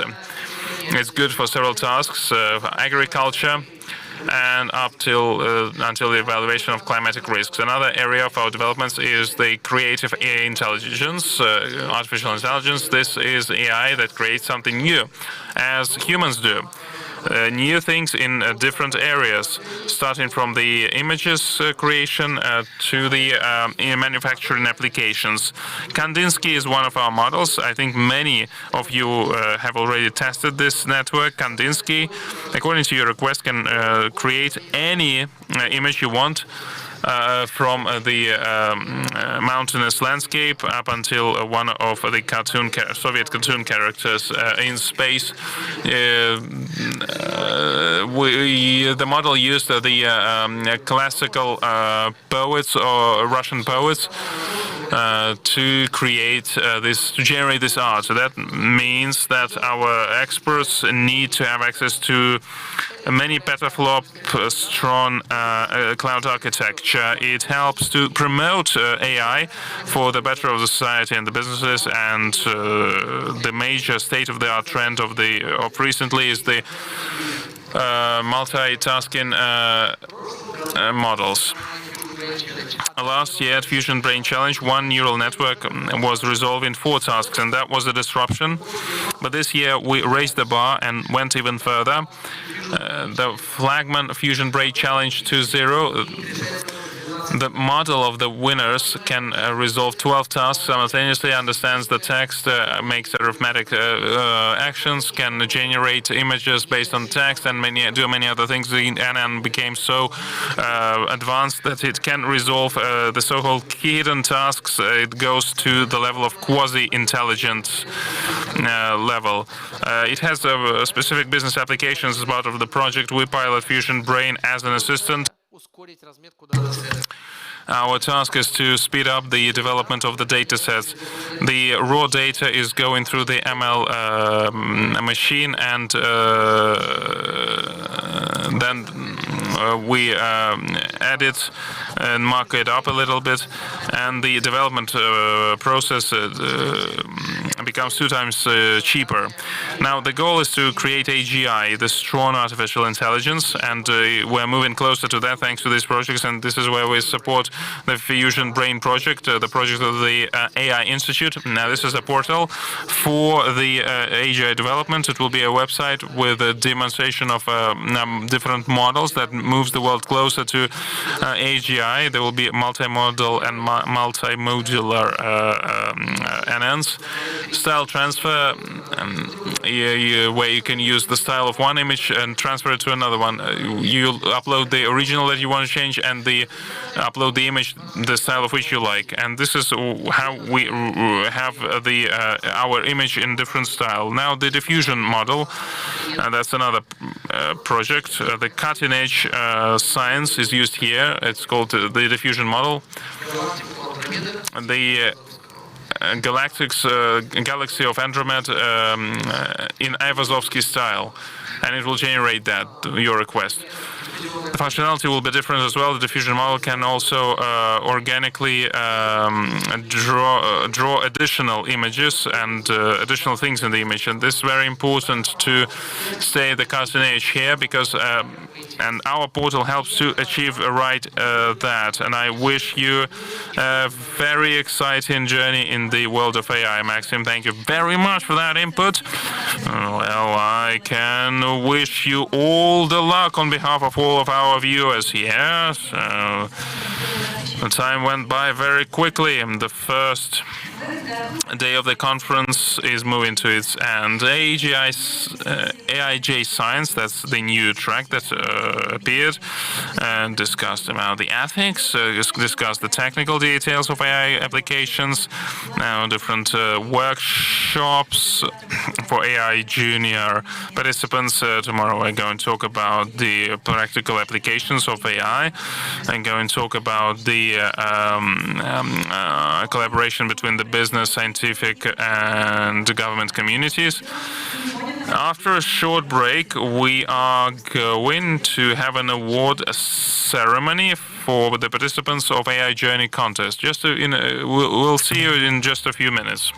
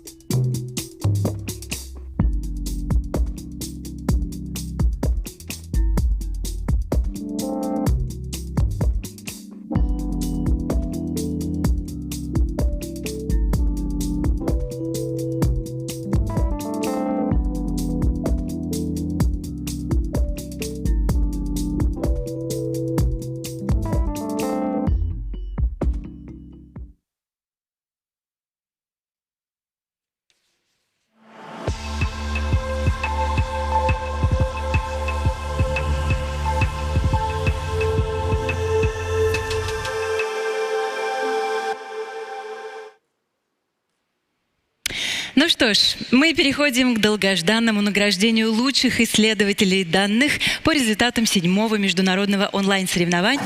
That's the AI and ML International AI Journey Contest. This year there were 4 tasks. The main task was the development of multitask, multi-model architecture, Fusion Brain Challenge 2.0, AI for Talk. The participants had to find some elegant solutions that would have practical applications. I am happy to welcome all the participants of AI Journey Contest. In 1 month, the participants suggested 6,000 solutions. That is incredible. It is incredible indeed. And it is great that many of the winners were able to come physically, and they will be able to receive their awards in person. And it is really great that AI Journey Contest was based on DS Works, a platform like in last year. This is the platform that uses the ML resources of NL space. So I was very closely monitoring the contest in the neural network. Well, yes, thank you, Afina. That's part of your job as well. And I would like to invite Alexander Vedyakin, the first deputy chairman of the executive board of Sberbank. Good evening, Alexander. Good evening. How's your day? It's great. I know that you met with young intellectuals this morning. Did they motivate you? Well, that was absolutely fantastic. You know, like, wow, I wish I was 17 years old again. Because, you know, I looked at these guys. They were so smart and free and bold, you know. And it's great that we have these young people, and it inspires us. And I'm confident that AI is in the hands of great professionals. It's great that Sber is supporting these young people and helps them to be promoted. And today we're going to give the awards to the best ones. Maybe a few introduction words. Well, dear friends, it is my pleasure to welcome you to the International AI Journey Contest. We are ready to to talk about the winners. More than 1,500 participants were participating in the contest with 6,000 solutions, starting from Khabarovsk, St. Petersburg, Krasnodar, Ulan-Ude, Tyumen, and other cities were participating in the contest.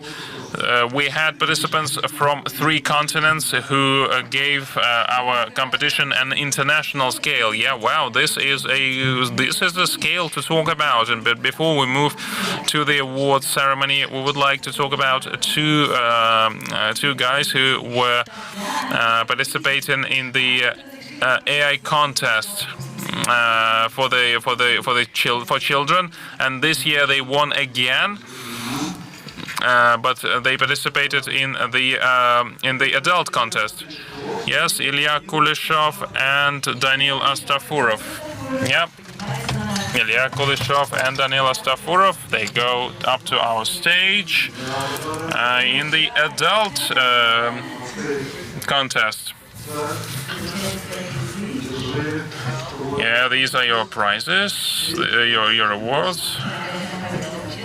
Yeah, and let's have a picture. Yeah, apart from thank you, I know that you have a lot of things to say.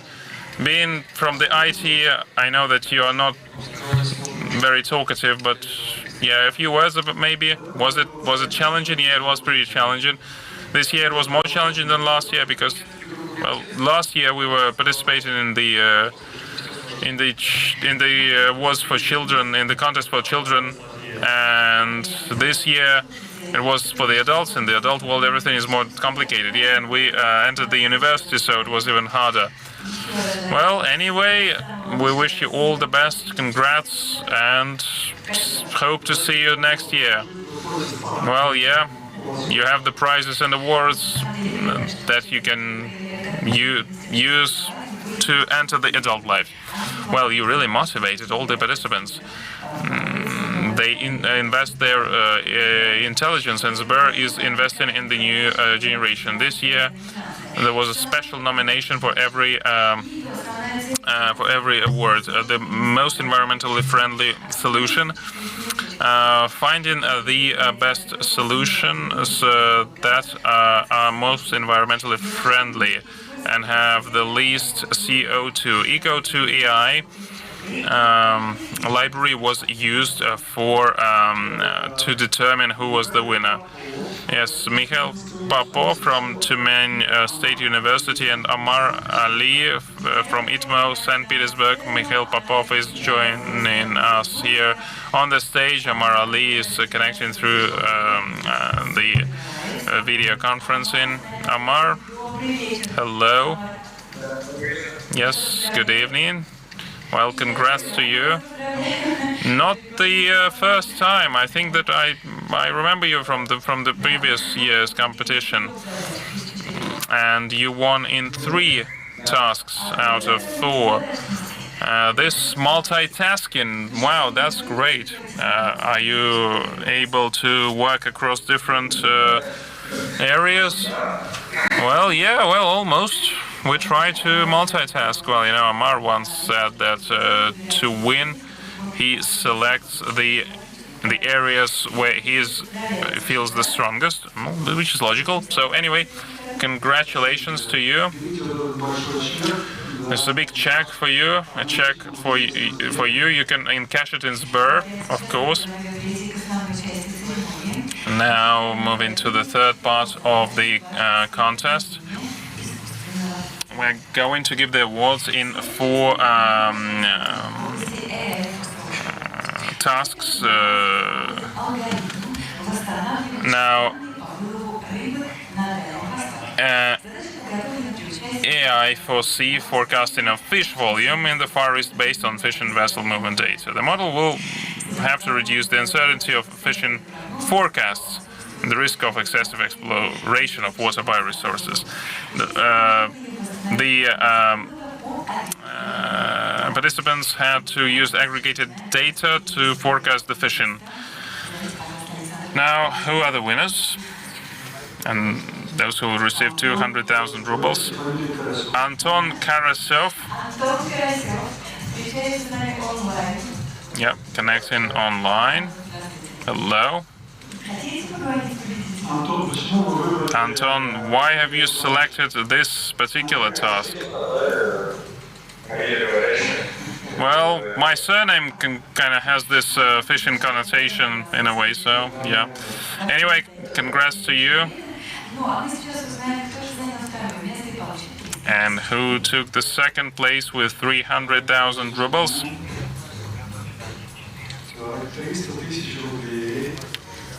300,000 rubles to Roman Kovalov from Moscow. Roman Kovalov.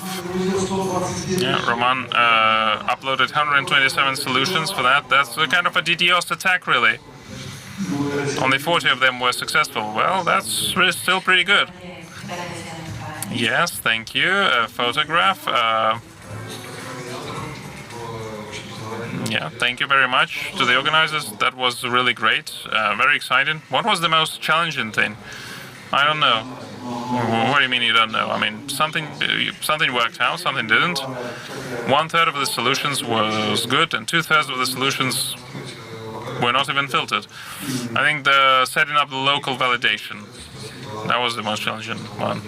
And I would like to thank Amar Ali for not participating in resolving this task. This is why I won. Thank you. We now have the winning team, winning 500,000 rubles. As I said, the operative word there is team. That's a hint.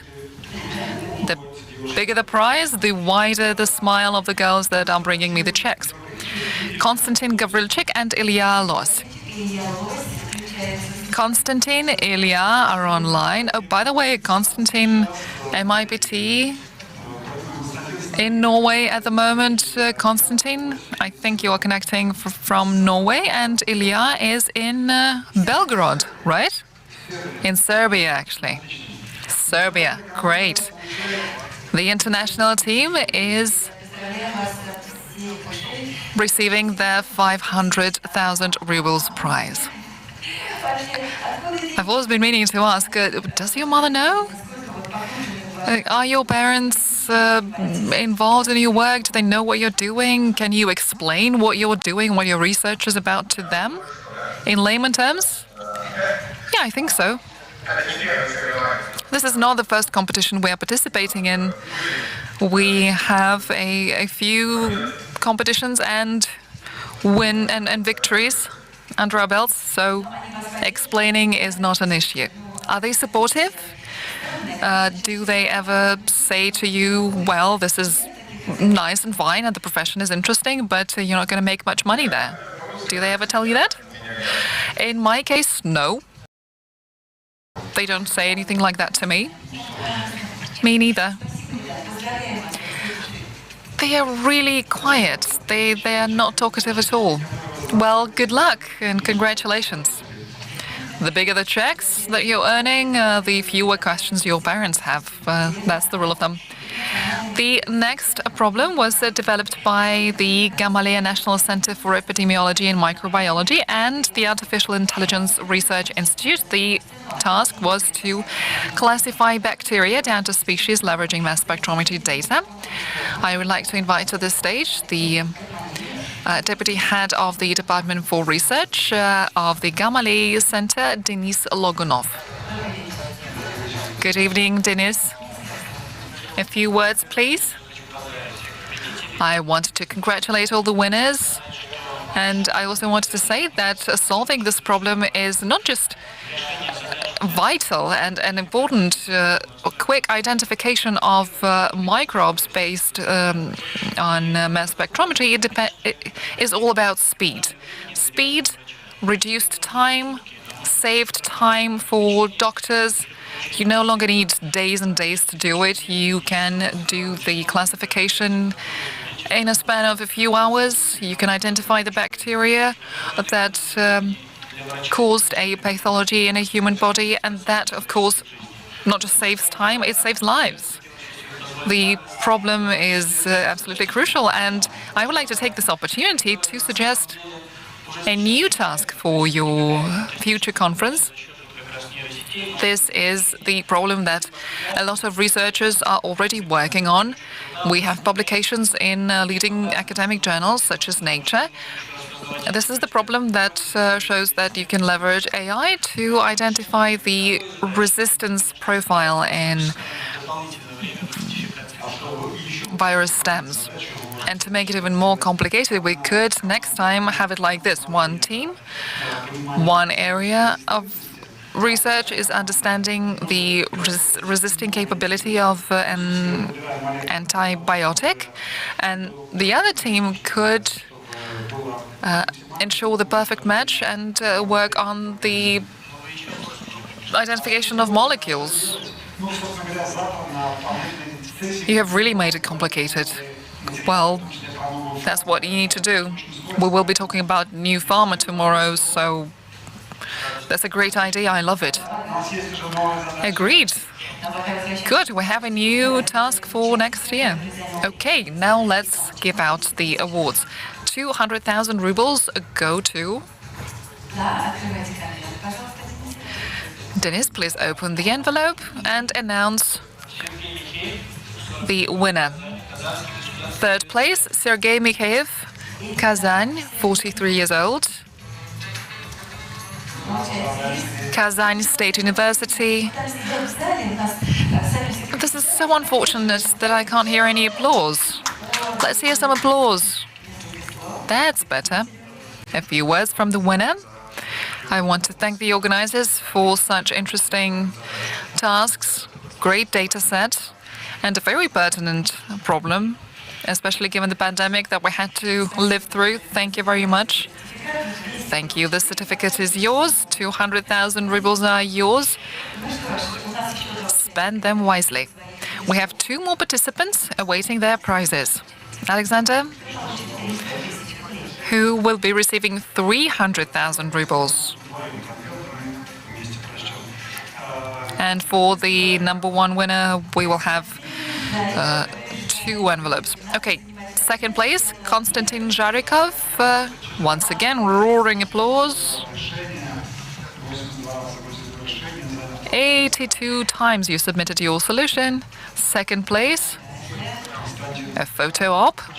Konstantin, why did you choose this track, AI for Biology? I thought it was the simplest one, actually. Really? And I also thought it was the most useful one, the most practical one. Application in healthcare. That's important. Agree. I hope you will come back for more biology and healthcare-related tasks in our contests. And our main prize, 500,000 rubles. Denis, Alexander, announce the winner together, please. Yeah, I'm curious who the winner is. Who is number 1? Omar Ali. And yet again, Omar Ali is connecting. A serial winner. 500,000 rubles more go to you.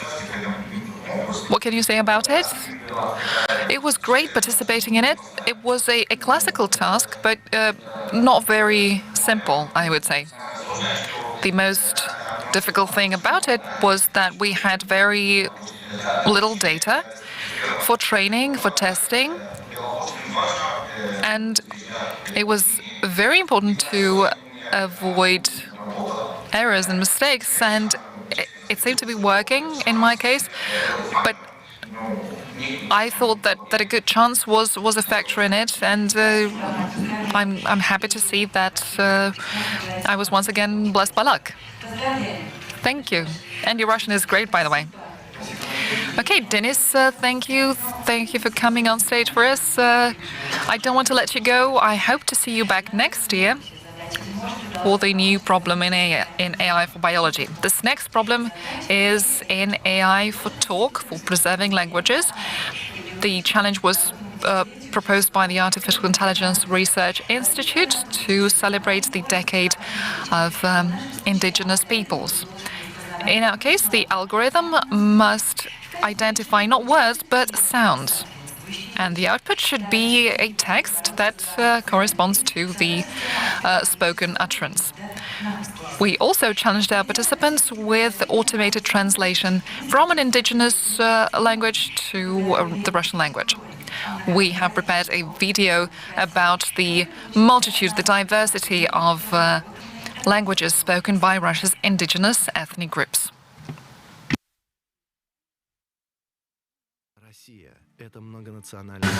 Russia is a multinational country that unites different languages, different ethnic groups, Evenks, Medu, Mari, Yakuts, Khakassis, and other people of Russia. The diversity gives Russia its incredibly rich culture that is increasingly hard to save. The traditions of indigenous peoples are threatened with extinction. Their stories are not passed to younger generations in their languages, while the number of native speakers is decreasing. There's been the shepherd named Alishmeshe. With artificial intelligence, researchers and scientists have contributed to the efforts of saving Russia's language diversity. They develop speech recognition and automated translation solutions for indigenous peoples. Today, artificial intelligence technologies open up unlimited opportunities and possibilities for protecting and passing on cultural heritage to the next generations. AIJ, a journey in the world of artificial intelligence. And now we are ready for the award ceremony. We would like to give this next reward, 200,000 rubles, to our third place winner for his solution in automated translation. Daniil Kvashenikov, 33 years old, Moscow. Daniil, welcome on stage. Once again, a thunderous round of applause. Congratulations. I have this question for you, Daniil. Do you know any of these languages? No, I'm studying Chinese as a hobby, but I do not know any of these languages. Have we gotten you curious about learning any of these languages? Well, for translation, it was not necessary. I could identify where the translation was incorrect. That was enough for the problem. As for the accuracy, let's leave it to linguists. Thank you. Thank you. The certificate is yours, 200,000. Your check. Best of luck.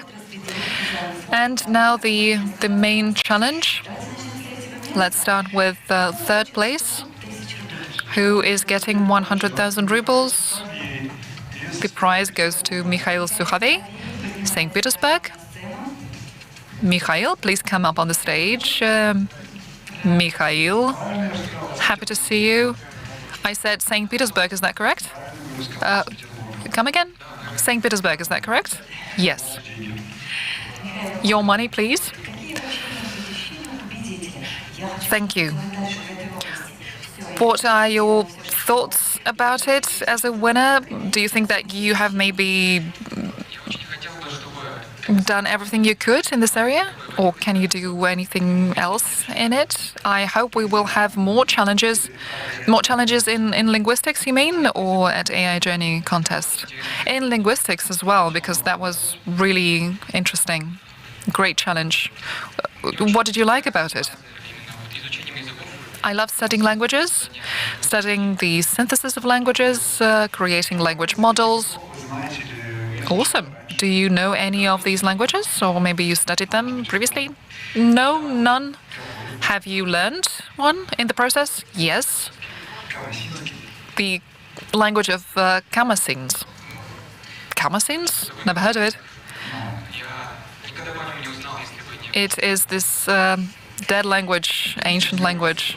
I would never learn about it if it hadn't been for your challenge. I think many people have just learned about this language. Do you speak it? No, not yet. Okay. The check is yours. This is just the beginning. You know what the total prize pool is. So a lot of motivation for you to move forward to new achievements. Congratulations. Second place, 200,000 rubles. Who has earned this award? Just a second. Daniil Kashenikov. Daniil, we welcome you back to the stage. Daniil, he already knows the way to the stage. We have just talked to you. Welcome back. Your minute of fame and glory. I will ask you a question still. Have you participated in any other challenges? No, unfortunately, I didn't have the time. And if you had had the time, you would have beaten our serial winner, right? I would have tried, but unfortunately, I only had 1 month. So you suggest that it should be longer? Usually, competitions take, on average, 2 months, and that is enough time for a quality solution.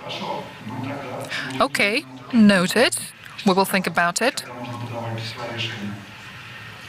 We'll think about increasing the time for submissions.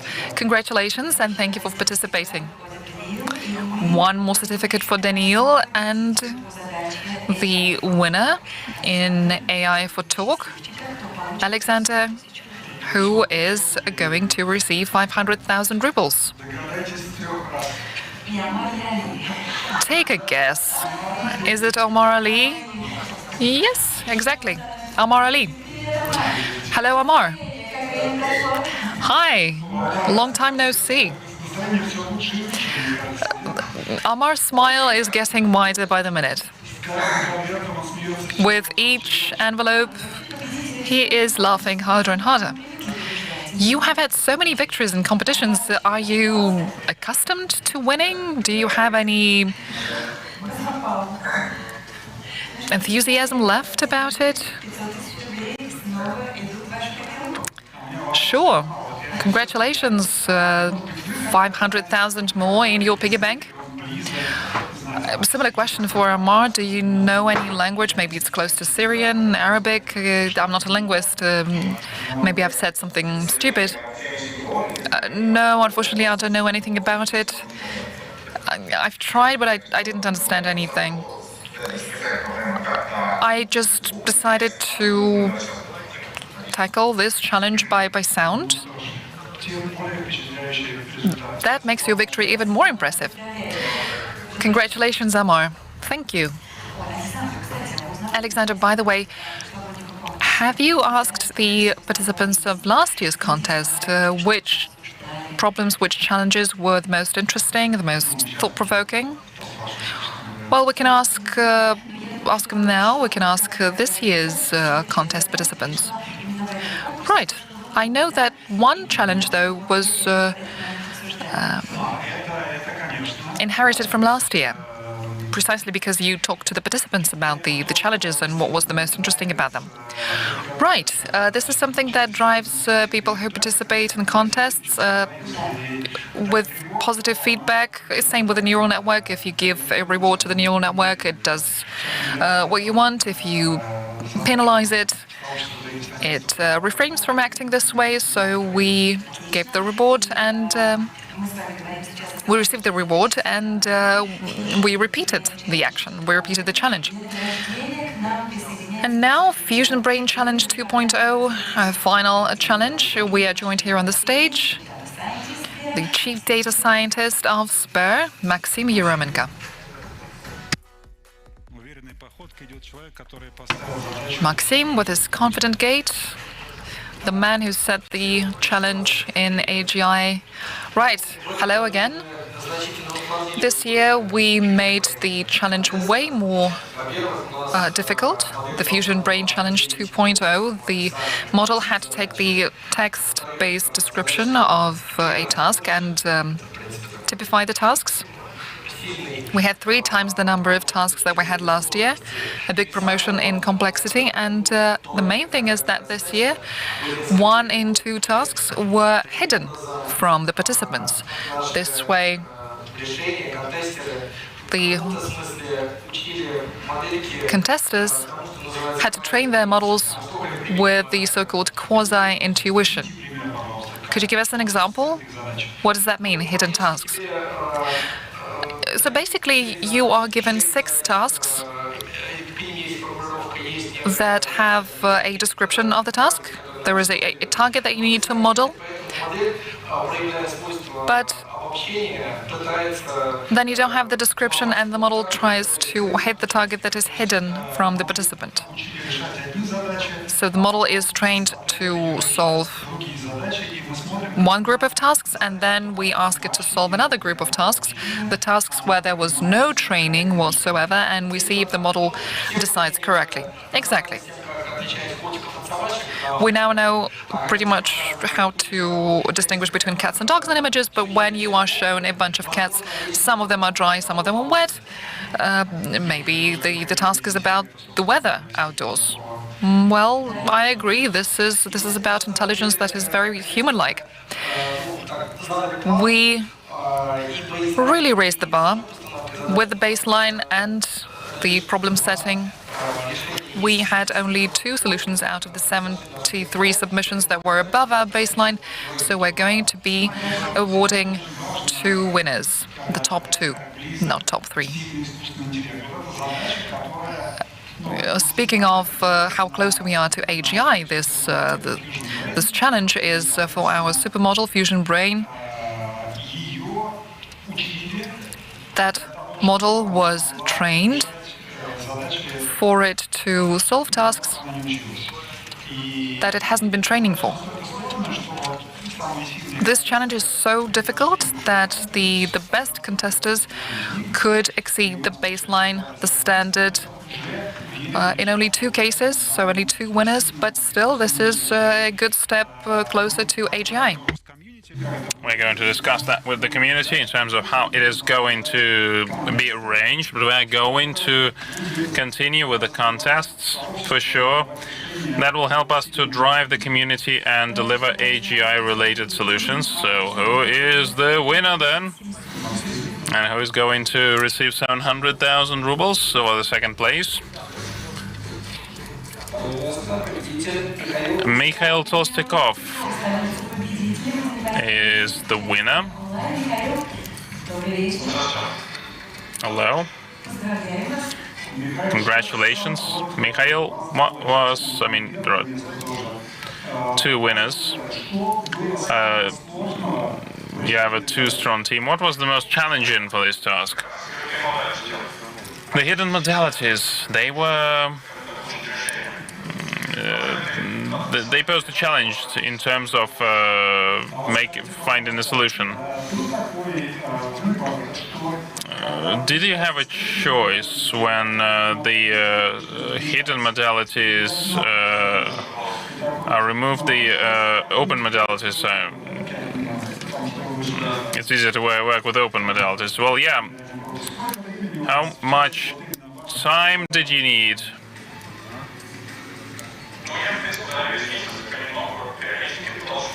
I think I was doing it like for a month, give or take, but I had some other things on my agenda, so I can't really say. Okay, well, hopefully see you next year. We are going to the winner. So who is going to receive 1 million rubles? Yeah, well, we know this guy. Amar Ali, we're going to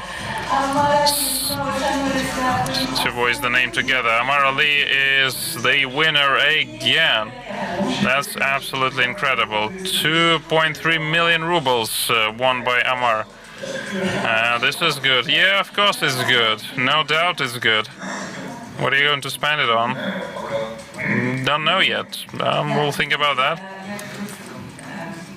I actually Googled Amar Ali because he's a unique winner. In one of his interviews, he said that I want to put all my victories in the CV to receive a dream job. What is your dream job, by the way?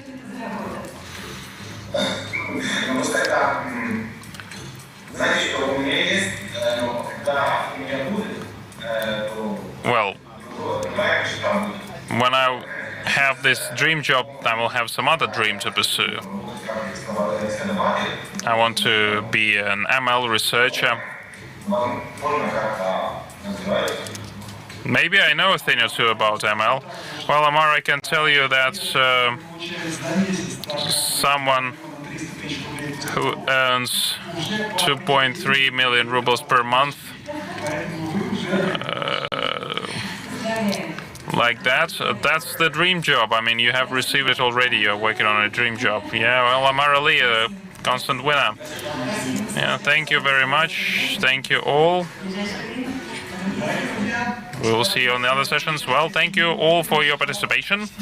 We are confident that all solutions that were created by you during the contest will be practically used and will make a contribution in the development of the industries. On our part, we will try to think about the new challenges and new tasks. We have discussed the new task with the Gamaleya Institute.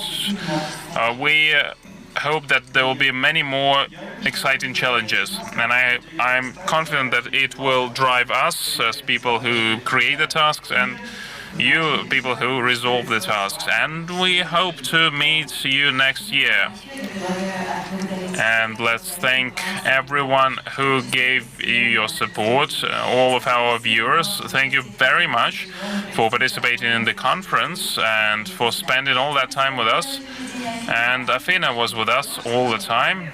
Are you going to miss us? Well, if you're going to go to space, I'm going to miss you, but I think I will go to space earlier. But there is internet connection there, so we will be in touch. We'll stay in touch. Okay, then. See you soon. Have a great evening, and we're having tomorrow a very